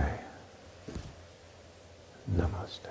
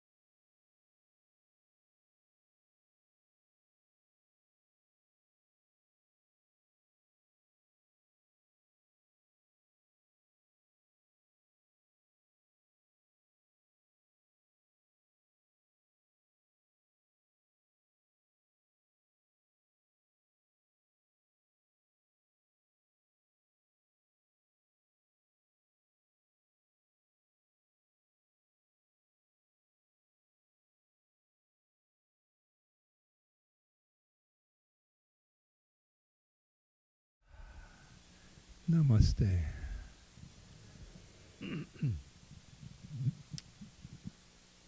This is a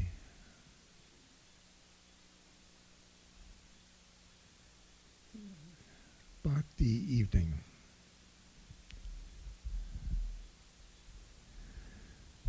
We started with Kirtan, which you heard.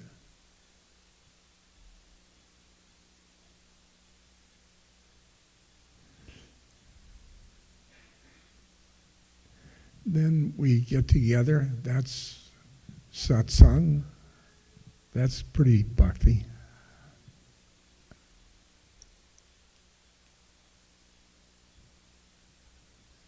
We're going to discuss Hanuman, that's pretty bhakti.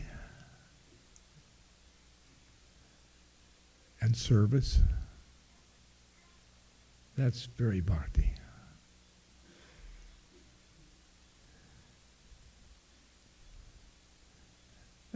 Then we are going to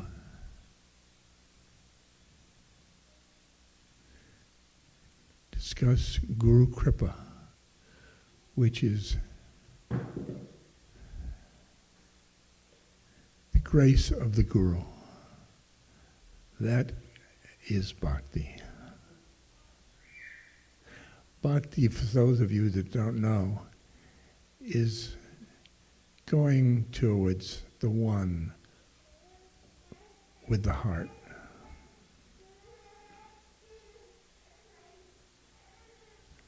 Oh. Oh.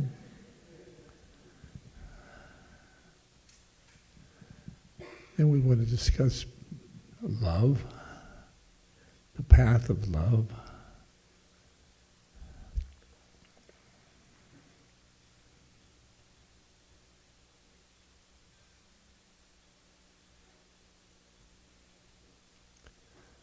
That is certainly bhakti.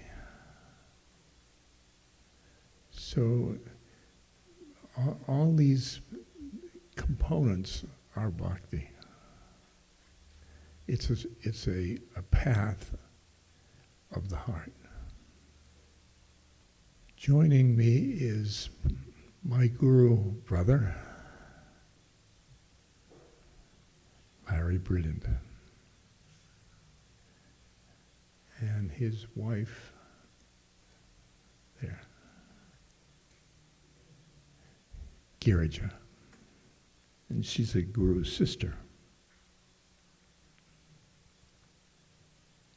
Let's start with Maharaji,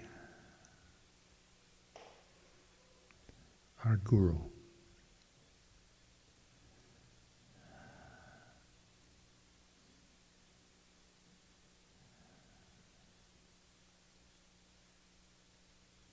He's here now.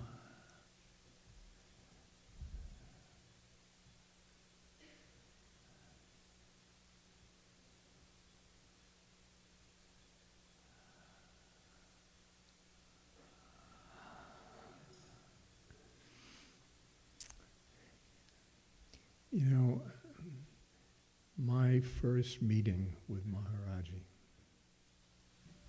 was really the whole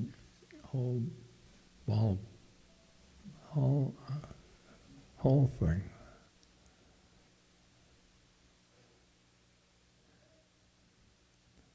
I came to him being a Buddhist,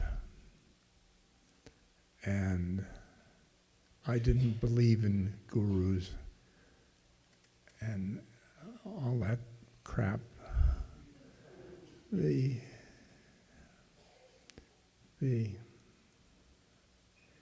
Hindus gave me oof.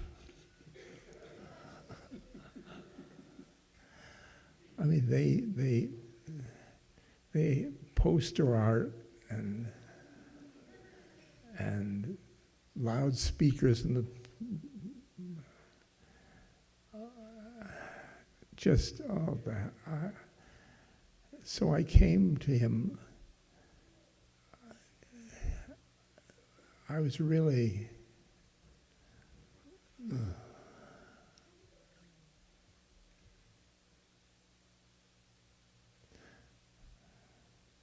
I was the passenger in a car.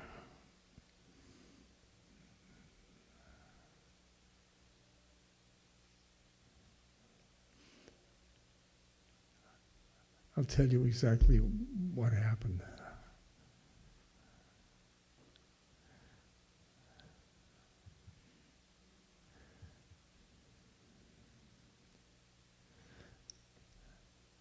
This fellow I was working with, walking around India, visiting Buddhist temples. He needed to go see his guru because he had a letter from the Indian government had said he had to go out of India.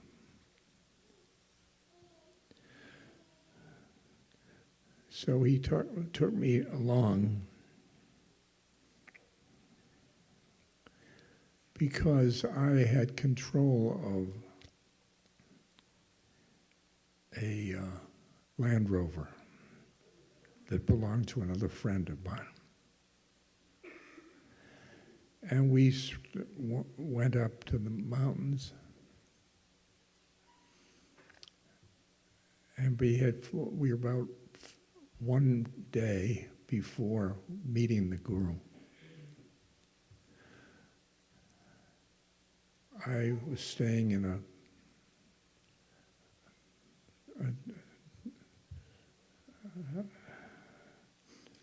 bedroom, and I needed to go to the bathroom, and I went out to the outhouse, and I was going along, and the stars were very bright.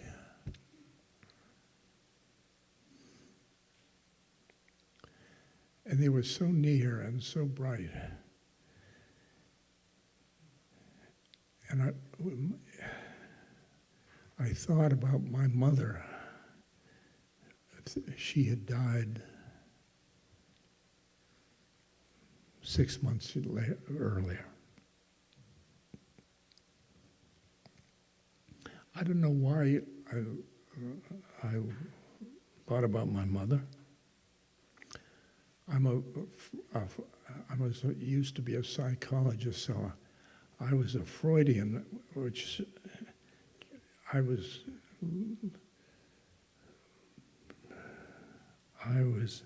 thinking about my mother on the path to the outhouse, which for a Freudian has, oh boy, a rich, but it was a very spiritual thing, which I had never had from my mother. And then went back to bed, and I didn't tell anybody about this. So the next day we went to the guru. We parked in front of a little temple, and there were maybe 20 people around, and they were all yelling. And this fellow I was with, he understood Hindi and spoke Hindi. And they were all talking, and I was sort of just watching. And the fellow got out of the Land Rover, and he said, "Do you want to go up to see the guru?" And I said, "No, thank you. I don't. God, no." So he went lopping up in a path up a long hill. And they left me with the Land Rover and the crowd. Well, as he disappeared, the crowd turned hostile. because I'm not going up to the guru, I guess. And I was thinking, they have in mind stealing the Land Rover. I better stay and sit and watch the Land Rover.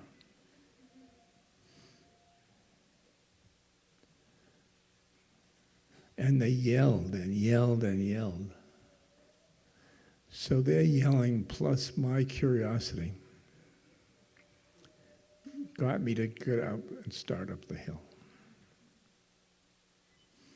And I took a last look at the Land Rover.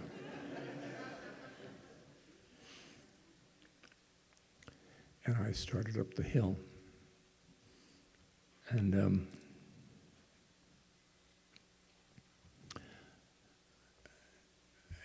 as I came up a clearing, there was a beautiful tree, and sitting under the tree was a man with a blanket, an older man, and about 30 people sitting around him, all dressed in white. So I immediately figured, it's a cult. And I stopped and waited, and I just looked on. And this man was the blanket. He was talking to somebody, and he started, and he pointed at me, and he spoke. And I couldn't understand him, and I put my hands in my pockets, so I wasn't going to pranam or anything like that.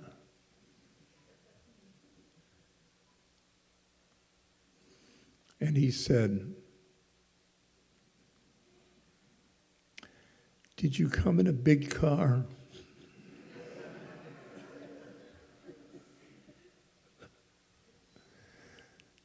I said, "Yes."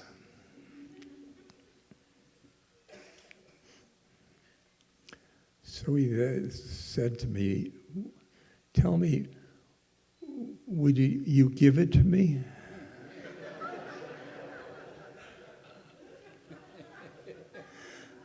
This is just what I see. They're all the same. Already wants my car. And everybody's laughing at me. And he's laughing.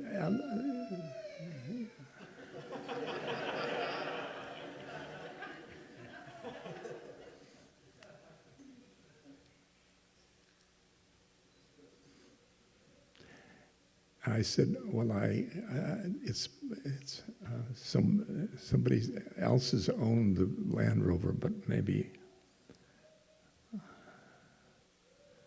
yeah." He said, "Did you make a lot of money in America?" "Yes." "Would you buy a car like that for me?" I'm getting red and, I'm really uncomfortable.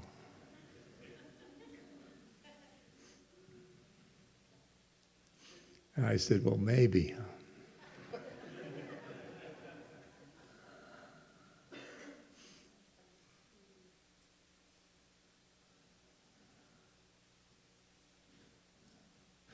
The fellow that came up the bone with me was doing Danda Pranamas, laying on his belly, and he jumped up and he said, "Maharaji, if you want the car, it's yours." Wow, I'm just getting,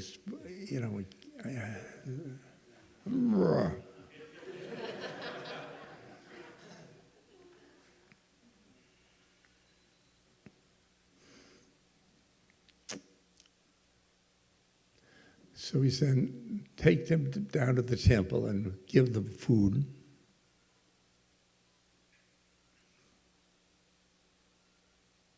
We were given big plates of food. And then we came back up the hill, and he says to me, come, you sit here. I'm right in the grass there. And he said,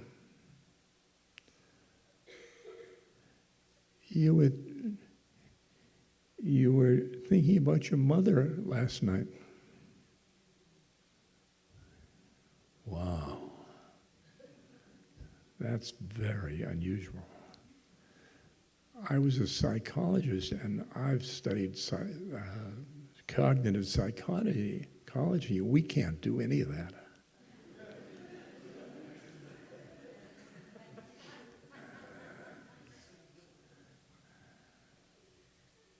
I said, yes, that's right. He was breaking my mind open, what he was doing.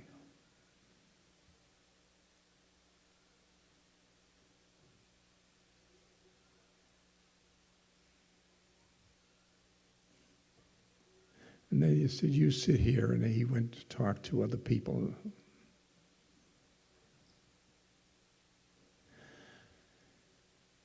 And I looked down at the grass, and what I think, oh my gosh. If he read that thought, he read all the, oh my God. Oi, you know, you've got little things, you know, everybody has got a few, you know. Oh, and I kept adding them up, you know. Oh, please, oh, God. And I was very embarrassed. And I looked up, and his eyes were about here. And he looked directly into my eyes with unconditional love. With unconditional love. It was the first time I'd ever experienced unconditional love. Never in my life, because your mother and father will love you if you're a good boy, and everybody loves you if you're good, and you don't kill them and stuff like that. But he wasn't, he doesn't care about anything. He was just, I love you.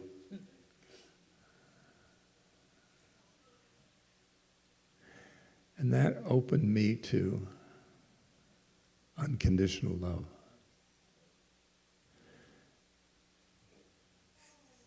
And what I said to myself, I'm home. I'm home. Home in my heart. He transferred my identity from my ego to my real self, just by looking at it with love.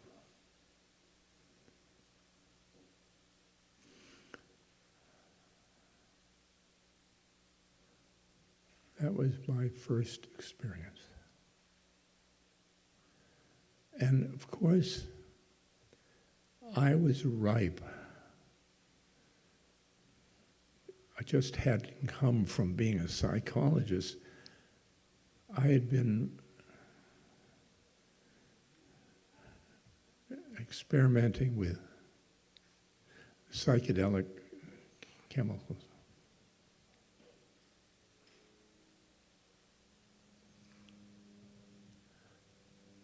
I've recognized that space in my own heart.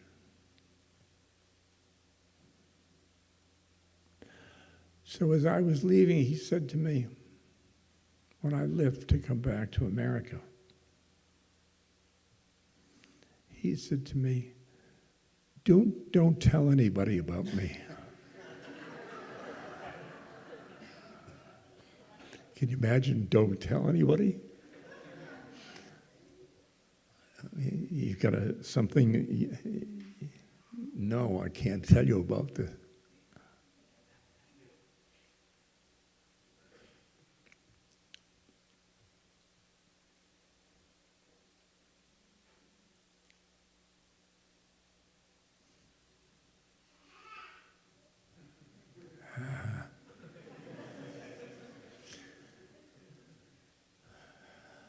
So I came back to India in 2 years from then. He said, you can stay in America for 2 years. And he said, write a book. No, that isn't what he said. He said,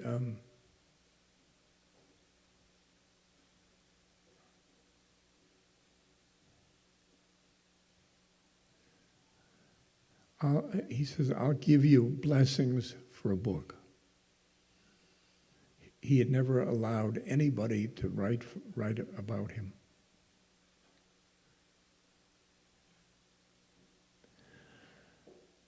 I said, well,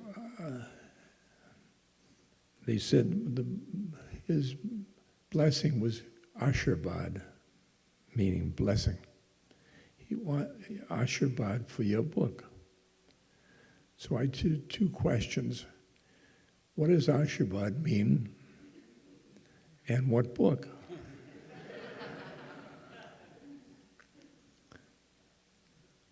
And I came back to New York and I wrote Be Here Now. And Be Here Now touched the souls of millions of people. It was his book.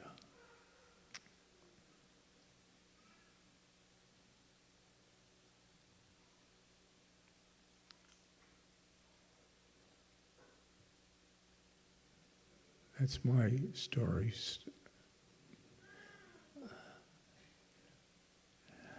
Not fair. This is, should I give you a long introduction? Short. Short. None. It's hard for me to, but I won't. Larry, brilliant.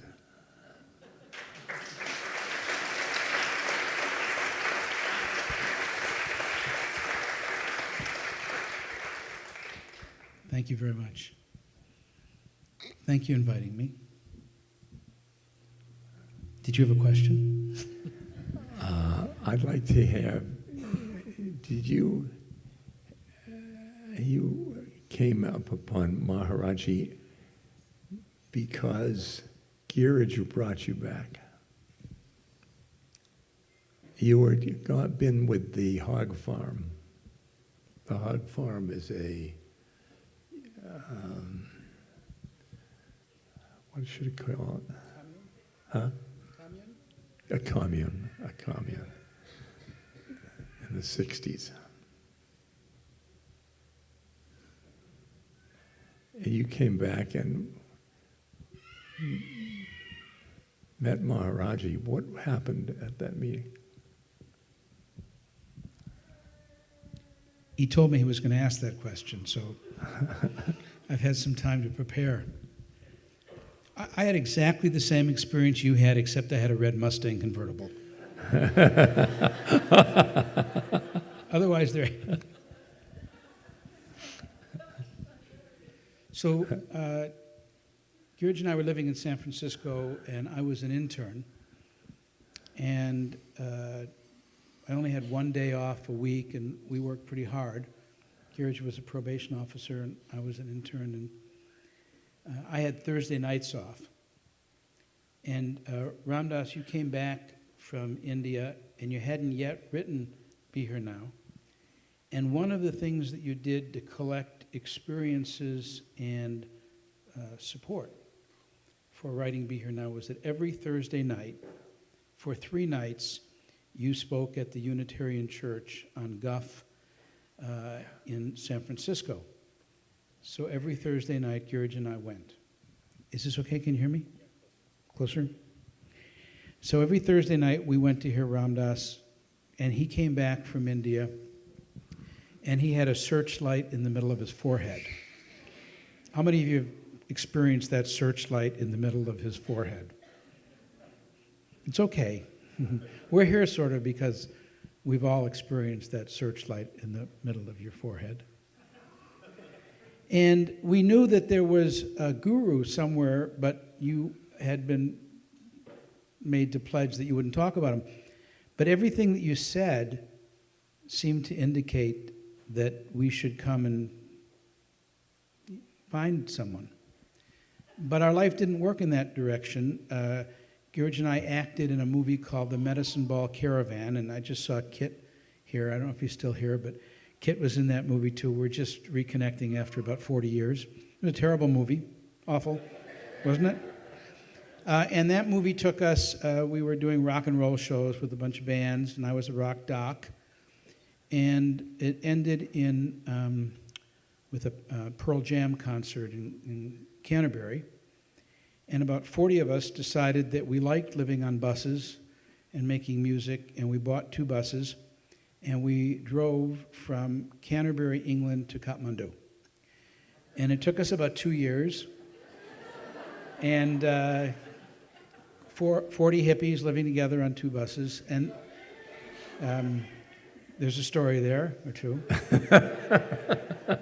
And we got to New Delhi, and we did what everybody did when they got to a different country in those days, which is we went to the American Express office to get our mail. And we parked the buses in Connaught Circus. It was a bit of a circus. And Wavy Gravy went out of the bus in full regalia, his day costume, and he went into American Express, and who did he stand behind in line getting his mail but Ram Dass.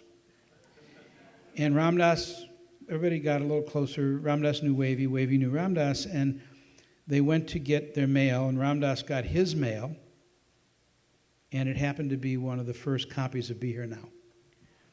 Now, if I had written a book and I had been in India and I had gone to the American Express office and I had opened up my mail and there was a proof of my book, I would have kept it pretty close to me and hidden it and gone away to read it. But what Ram Dass did, pretty typically, was he turned around and wrote in it, "To Wavy Gravy and family, the Hanumans of the 60s. And we took that book and we sat in our bus and we took turns reading it, and we were all transfixed. And none of us were ever the same. And we stayed in India for a while and went and trekked in Nepal, and Wavy got sick and he had to go back to the United States. And Girij and I had a conversation. She loved India. She wanted to go find Maharaji. We didn't know how to find him. I wanted to go back and take care of Wavy. So I went back to the States and she stayed in India. And the next 6 months were some of the hardest months of my life. She was in India and I was in the States, and every once in a while we would get into these embarrassing moments, like I was at my mother's house in Cleveland, Ohio, and Girij sent a telegram, "Living with Maharaji." And my mother got it and said, "Your wife is living with another man, you better do something about this."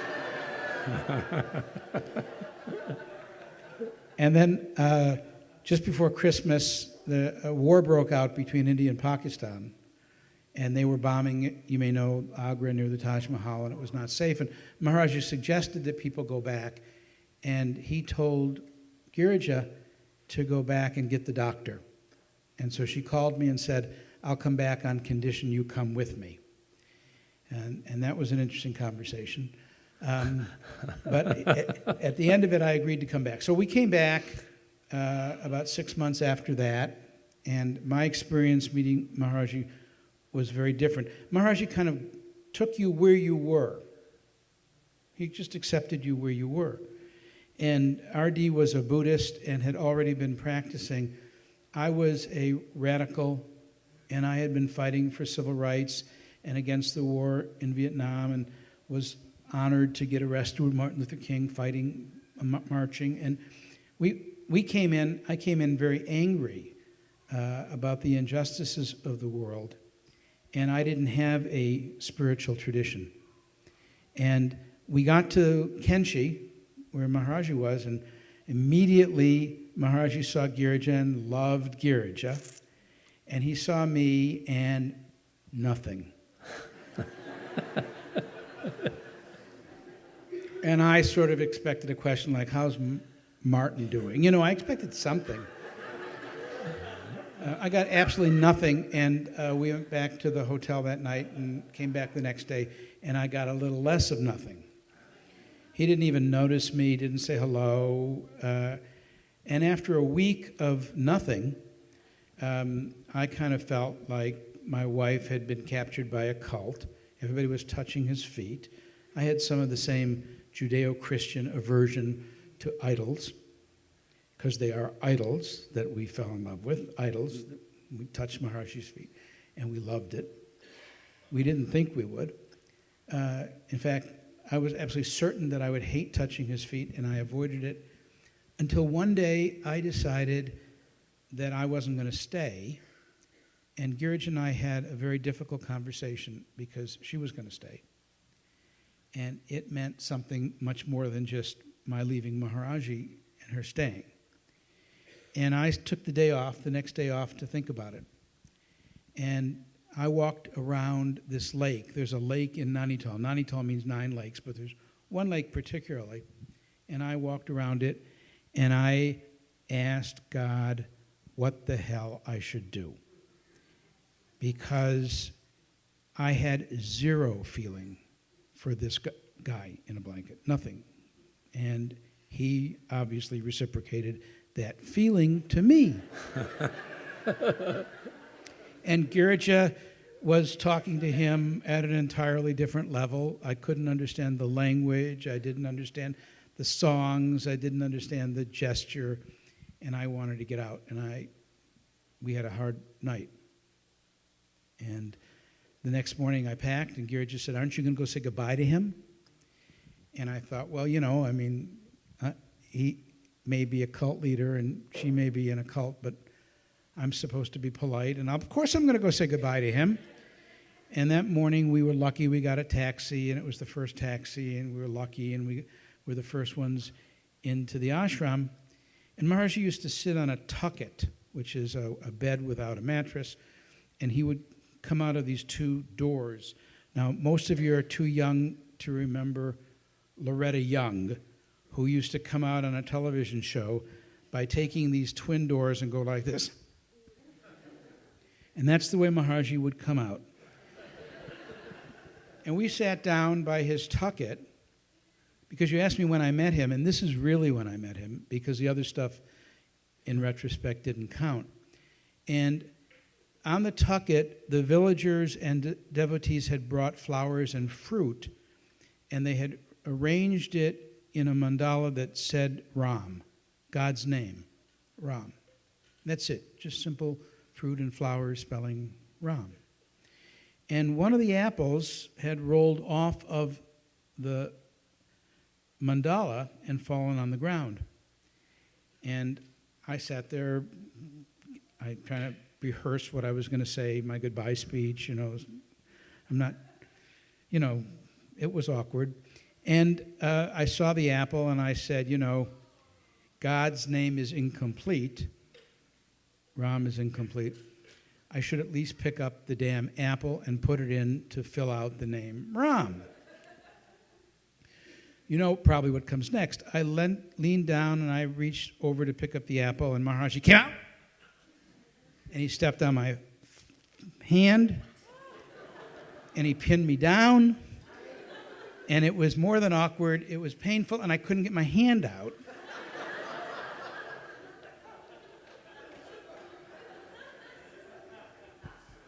Right? couldn't get my hand out.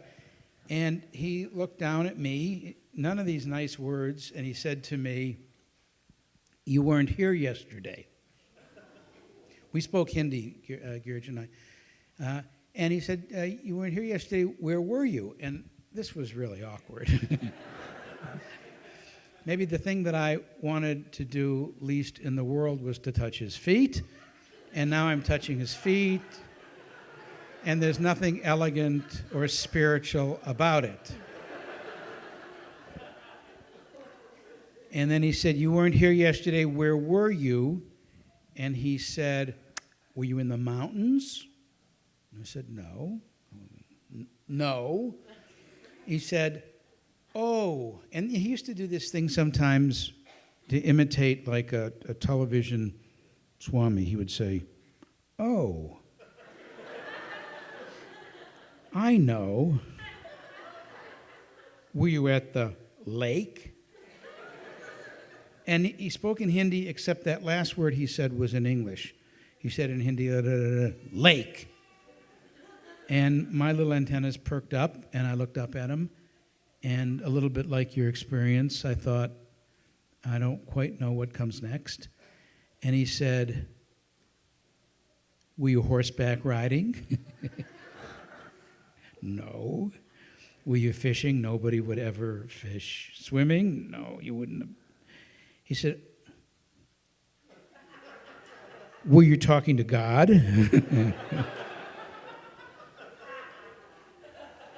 And I had been at the lake, and I had been so depressed at the thought of going a different direction than Girij, who I love so much, that I tried to find things to put into my head to get rid of the depression. You know, we didn't have Xanax. I looked for flowers to put into my head.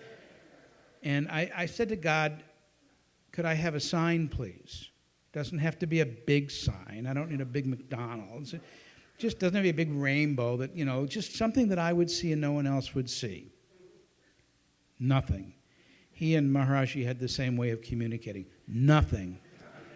So when Maharaji had me pinned down, he said, "You were talking to God," I realized that that was the first time in my adult life that I had prayed. And what I had prayed for was a sign. And Maharaji said, "Did you ask for a sign?"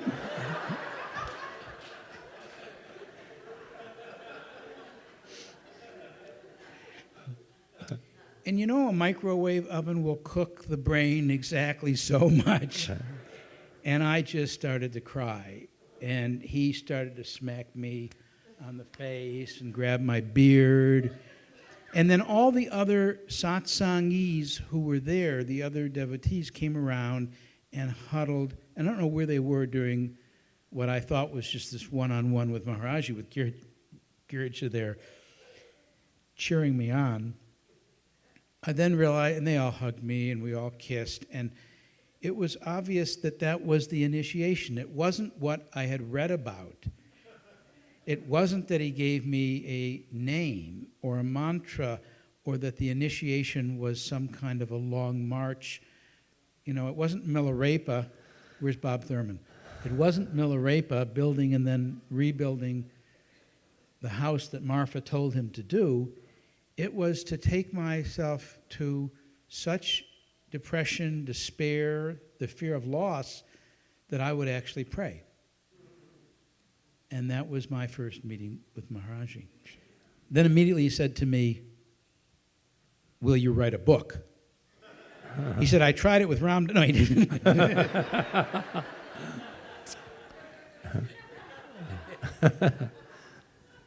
But that was the first time I had ever thought of my mother in a spiritual way, in the same way you know. He probably had something to do with that.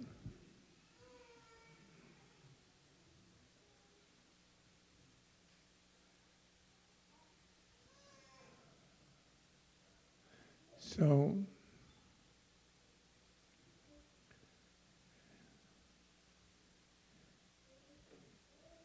you settled in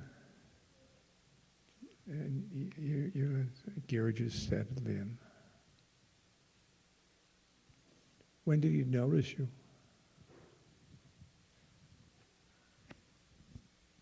I think from then on, we had a very, such a sweet relationship. He gave me a name. He called me Dr. America, which was, it wasn't like Ram Dass, but it was something.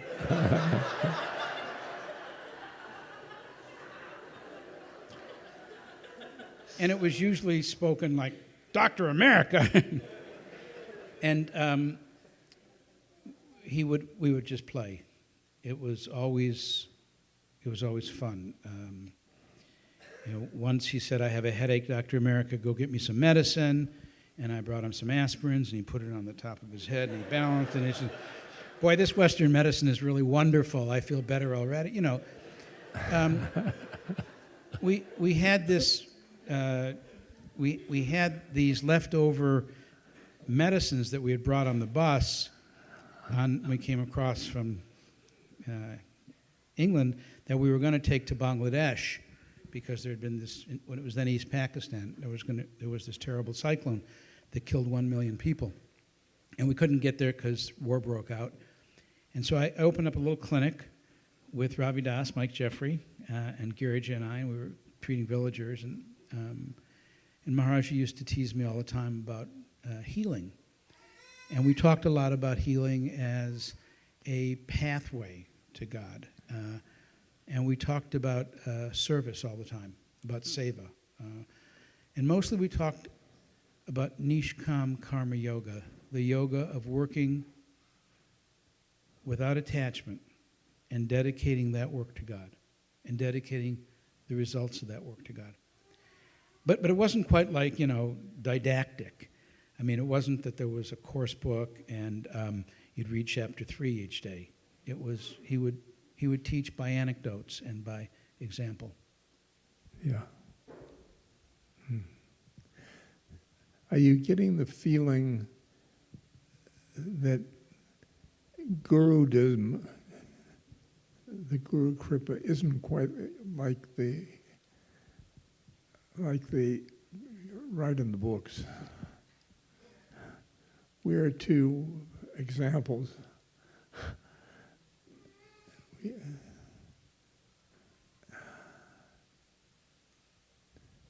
It's funny. It's startling. It doesn't have any spiritual thing to it.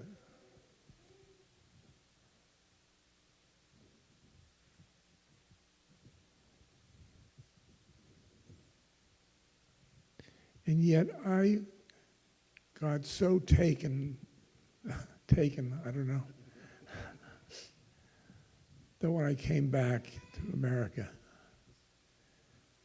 I couldn't think of anything but Maharaji.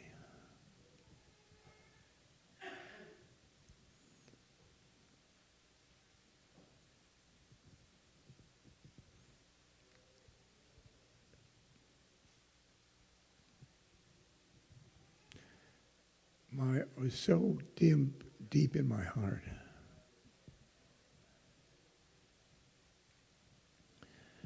It was the only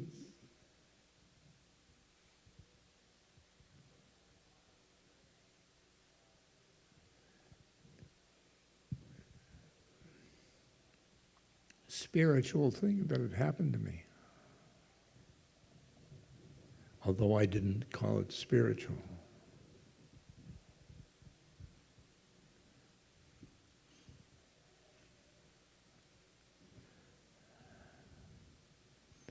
And though I didn't tell anybody where he was, I just told them about him. And they all found their way to India.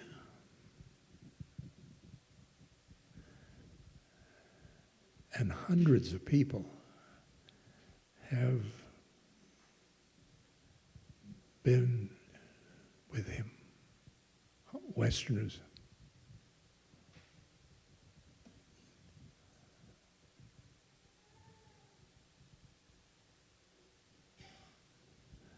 And some of the most peculiar Westerners.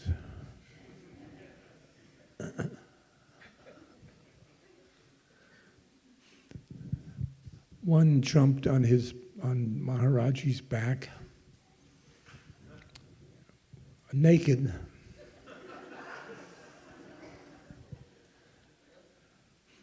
He's a businessman in the United States. Isn't he? Every satsang has to have a black sheep.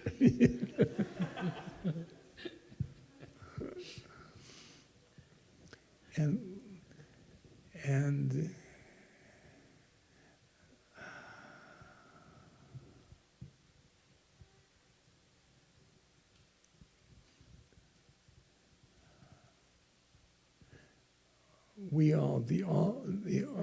the satsang became very close friends. But then I looked at them and I think, what am I doing with this crowd?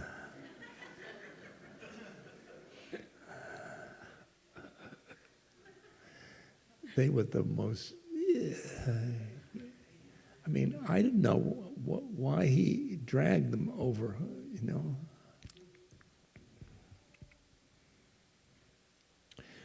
But the thing was, he was looking at their souls. He wasn't looking at their incarnations. I hope they have good souls. Yeah. They pretty good. Yeah.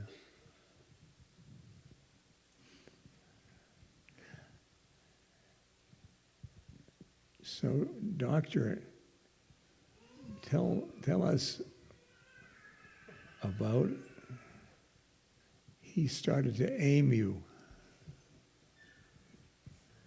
Instead of the Dr. America of the hog farm, what happened then?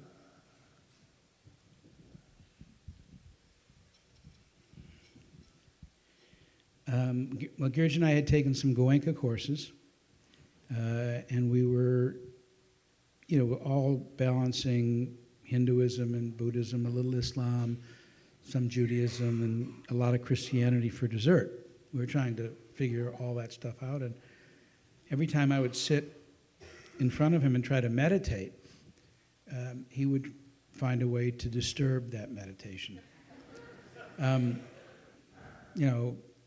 Of course, the one that I remember the most is he used to throw apples at me, particularly apples at my testicles. He seemed to have a good aim. But my meditation wasn't going very far, and he was the reason. And then one day, he called me and called Girija, and had us sit in front of him in Vrindavan.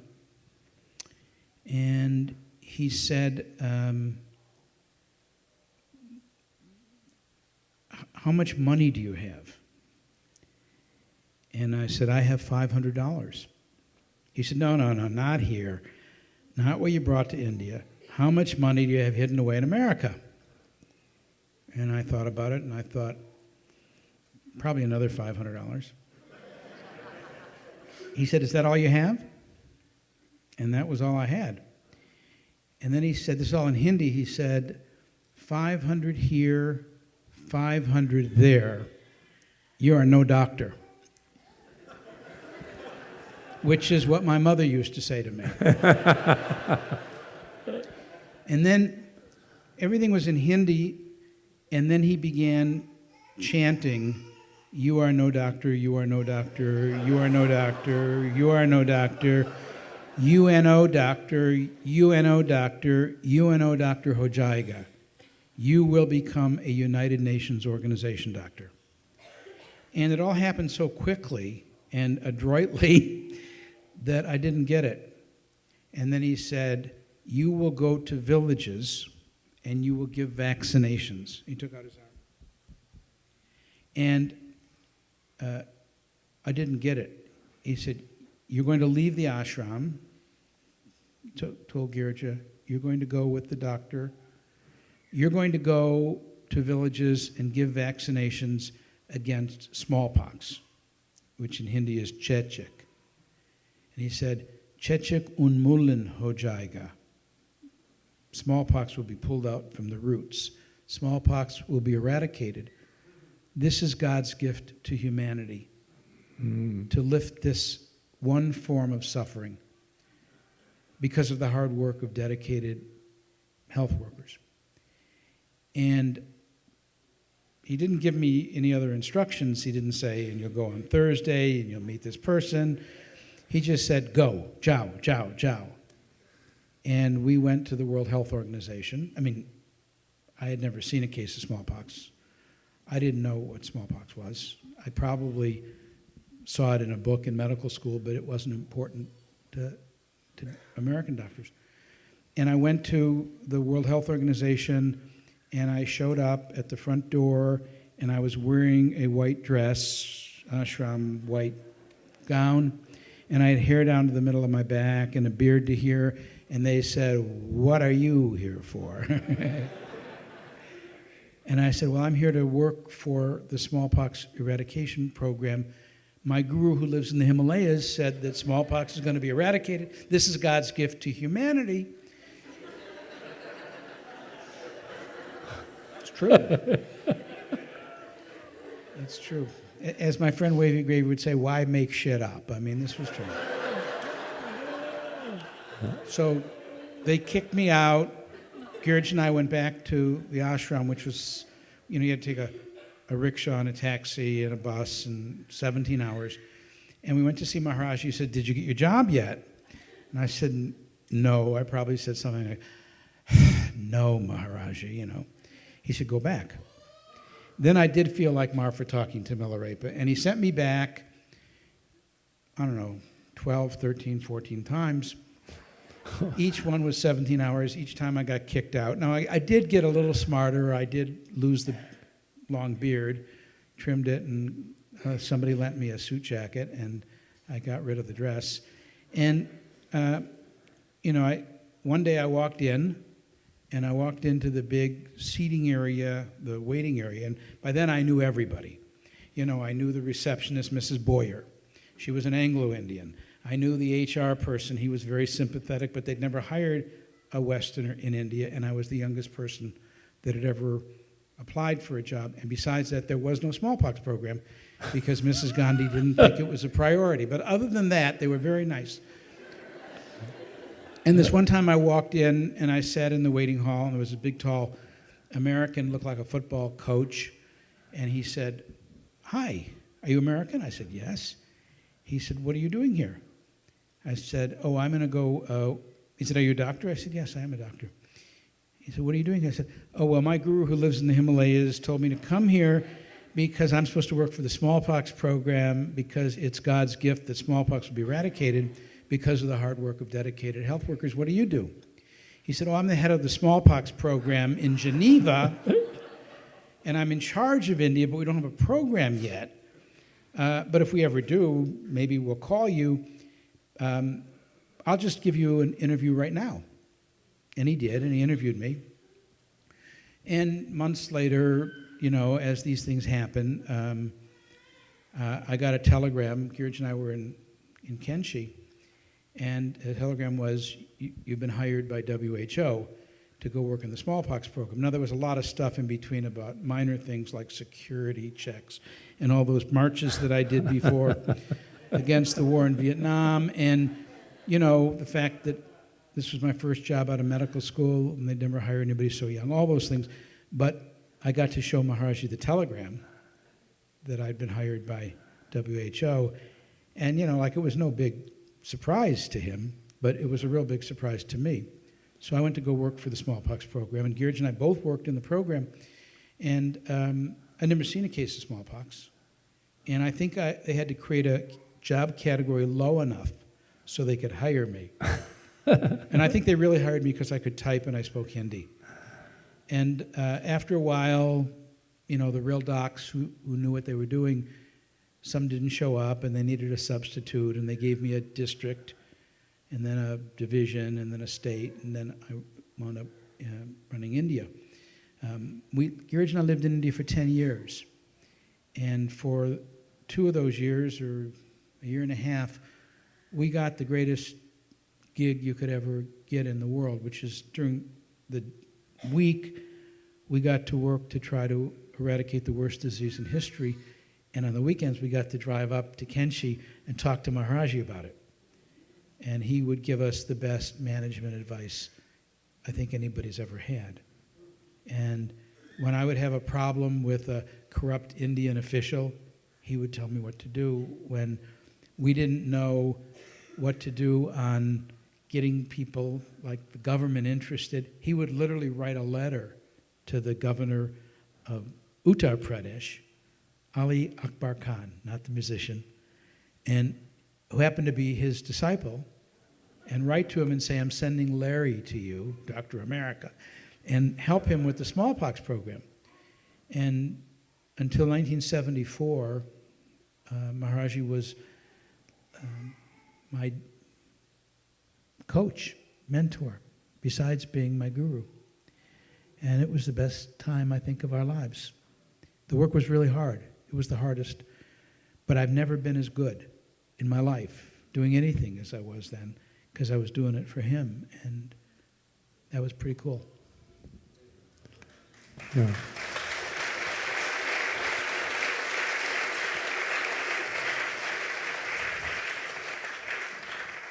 That last line, working for him, that's what I find. No matter what my occupation is, it's for him. It's for him. And this is kind of what Hanuman does for Ram. Hanuman is the monkey. And he works for Ram. He works for God. Do you work for God?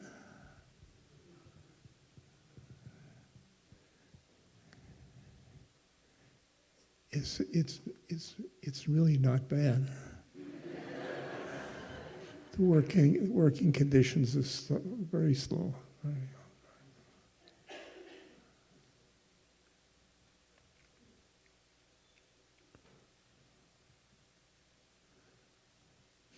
So what I do is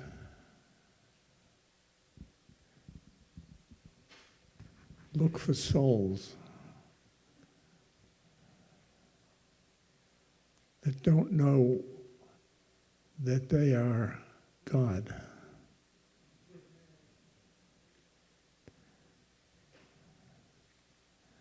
And then I just got to sidle up to them. I'm going to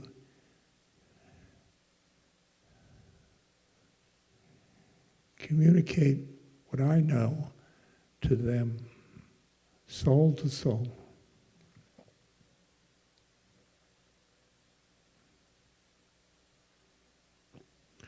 And I do it for Maharaji. That's all.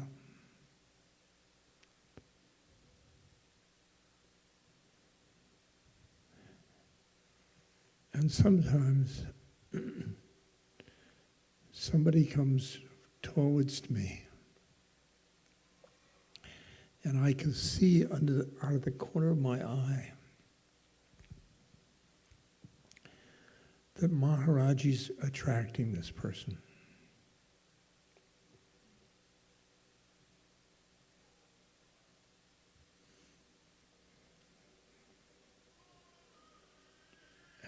And we just interact. And the person gets a boost, whatever it is. I am Maharaji's Charlie McCarthy.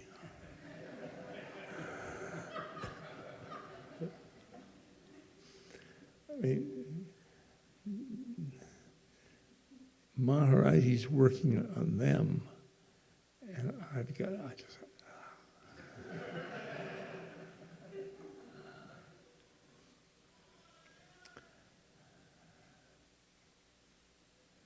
And they say, "Oh, thank you, Mara." They say to me, "Thank you, Ram Dass." You're welcome.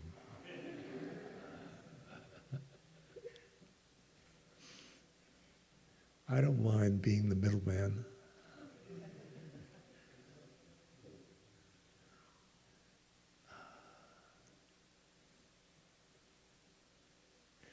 And you've gone on from smallpox. Is it with Maharaji's help?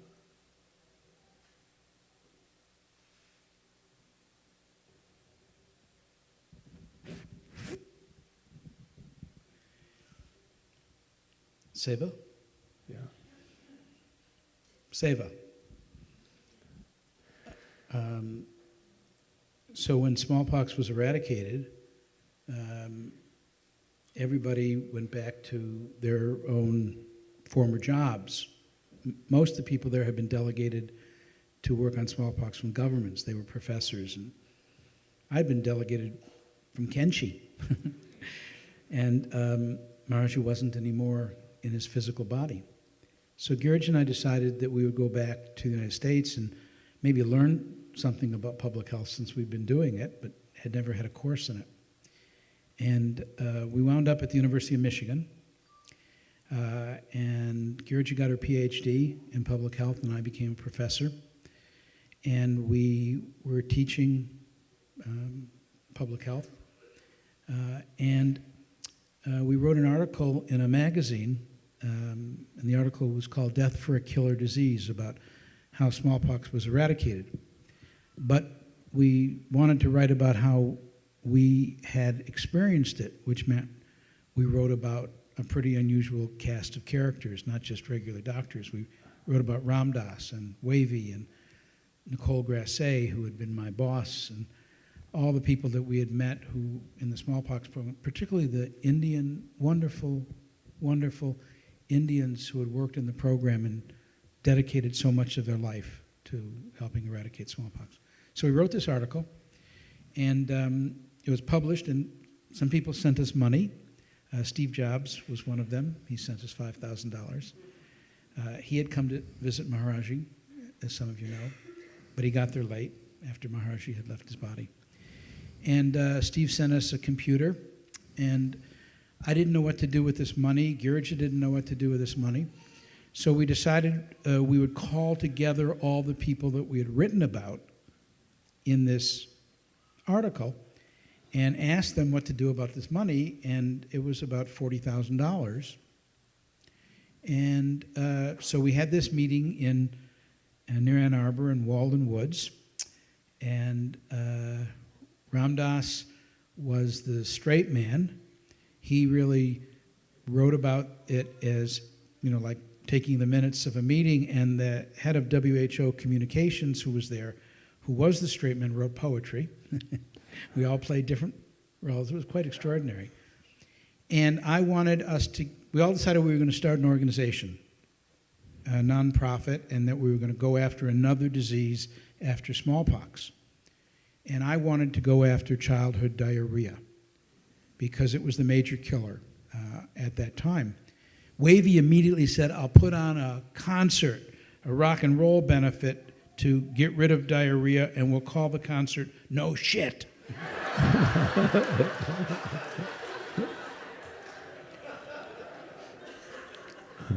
I thought that would really bring in lots of people. It just, I don't know, Mark, about the branding of that name, but it really appealed to me. So, but Nicole Grasset was there, and this French Swiss woman who we used to call a Dior a whirlwind on wearing a Dior dress or something like that.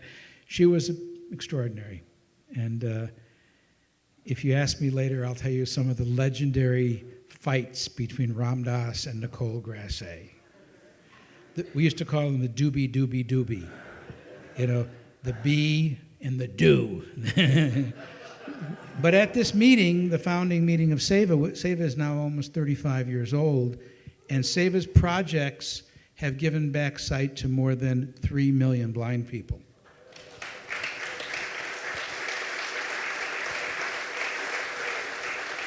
But if you had been at that meeting, you would have doubted that that organization would have survived the next day, let alone gone on.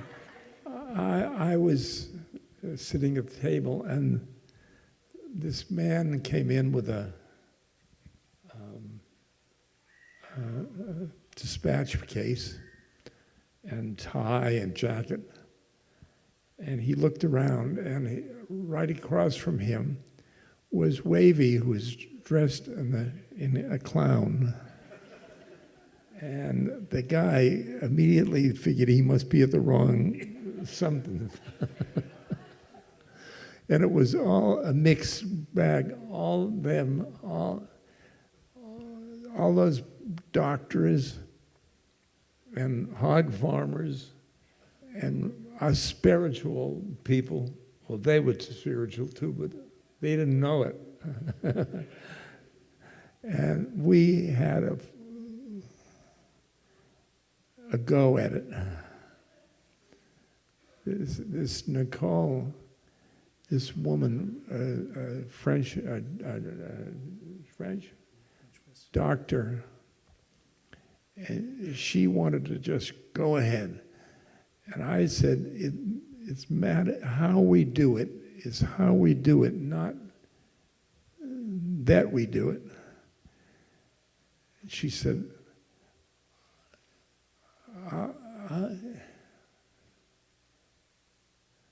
I'll give my soul up for one blind person that can see. I said, well, I won't. That sort of brackets it.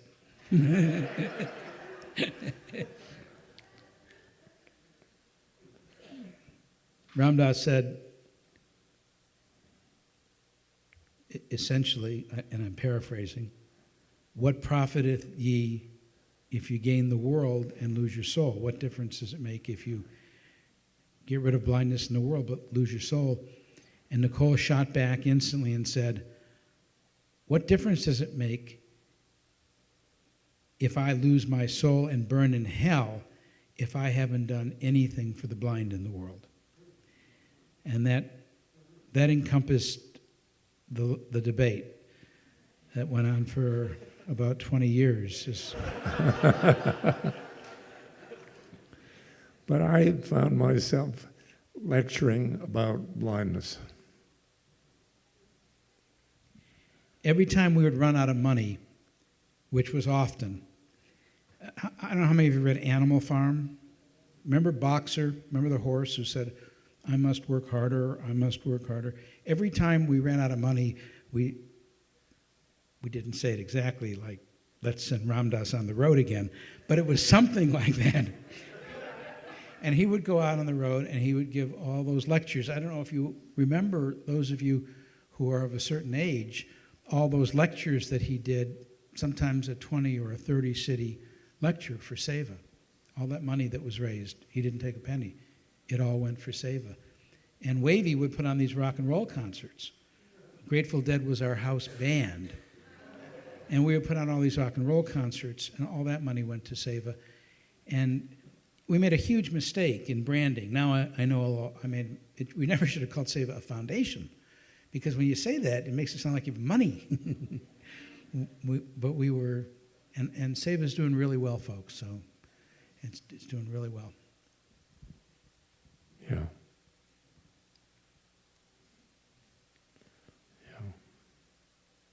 Seva means service. Service good to God. Yeah.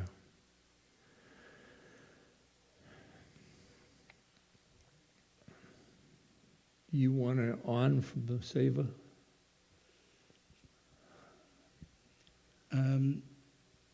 I was working at Seva. We were all working at Seva, and then the tsunami happened in Indonesia, the earthquake that occurred in Indonesia, and the tsunami happened. And because Seva had been working in India and in Southeast Asia, people sent us money. And I didn't feel comfortable just giving that money to NGOs who were working in Sri Lanka, where there was a tremendous accident. I don't know if you remember that train that rolled over in a place called Hikkaduwa. But I thought I'd take that money and I'd go and I'd work in the refugee camps, and I would actually give that money to people who were doing wonderful things. And I found some amazing people, some Vedanta groups and some Buddhist groups just doing wonderful things. So I went to India and then went to Sri Lanka. And then I got involved in the polio eradication program and worked there for a while. We lived in India. And then I came back, and a big surprise to me, I got this TED Prize.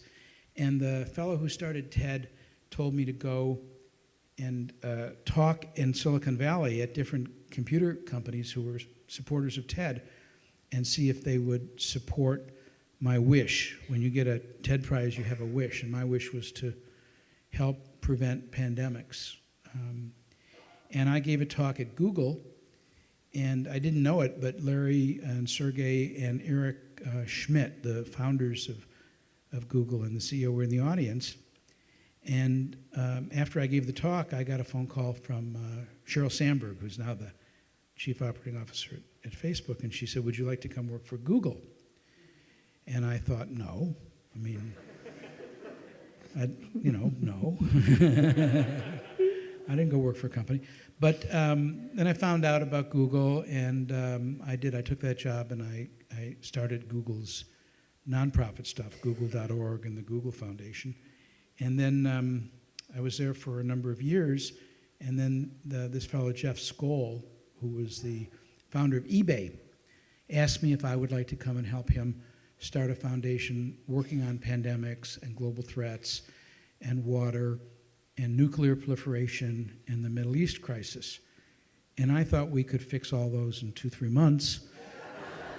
And then go on to the really hard things like selfishness and greed. And I've been there for 3 years now, and I love it. And Jeff is really a wonderful guy. I took him to Kenshi. I took him to Maharaj's ashram, and he met Siddhi Ma, who is running Maharaj's ashram. And Siddhi Ma said that he was a saint in training. Saint in training. So I like him very much. Yeah. See, this is what happened from UN, doctor. Guru said, and look at he's now pandemics. Causing them. No.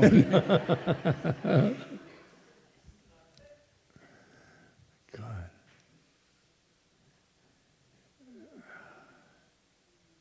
Yeah, I feel that service is one of the most beautiful paths to the spiritual path. I mean, he's been just serving and serving and serving and serving.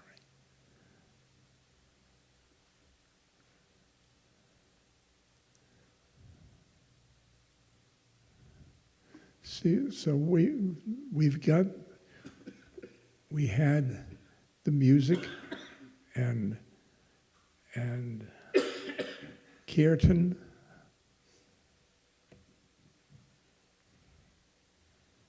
And that was one form of getting to God. And boy, that is such a wow.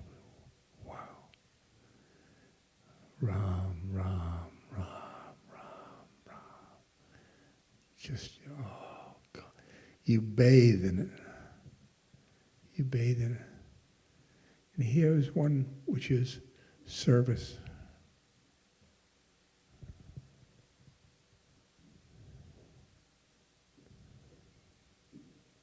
And also, besides service, we've talked a lot about Maharaji. Guru Kripa, which means grace of the Guru. And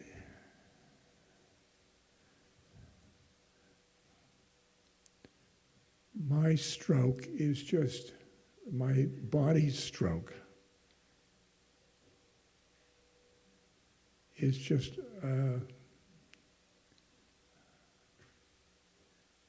another happening,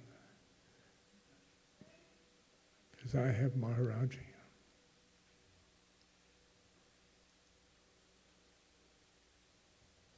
And I have Maharaji in a way that I realize his presence, like in this moment. He's present in this moment.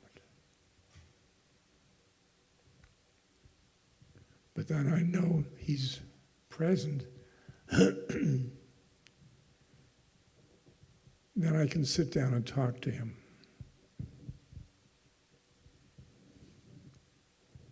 Some guy came up to me and said, "You're talking about your dead guru." I said, "Yeah." He said, "That's your imagination." I said, "Well, yes. My guru is in my imagination. He gets it. We have such amazing.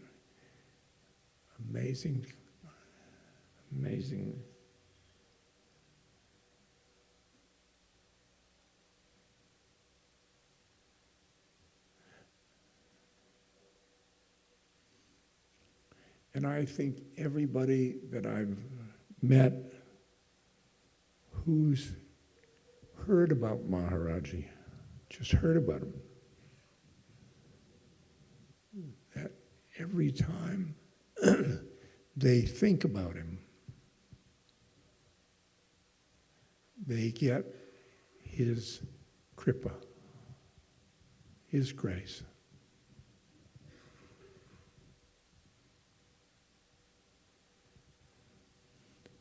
So I see all these who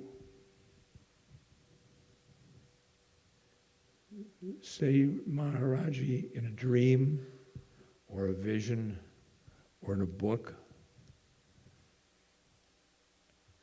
and they've got him as much as we've got him.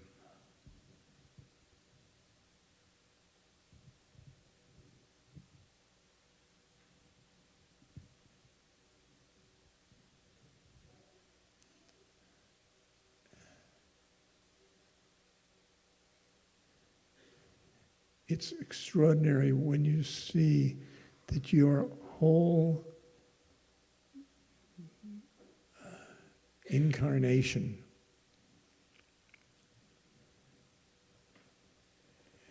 is karma, certainly, but it is also grace. It is also grace.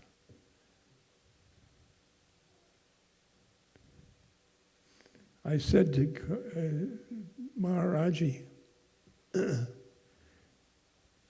aren't karma and grace the same thing? He says, I won't answer this publicly. What's that mean?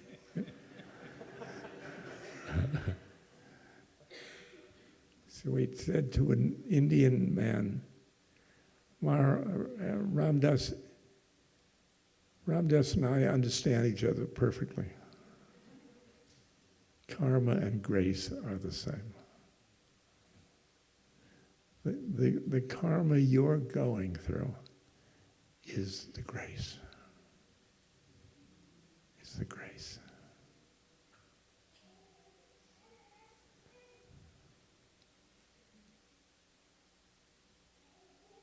And that's a very far out thing.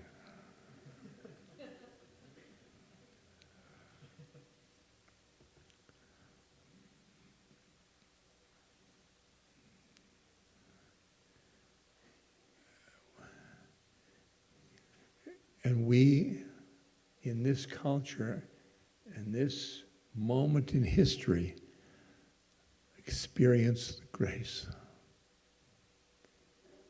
The grace of the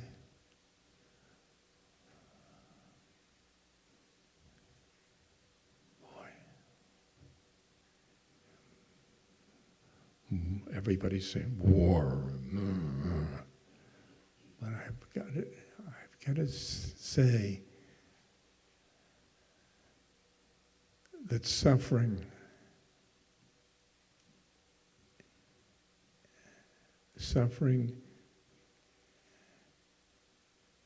sharpens your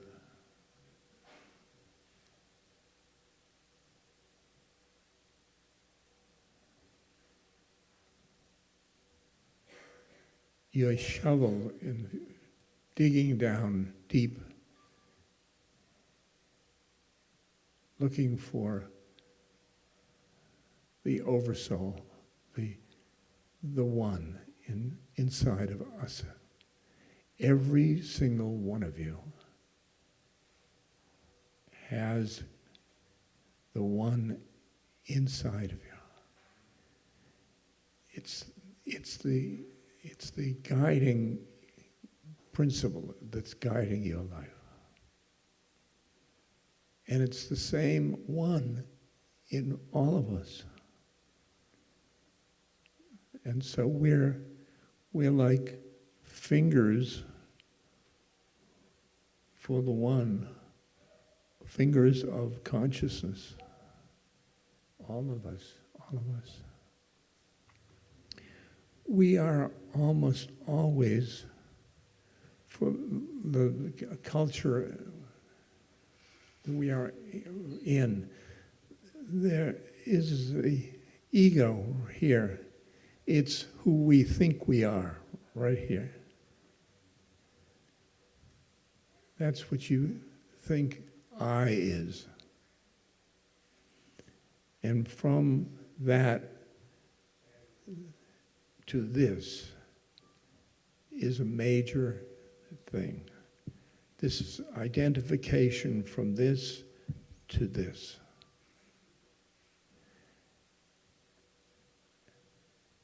When you die is just this.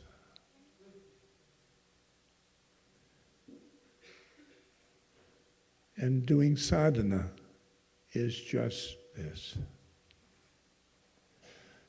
Now, this one, I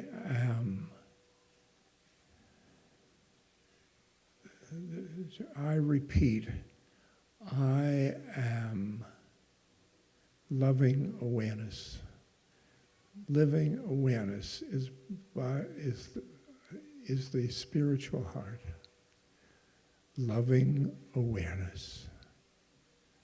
Loving awareness. I am loving awareness. I am loving awareness. I am loving awareness. I am loving awareness. I am loving awareness. It moves you to the heart. Loving awareness. And if you can identify with that loving awareness,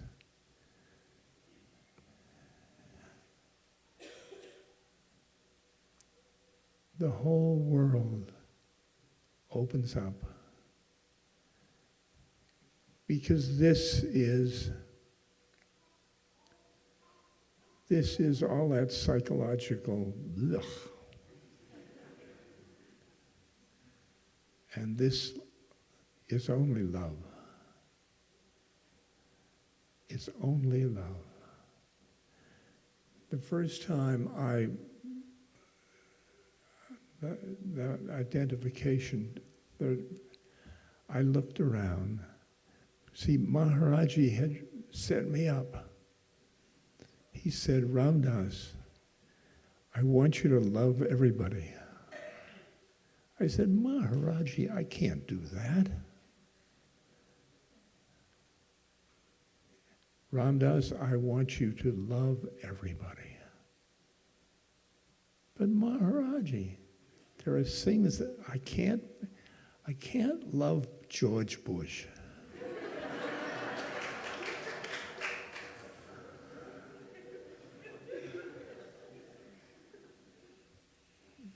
So he said, love everybody. And I went back and thought, I can't love George's incarnation, but I can love his soul, which I feel so sorry for.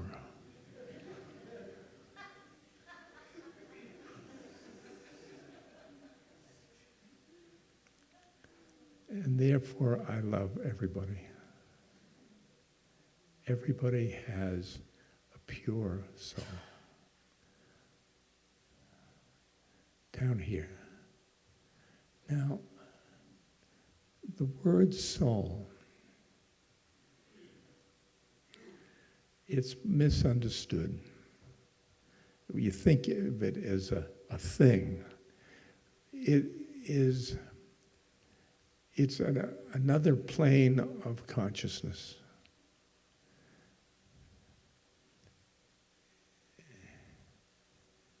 You can't operate and find the soul, but you know when you have got it.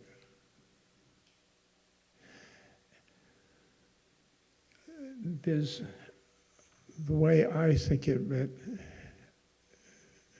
ego, soul, that's the individual soul.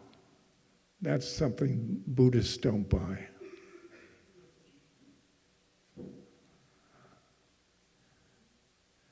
And then it goes from individual soul to the next thing, the next plane of consciousness, which goes to the one. So I think Maharaji is that third plane of consciousness. So he is love.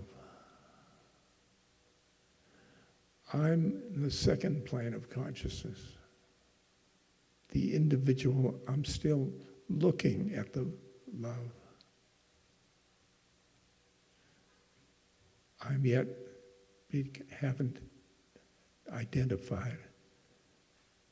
Do you see the difference?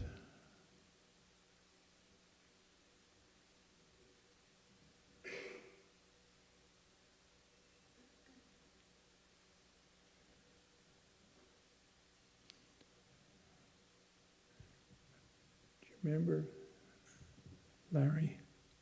Just when you sat in front of Maharaji, I published it a lot.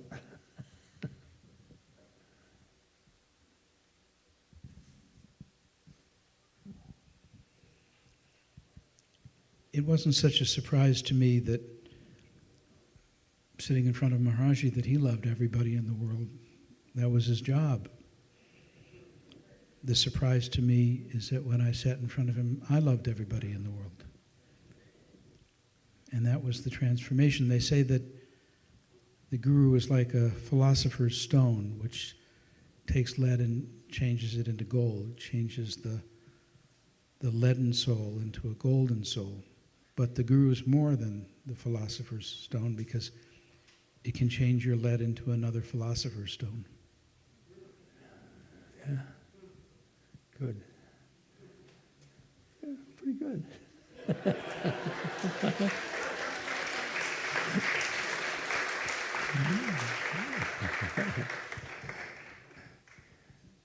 We are music. Music. We'll have a little music, which is a capping of this bhakti evening.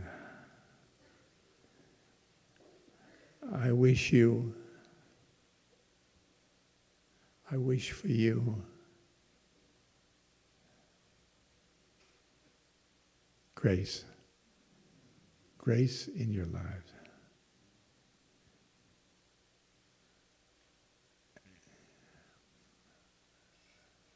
Wow.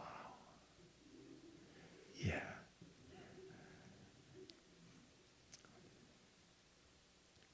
I think we move and they come up.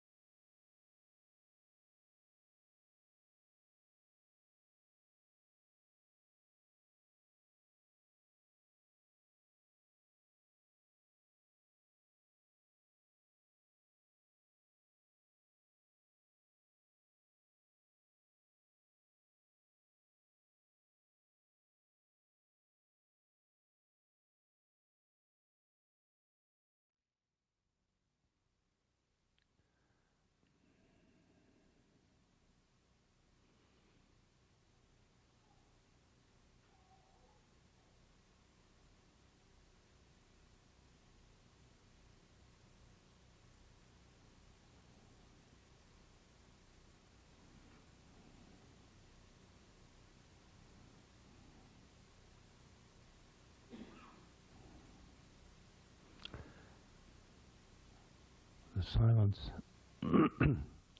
Silence brings us closer to one another and to God.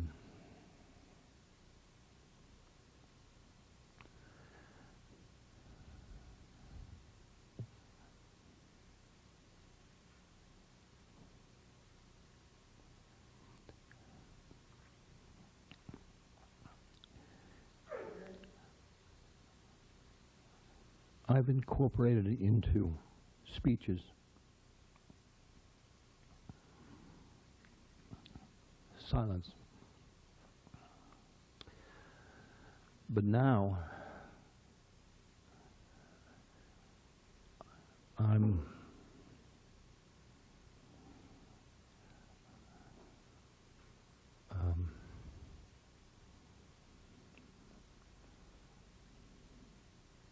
my brain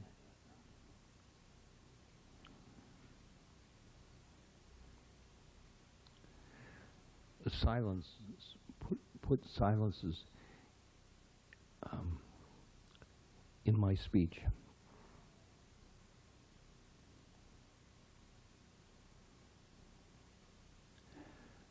In the brain,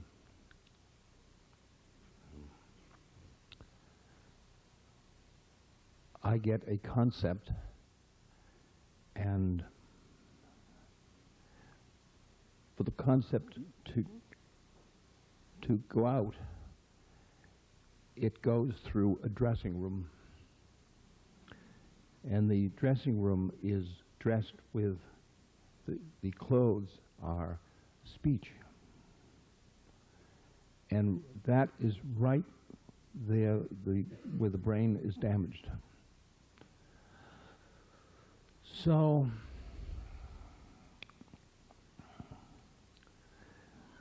there will be long silences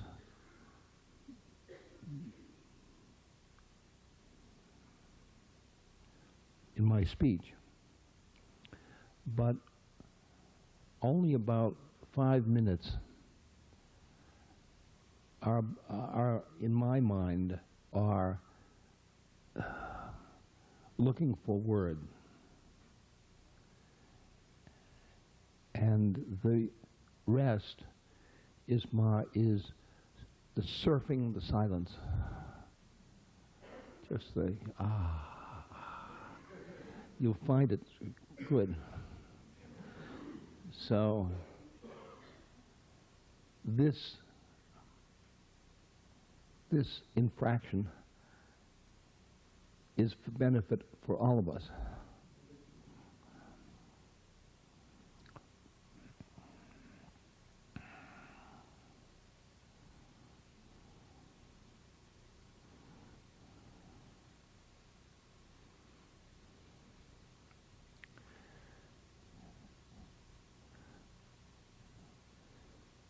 If you want to surf the silence with me, the way the outside silence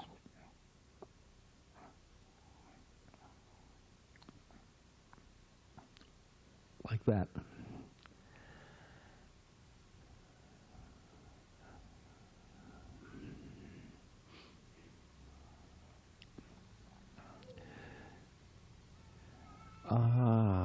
There. That's surfing the silence.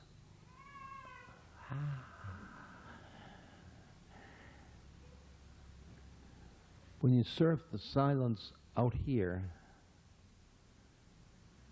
let it take you in through the surfing, into the inner silence. Because the I, you say, I,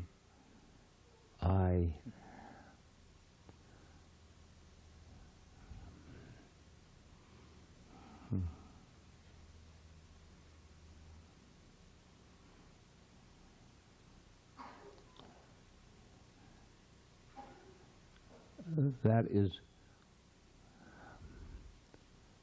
silent awareness, that I.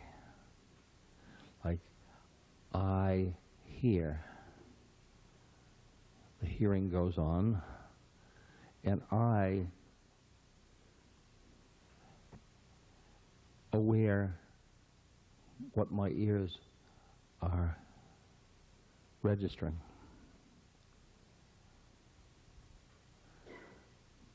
Silent I, you say, I.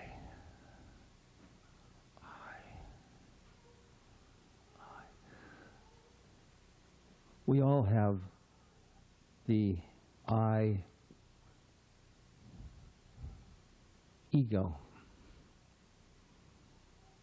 Ego I, this is Ramdas.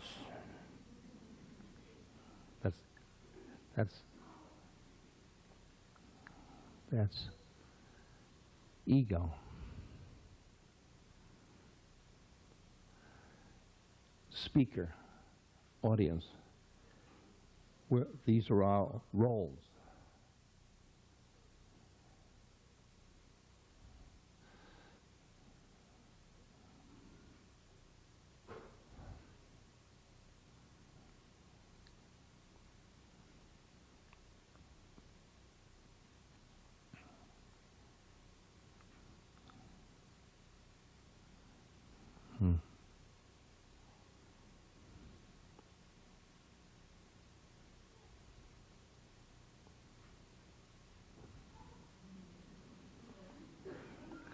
See, it's really quite easy.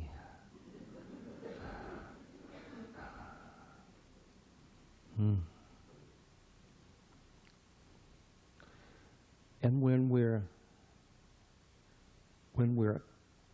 the silent being inside,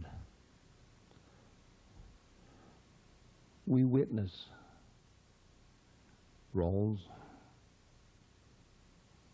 ego,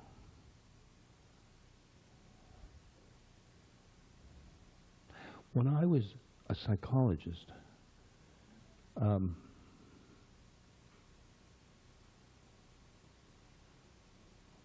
one life back, I used to think that I was my ego. Can you imagine that? Can you imagine that? Well, I used to be, my I was my roles. Professor, lover, man,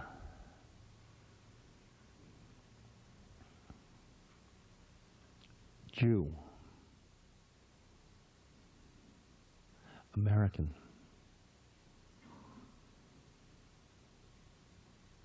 That was who I was.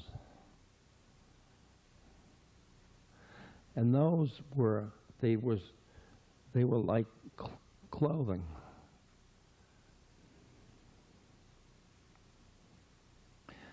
They were, the ego is software for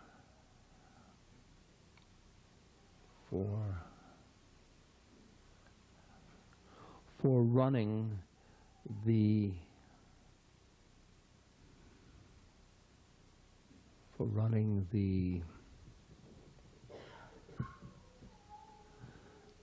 this mechanism. This mechanism has to work on this plane.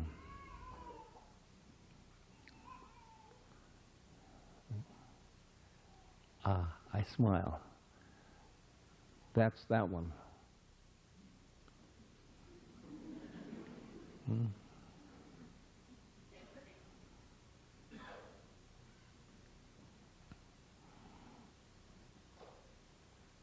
And then the witness or the soul.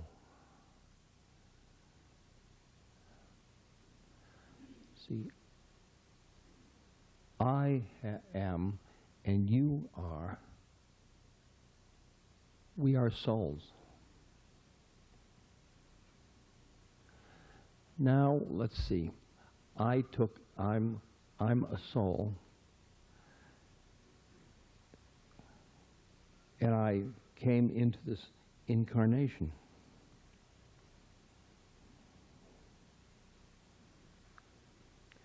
And this incarnation has its own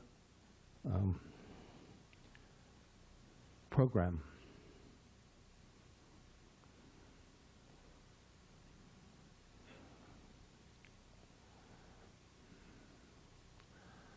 Now, how does my soul treat, or how does me as soul treat this where I got stroked?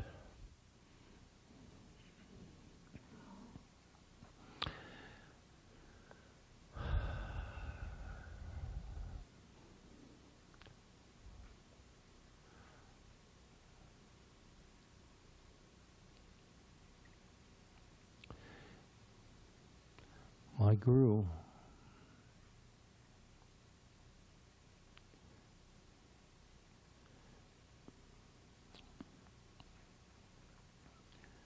a woman was visiting with him, and she said, Maharaji, oh, my life has been so much suffering. That he could hear the tone in her voice. And he said, you know, suffering has brought me closer to God.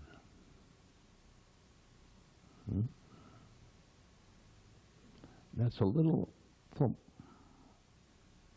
Thump.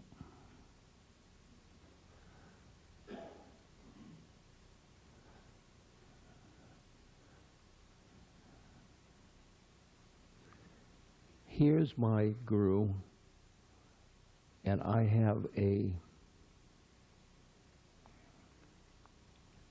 relationship with him, although he's dead.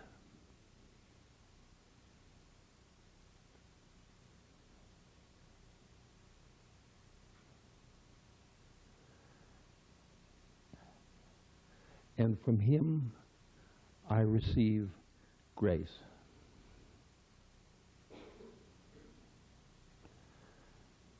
But then the stroke,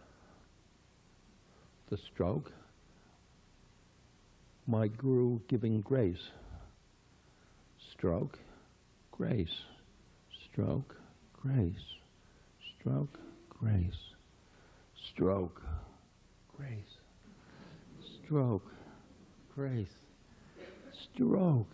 I've got a terrible lot.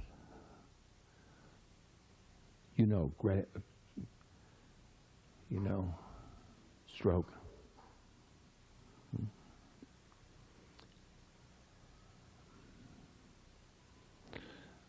I watch people come to me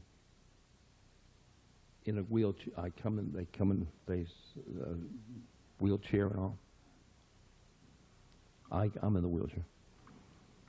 And they have long faces. Oh.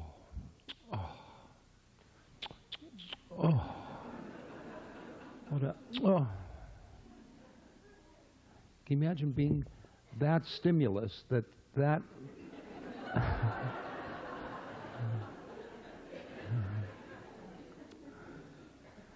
I mean, yeah, well,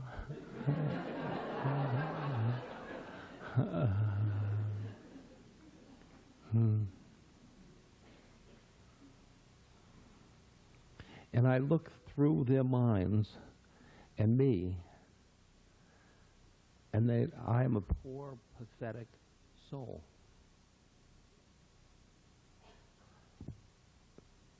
body, body, body.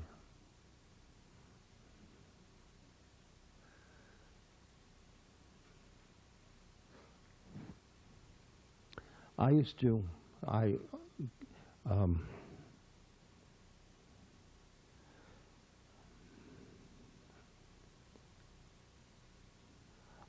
spend a good deal of time working with dying people, sitting at the bedside of dying. It's the way I can get hold of the fact that I'm going to die. It's a wonderful thing, by the way, if you ever have any chance to sit by the bedside of dying persons. It's a wonderful sadhana. It's a wonderful practice to get close to God.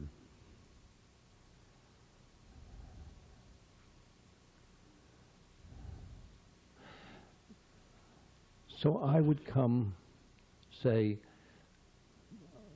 somebody that had AIDS. I come into a room that had that person. The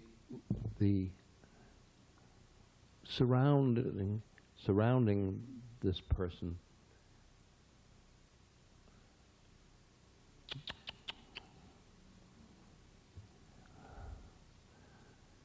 and I come into the field. I'm not going to go,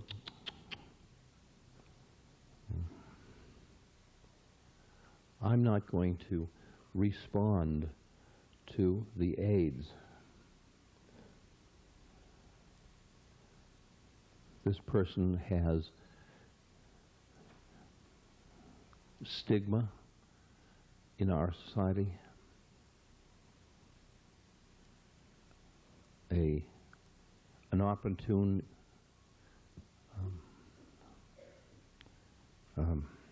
illness.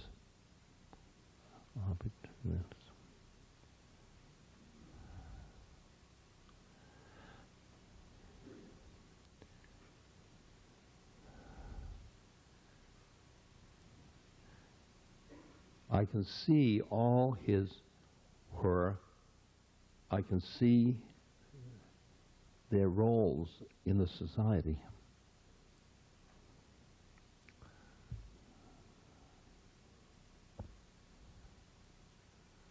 But I can also see a soul, just like me.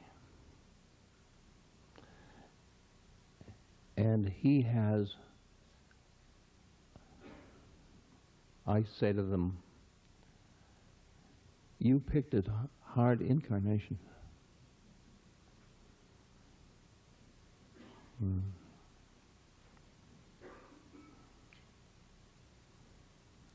You, soul, came into this particular incarnation.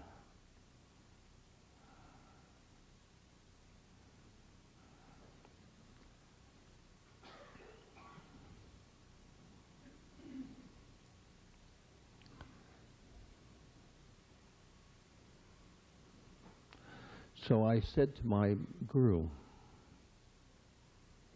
he and I talked together, and he's dead.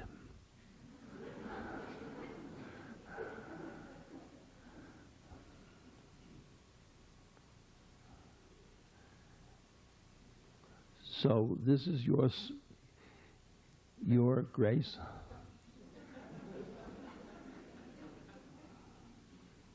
This is grace. Well, he said, I told you, suffering brings you close to God.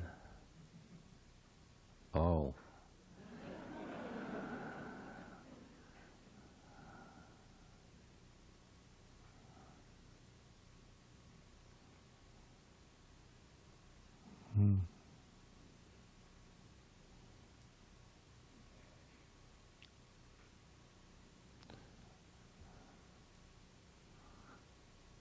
silence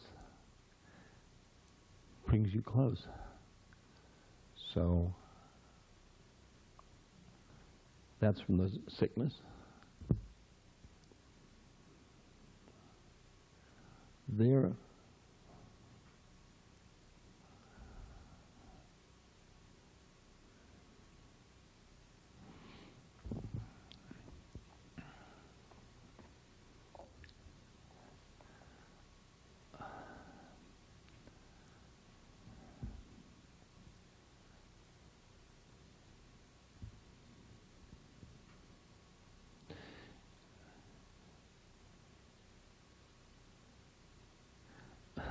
look at what a stroke this is.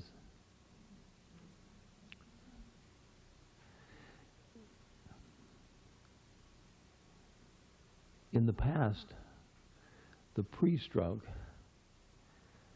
I've written books that, well, one of them called "How Can I Help?" Now I've got to say, how can you help me?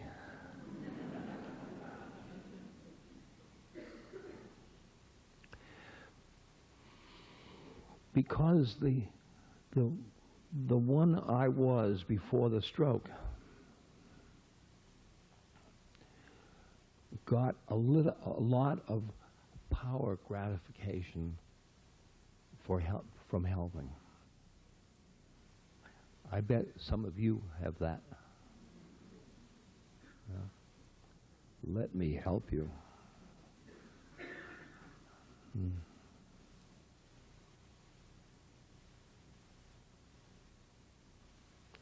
Now,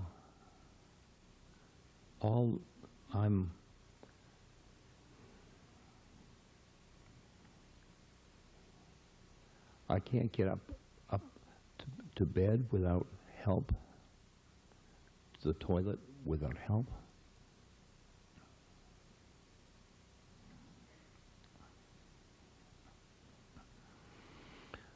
What this is doing is teaching me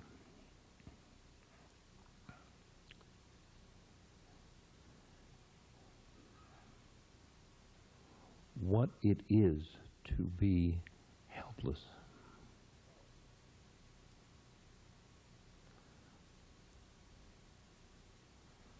To what it is to be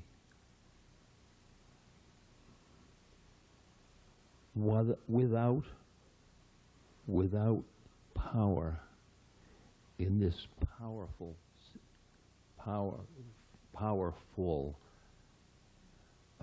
culture.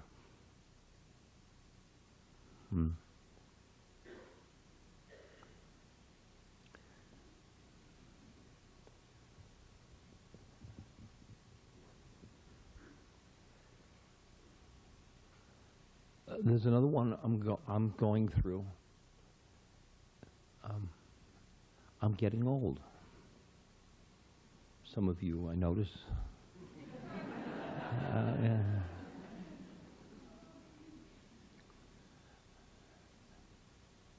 Isn't it funny that we have a culture that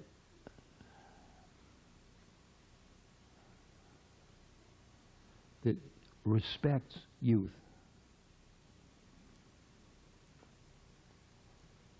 And when we get old, you're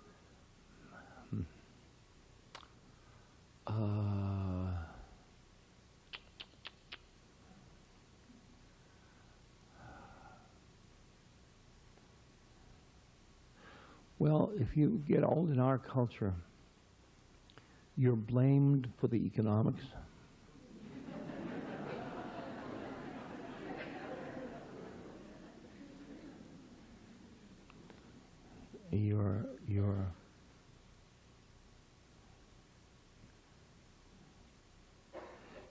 You're portrayed in the television. You're being cute, and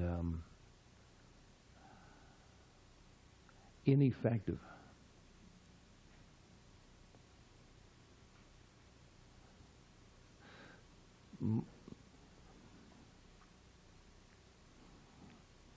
The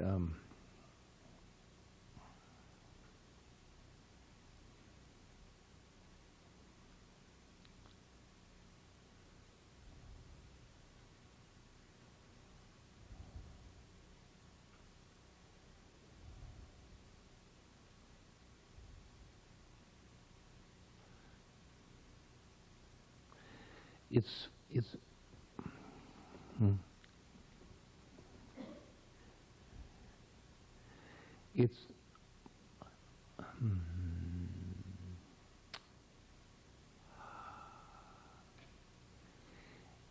if you were getting ready for a trip, trip,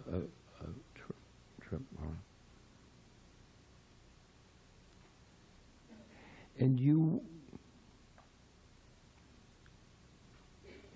from A to B, and you were at A,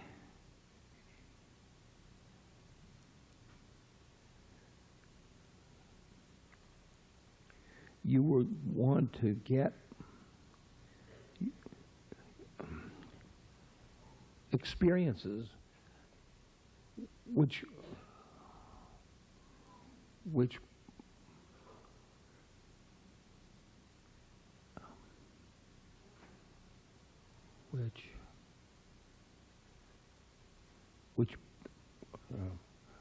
beingness, which would be with beingness.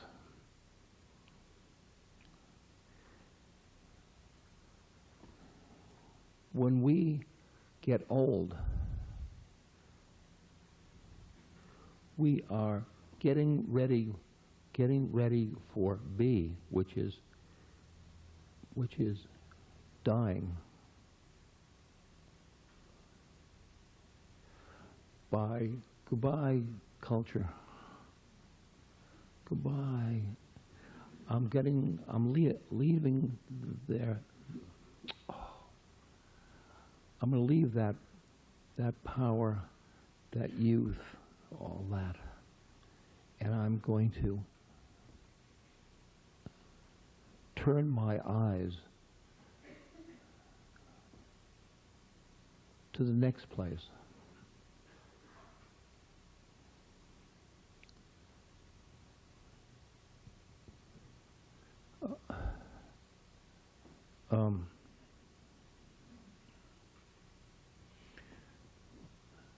Stephen and Andrea Levine and I have been working in the, which we call the Dying Project. And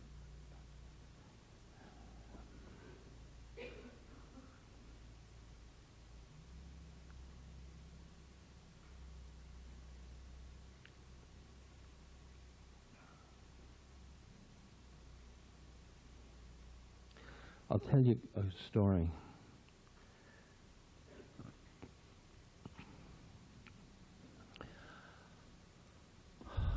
I got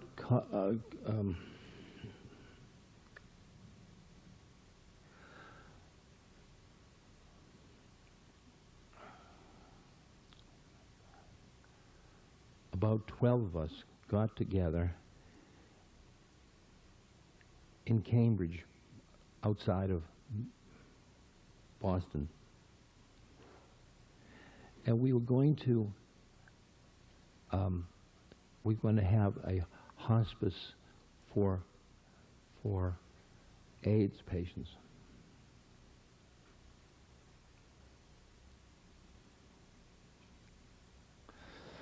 And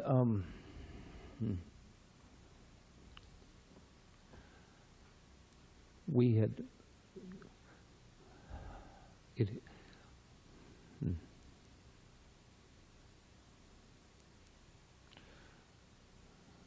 we had fine-tuned it.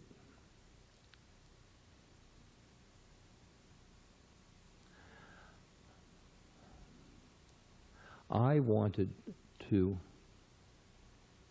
this hospice to like a monastery or like an ashram, and so that everybody that was in it was moving to God. Patients, nurses, doctors,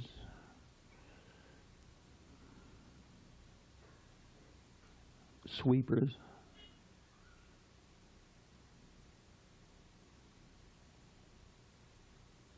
cooks, all they are unconsciously at this institution to God. You come here to this institution, bring you to God.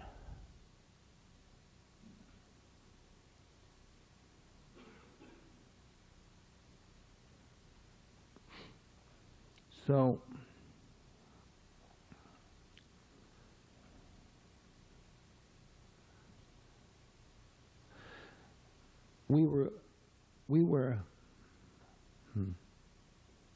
we contracted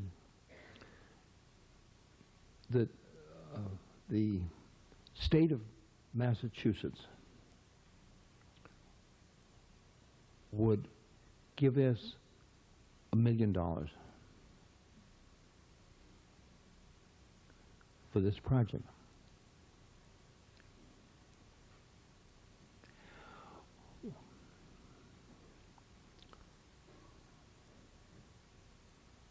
But the state person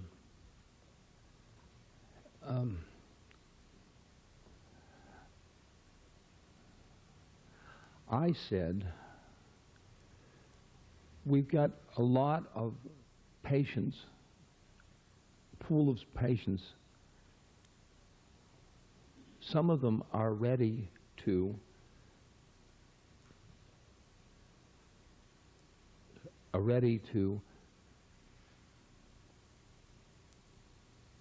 be signed in to a God project.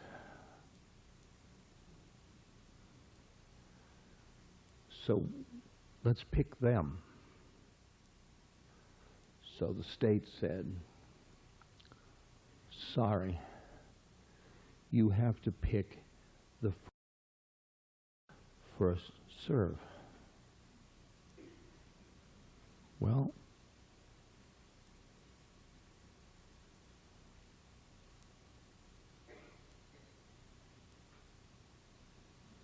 so the state said,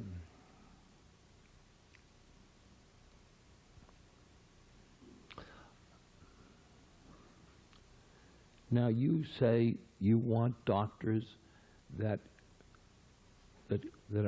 want God and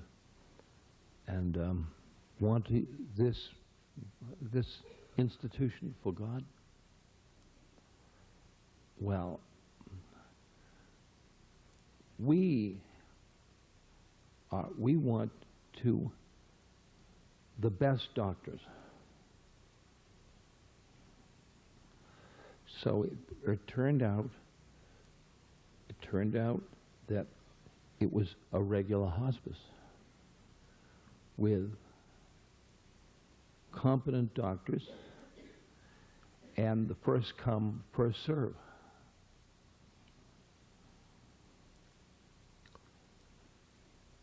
No ashram, no nothing. A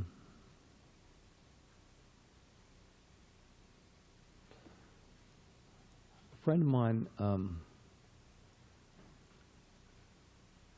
Peter Matheson's wife, Peter Matheson is a writer. She was in New York, and she was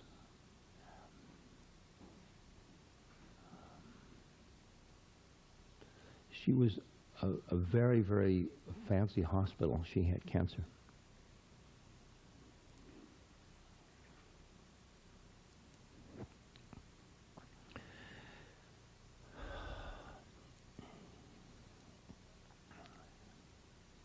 She was a member of the Zen community of New York.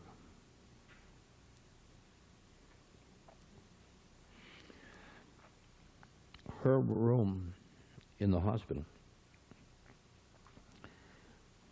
Zen monks,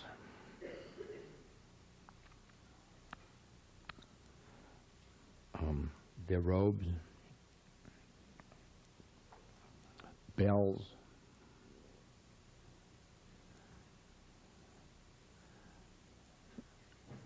the doctors would come in and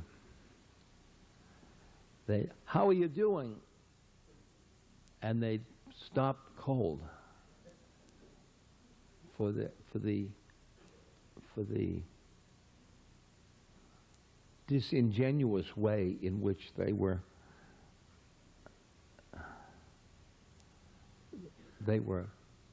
cheery sort of thing.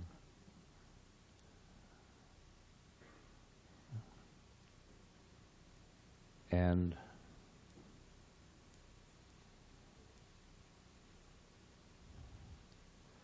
how are you?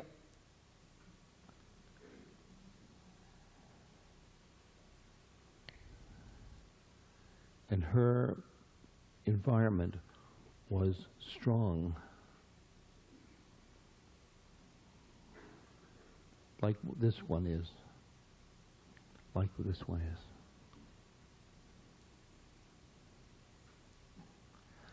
Now, I don't mean to tell you that doctors don't have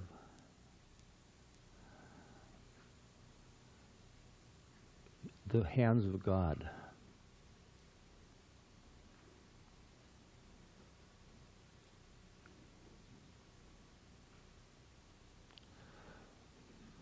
Most of us have the hands of God.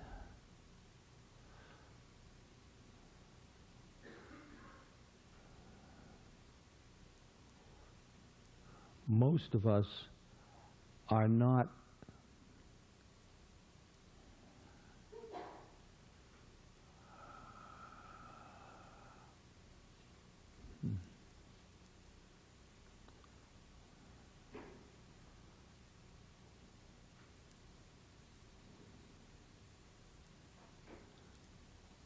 conscious of bringing God into our environment, because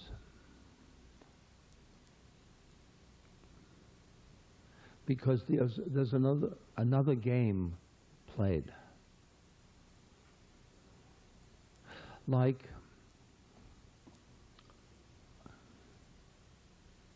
I went to a meeting of ministers for hospice, National Hospice. And I said,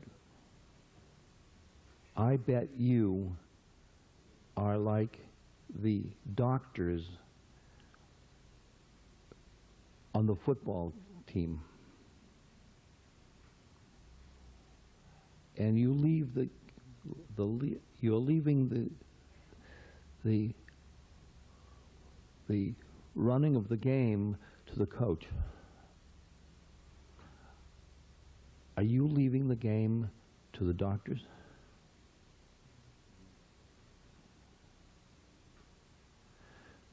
Yeah. Okay. I'm finishing.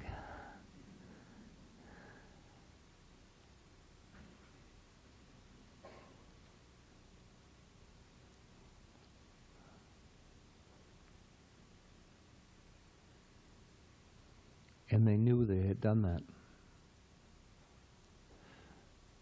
it's because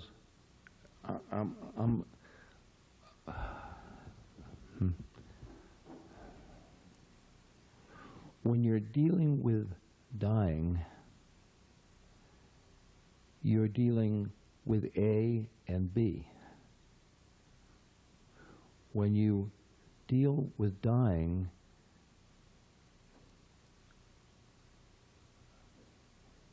many of us, well, we all have this home, this ego home. And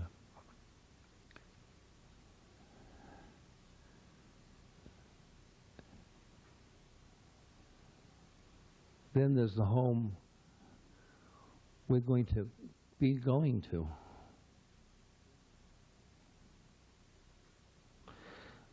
Like the Japanese, pure Buddhism, pure land, pure land.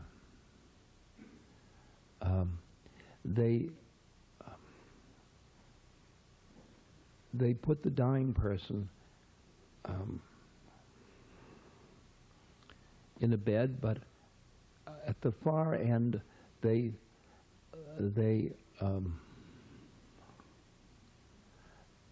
put a picture of the Pure Land.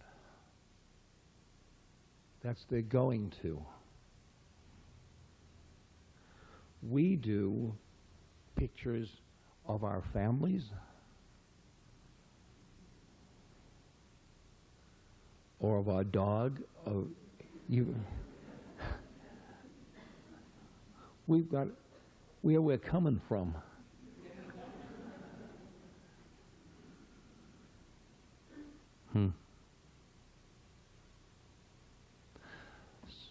So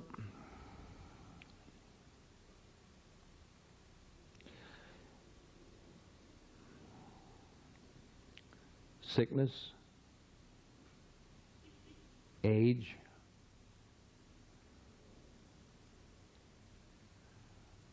are propelling you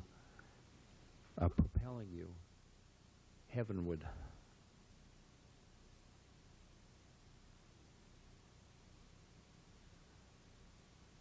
By letting loose the whole that. I mean, I was a golfer.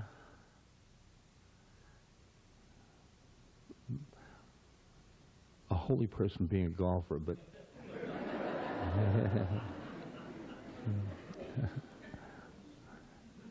I was a golfer. People meeting me on the links. Hello, you look a lot like Ram does.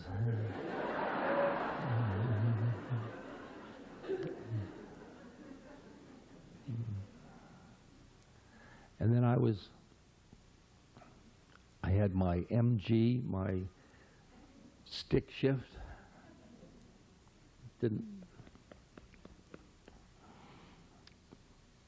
My cello.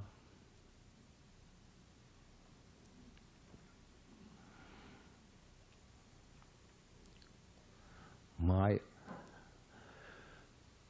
regular life.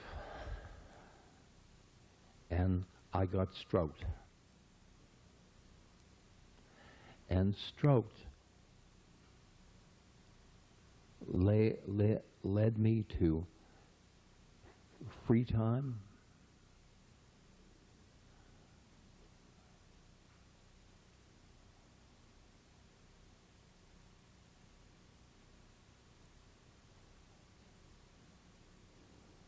it gave me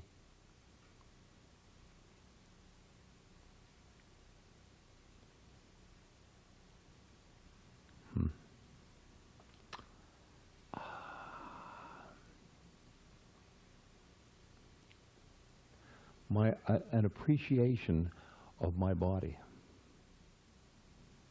An appreciation of my body. which helps me get to heaven. See? Yeah. Yes. Yes. Just like age now. Age is something that prepares one to go to be.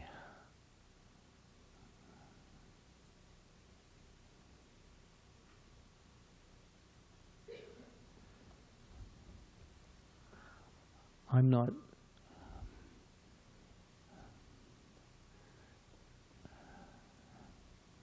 worried about my role.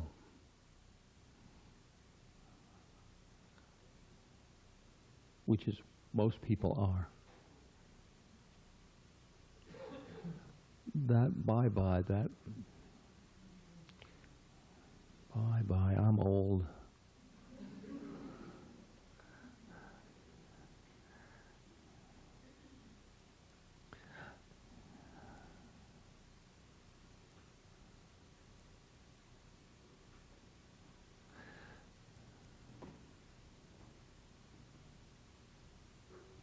Old has wisdom. This culture has knowledge. Step by step by step by step, keeping knowledge in from out there. Wisdom, the God in us, the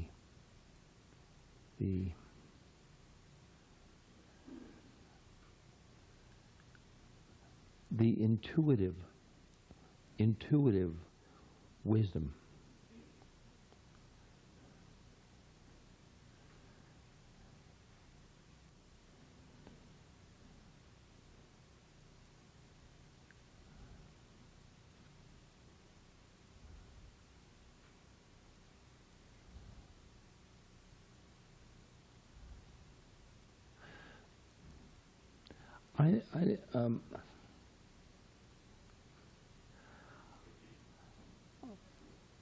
I'm preparing another book,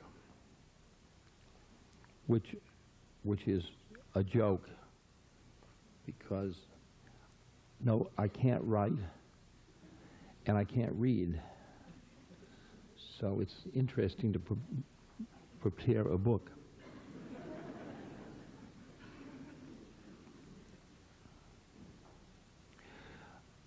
It was a book about aging.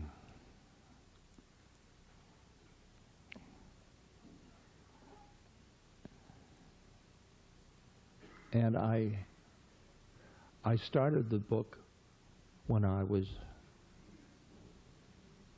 I don't know, 10 years ago.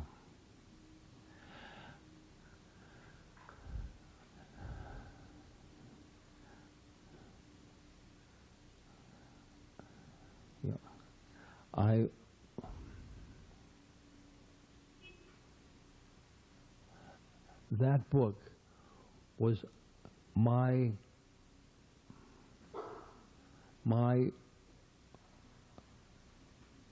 look at aging from a 55-year-old looking at aging. See? And that book was, it was fearful. It's fearful. And when I things the list listed I was afraid of, it was sickness, strokes, etc. And then I found that the stroke itself is less fearful than the fear about it. Yeah.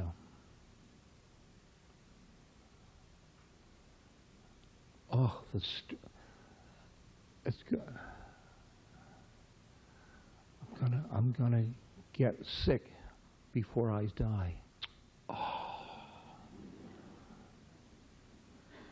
But then the sickness isn't so bad.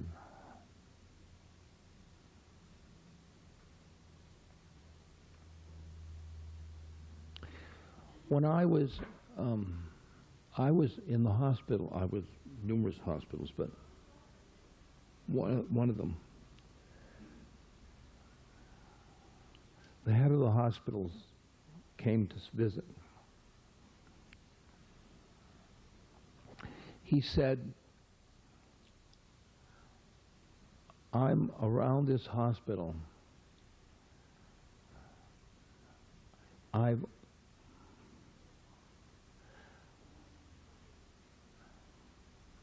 never had a place in this hospital that is peaceful. Why is your room peaceful?" And he said, "Why can you have a stroke and you be peaceful?"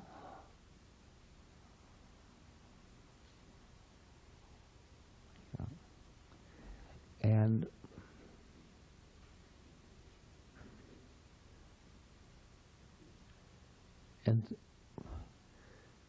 I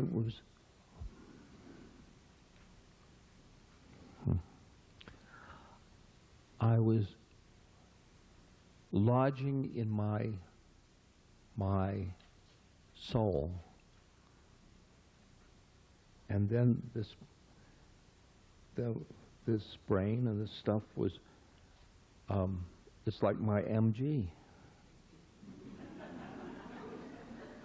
It needs a paint, it needs a little, needs a engine job.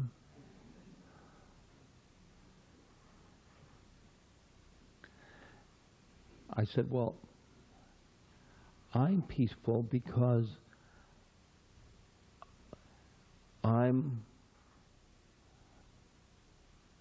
I have no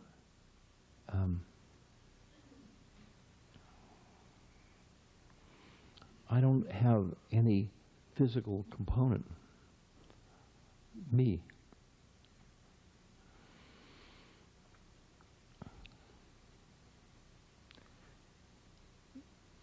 The doctor said, "You are your brain."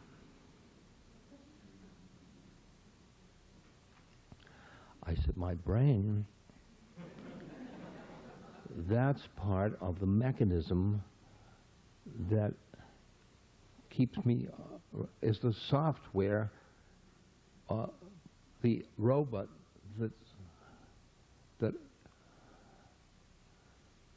that's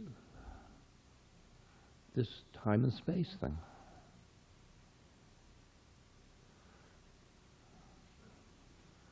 I said, "No wonder I'm peaceful."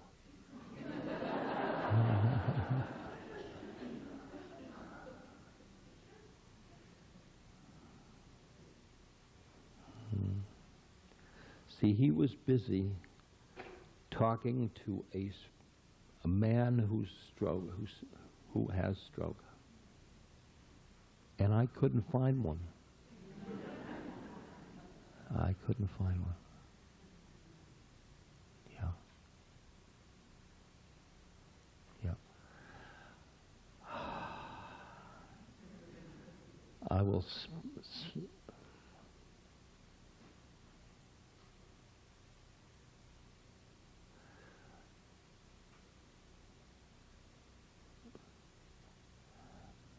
let me conclude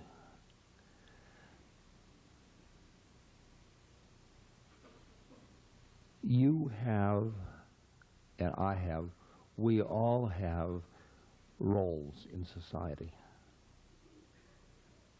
Role wife, role mother, role garbage collector, anybody. Role. Don't get hung up in them.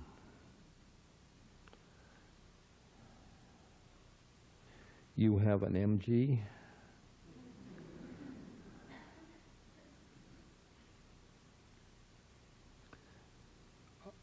A temple for your soul. If you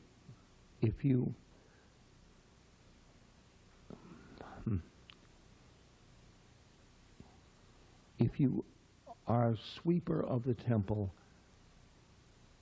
that isn't good enough.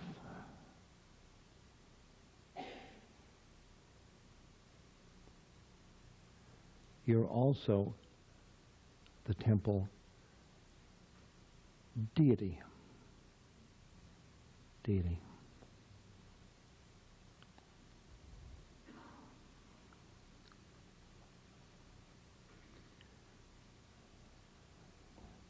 Let me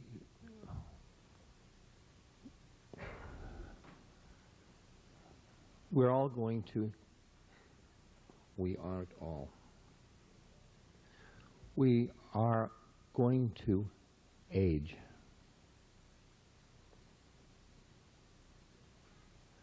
There is one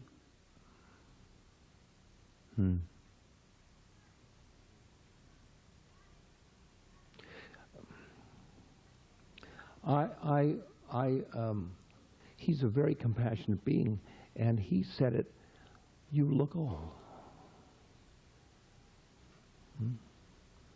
I said to myself, my gosh, he's complimenting me. In that culture,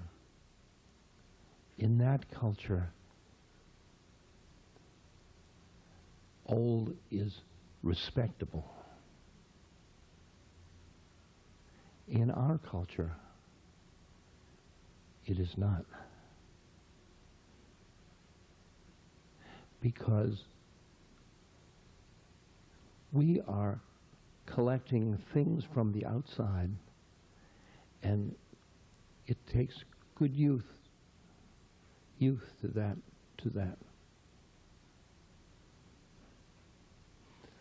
Like my computer has over the screen, you cannot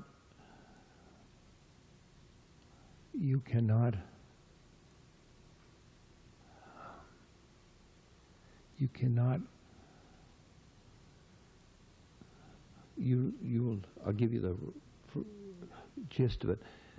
You can't teach old dogs new tricks.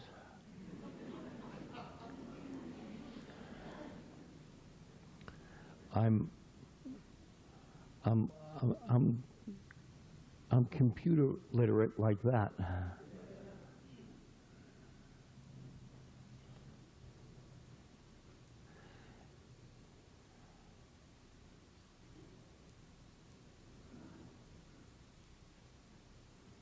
Okay.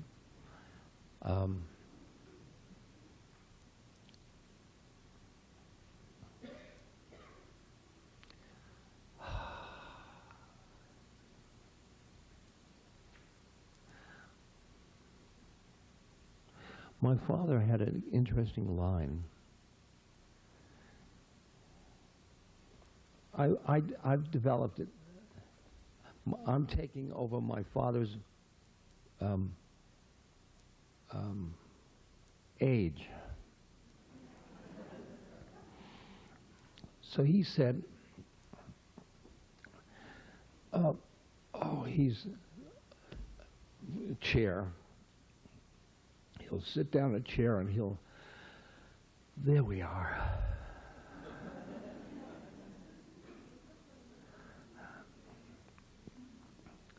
And then he'll step. There we are. And bring this into... So there we are. And that's a capturing of age. Age. There we are. Yes, there we are. Yeah. Yeah.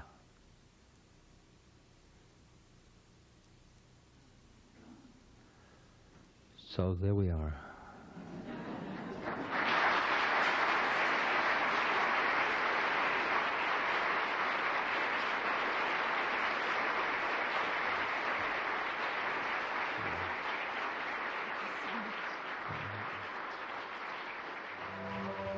Be here now.